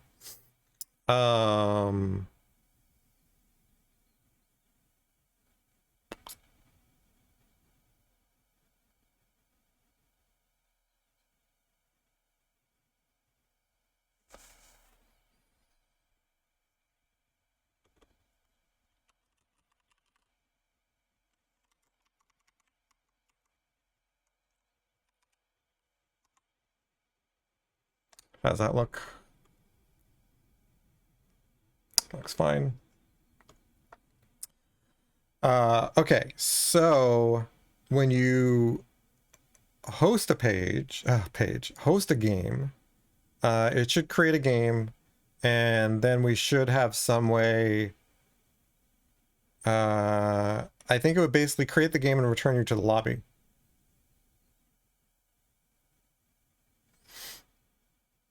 Yeah. So what we want then is from the lobby, we can close our MVC test for now. Our lobby test, what we'd like is, let's all go. Test method where, oh, we need a post endpoint. So we can't do this yet. So let's go back to the lobby.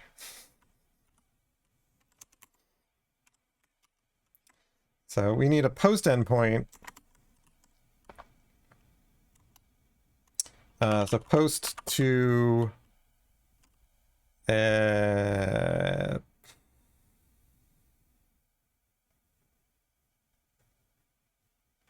games is redirects back to the lobby.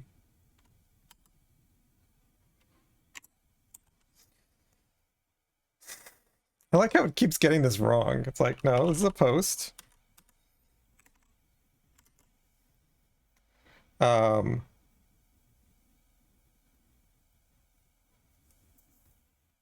And we want this with param of whatever we said the thing was. Name. Let's make this a little more clear.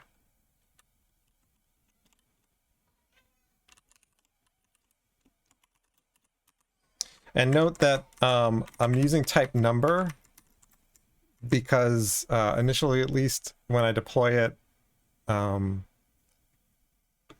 don't want an open text field since I don't have real authentication.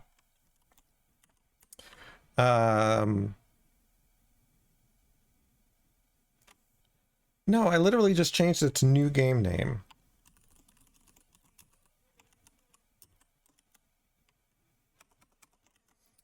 Use that as our game name. And yes, I need another close paren. Should still be a 300 redirection. That's fine. Yeah, and since this is a number, there's sort of limited, you know, the worst people can do is do this, which I could care less about. Or 420 or something like that.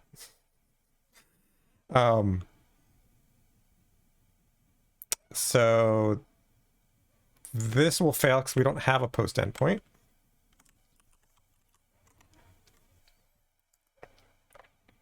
So we'll get a 404. 403 forbidden. Really?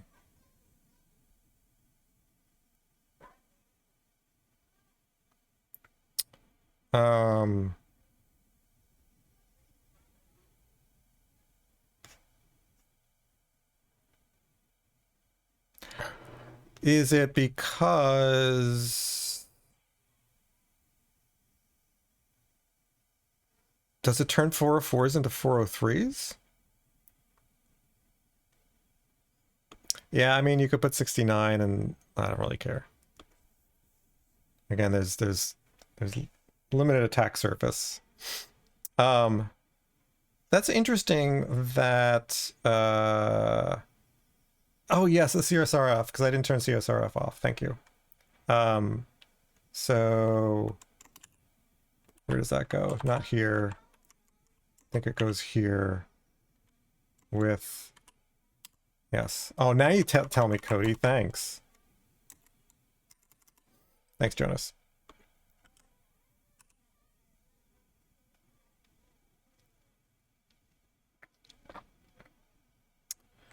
Now we get the 404. Again, it's one of those, like, when I was doing this kind of stuff, it's like, oh yeah, 403, that means I'm missing the CSRF. Cody's been pretty helpful, I gotta say. Better than the JetBrains.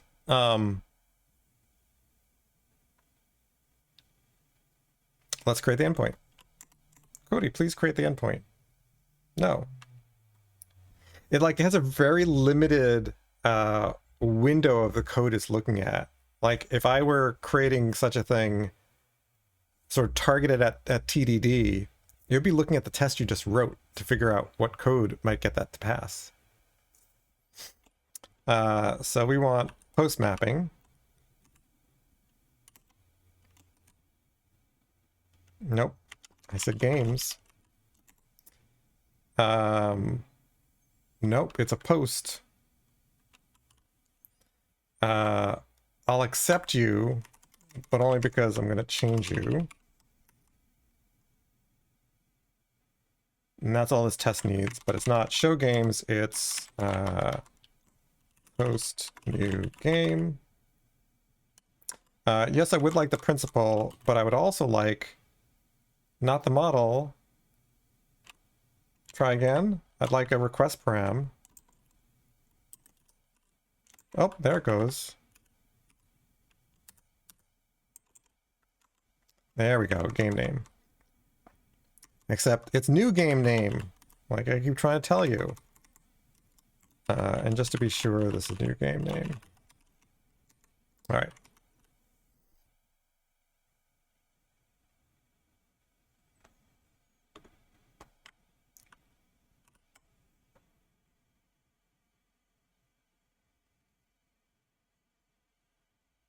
All right, so that passes.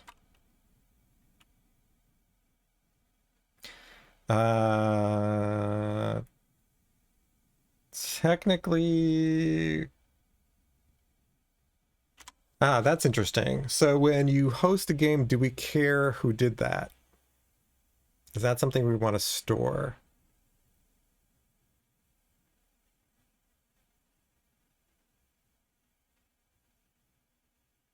Maybe.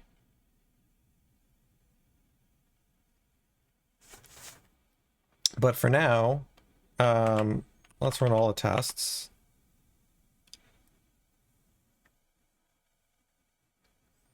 And let's commit.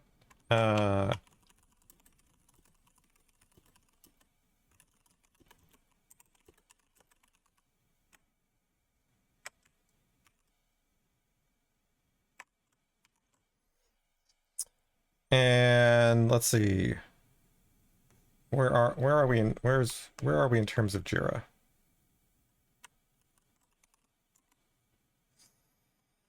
So this was kind of a wash. Post create game. Instead of using default game, I basically have numeric only text box. And create game does post.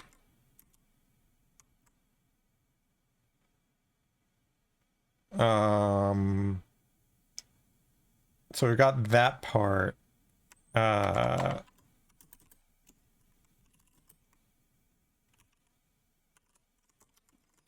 done. And then there's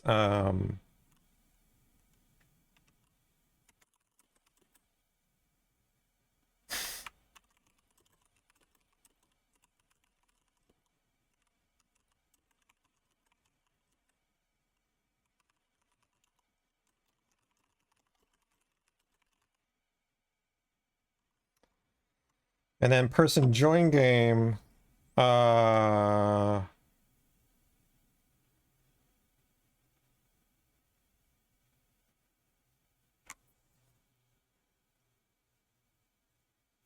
What did we want? So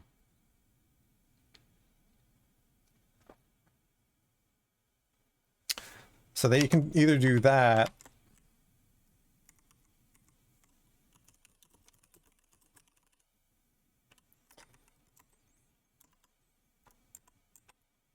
Stop.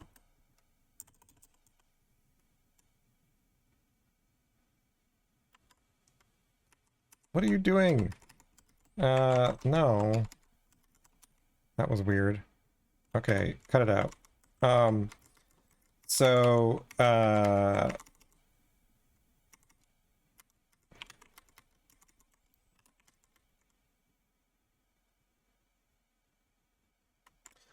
so in the real application, you will not see a list of games. You will enter in the handle.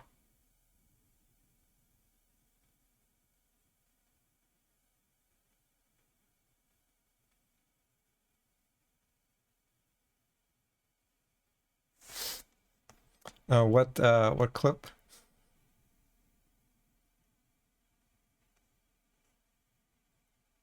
I'll take a look at that.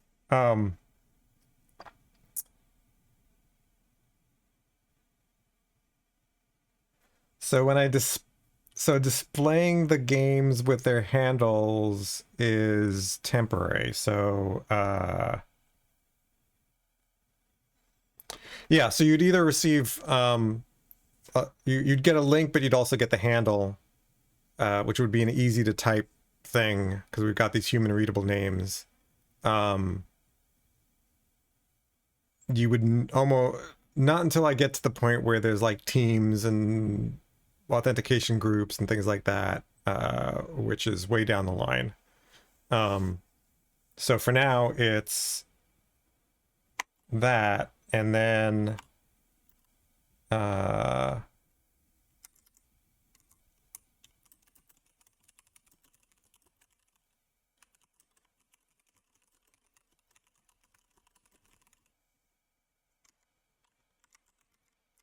and so then join game is basically that, the text box for the handle and a join game button that does the post.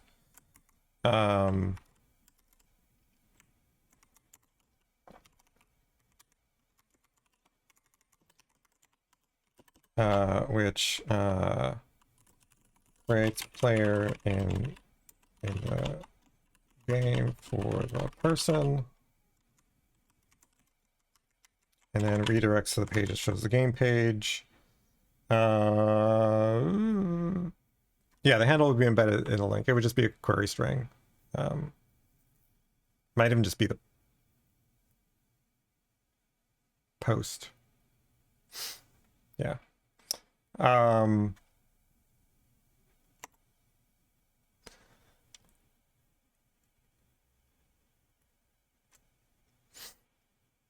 Not for now, but for later. I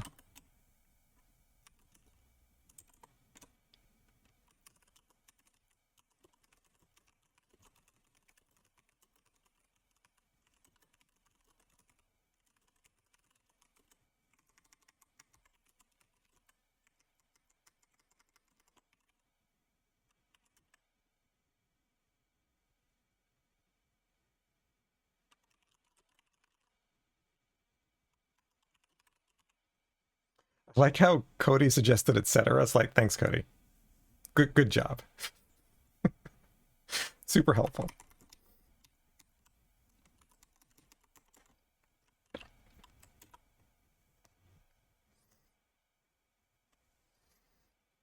I was like, is that all you got to say? Really? You couldn't come up with anything else? I'm helping. I'm helping. All right. I can tell I'm running out of gas. It's also 4:30 my time on a Friday. I don't know how all y'all are still here. I think this is good enough for now. So next time we'll pick it up over here.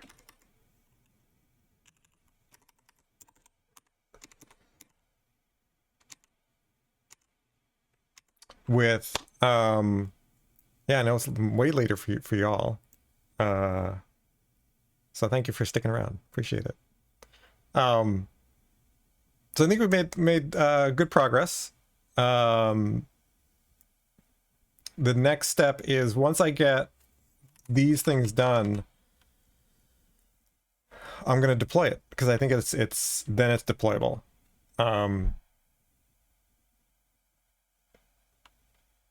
Yeah, and then now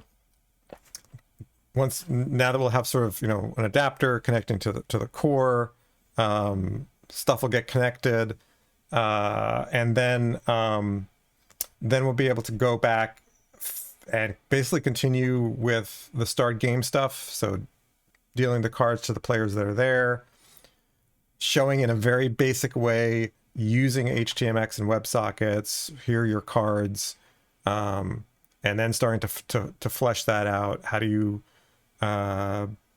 play a card? How do you discard a card? How do you move tiles and things like that? Yeah, I'm gonna deploy to trying to think of a reason not to deploy to Railway. I'll probably deploy to Railway. Oh, Jonas, thank you so much for your sub. I really appreciate that. You didn't have to do that, but I appreciate it. So there's a chance I'll be streaming this weekend. We'll see. I have to get a long run in. I've got a half marathon coming up in 4 weeks. So I got to do some long runs tomorrow, or not some. I got to do a long run tomorrow. So we'll see how I'm feeling. If not, then what's my calendar for next week?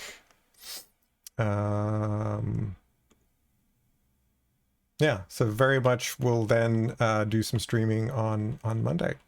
So if not this weekend, then definitely Monday. As always, of course, if you're not already on the Discord's the best place to keep track of where and when I'll be streaming. I'll probably also be doing some pairing streams again with Mike. I'm not sure of his schedule. We'll figure that out this weekend. And that's it. So thanks for hanging around so much and with all the great help. Really appreciate it. And all the good chatting makes it fun for me. So have a great rest of your night or evening or afternoon. And if I don't see you this weekend, have a good weekend, and I will see you next time. Thanks.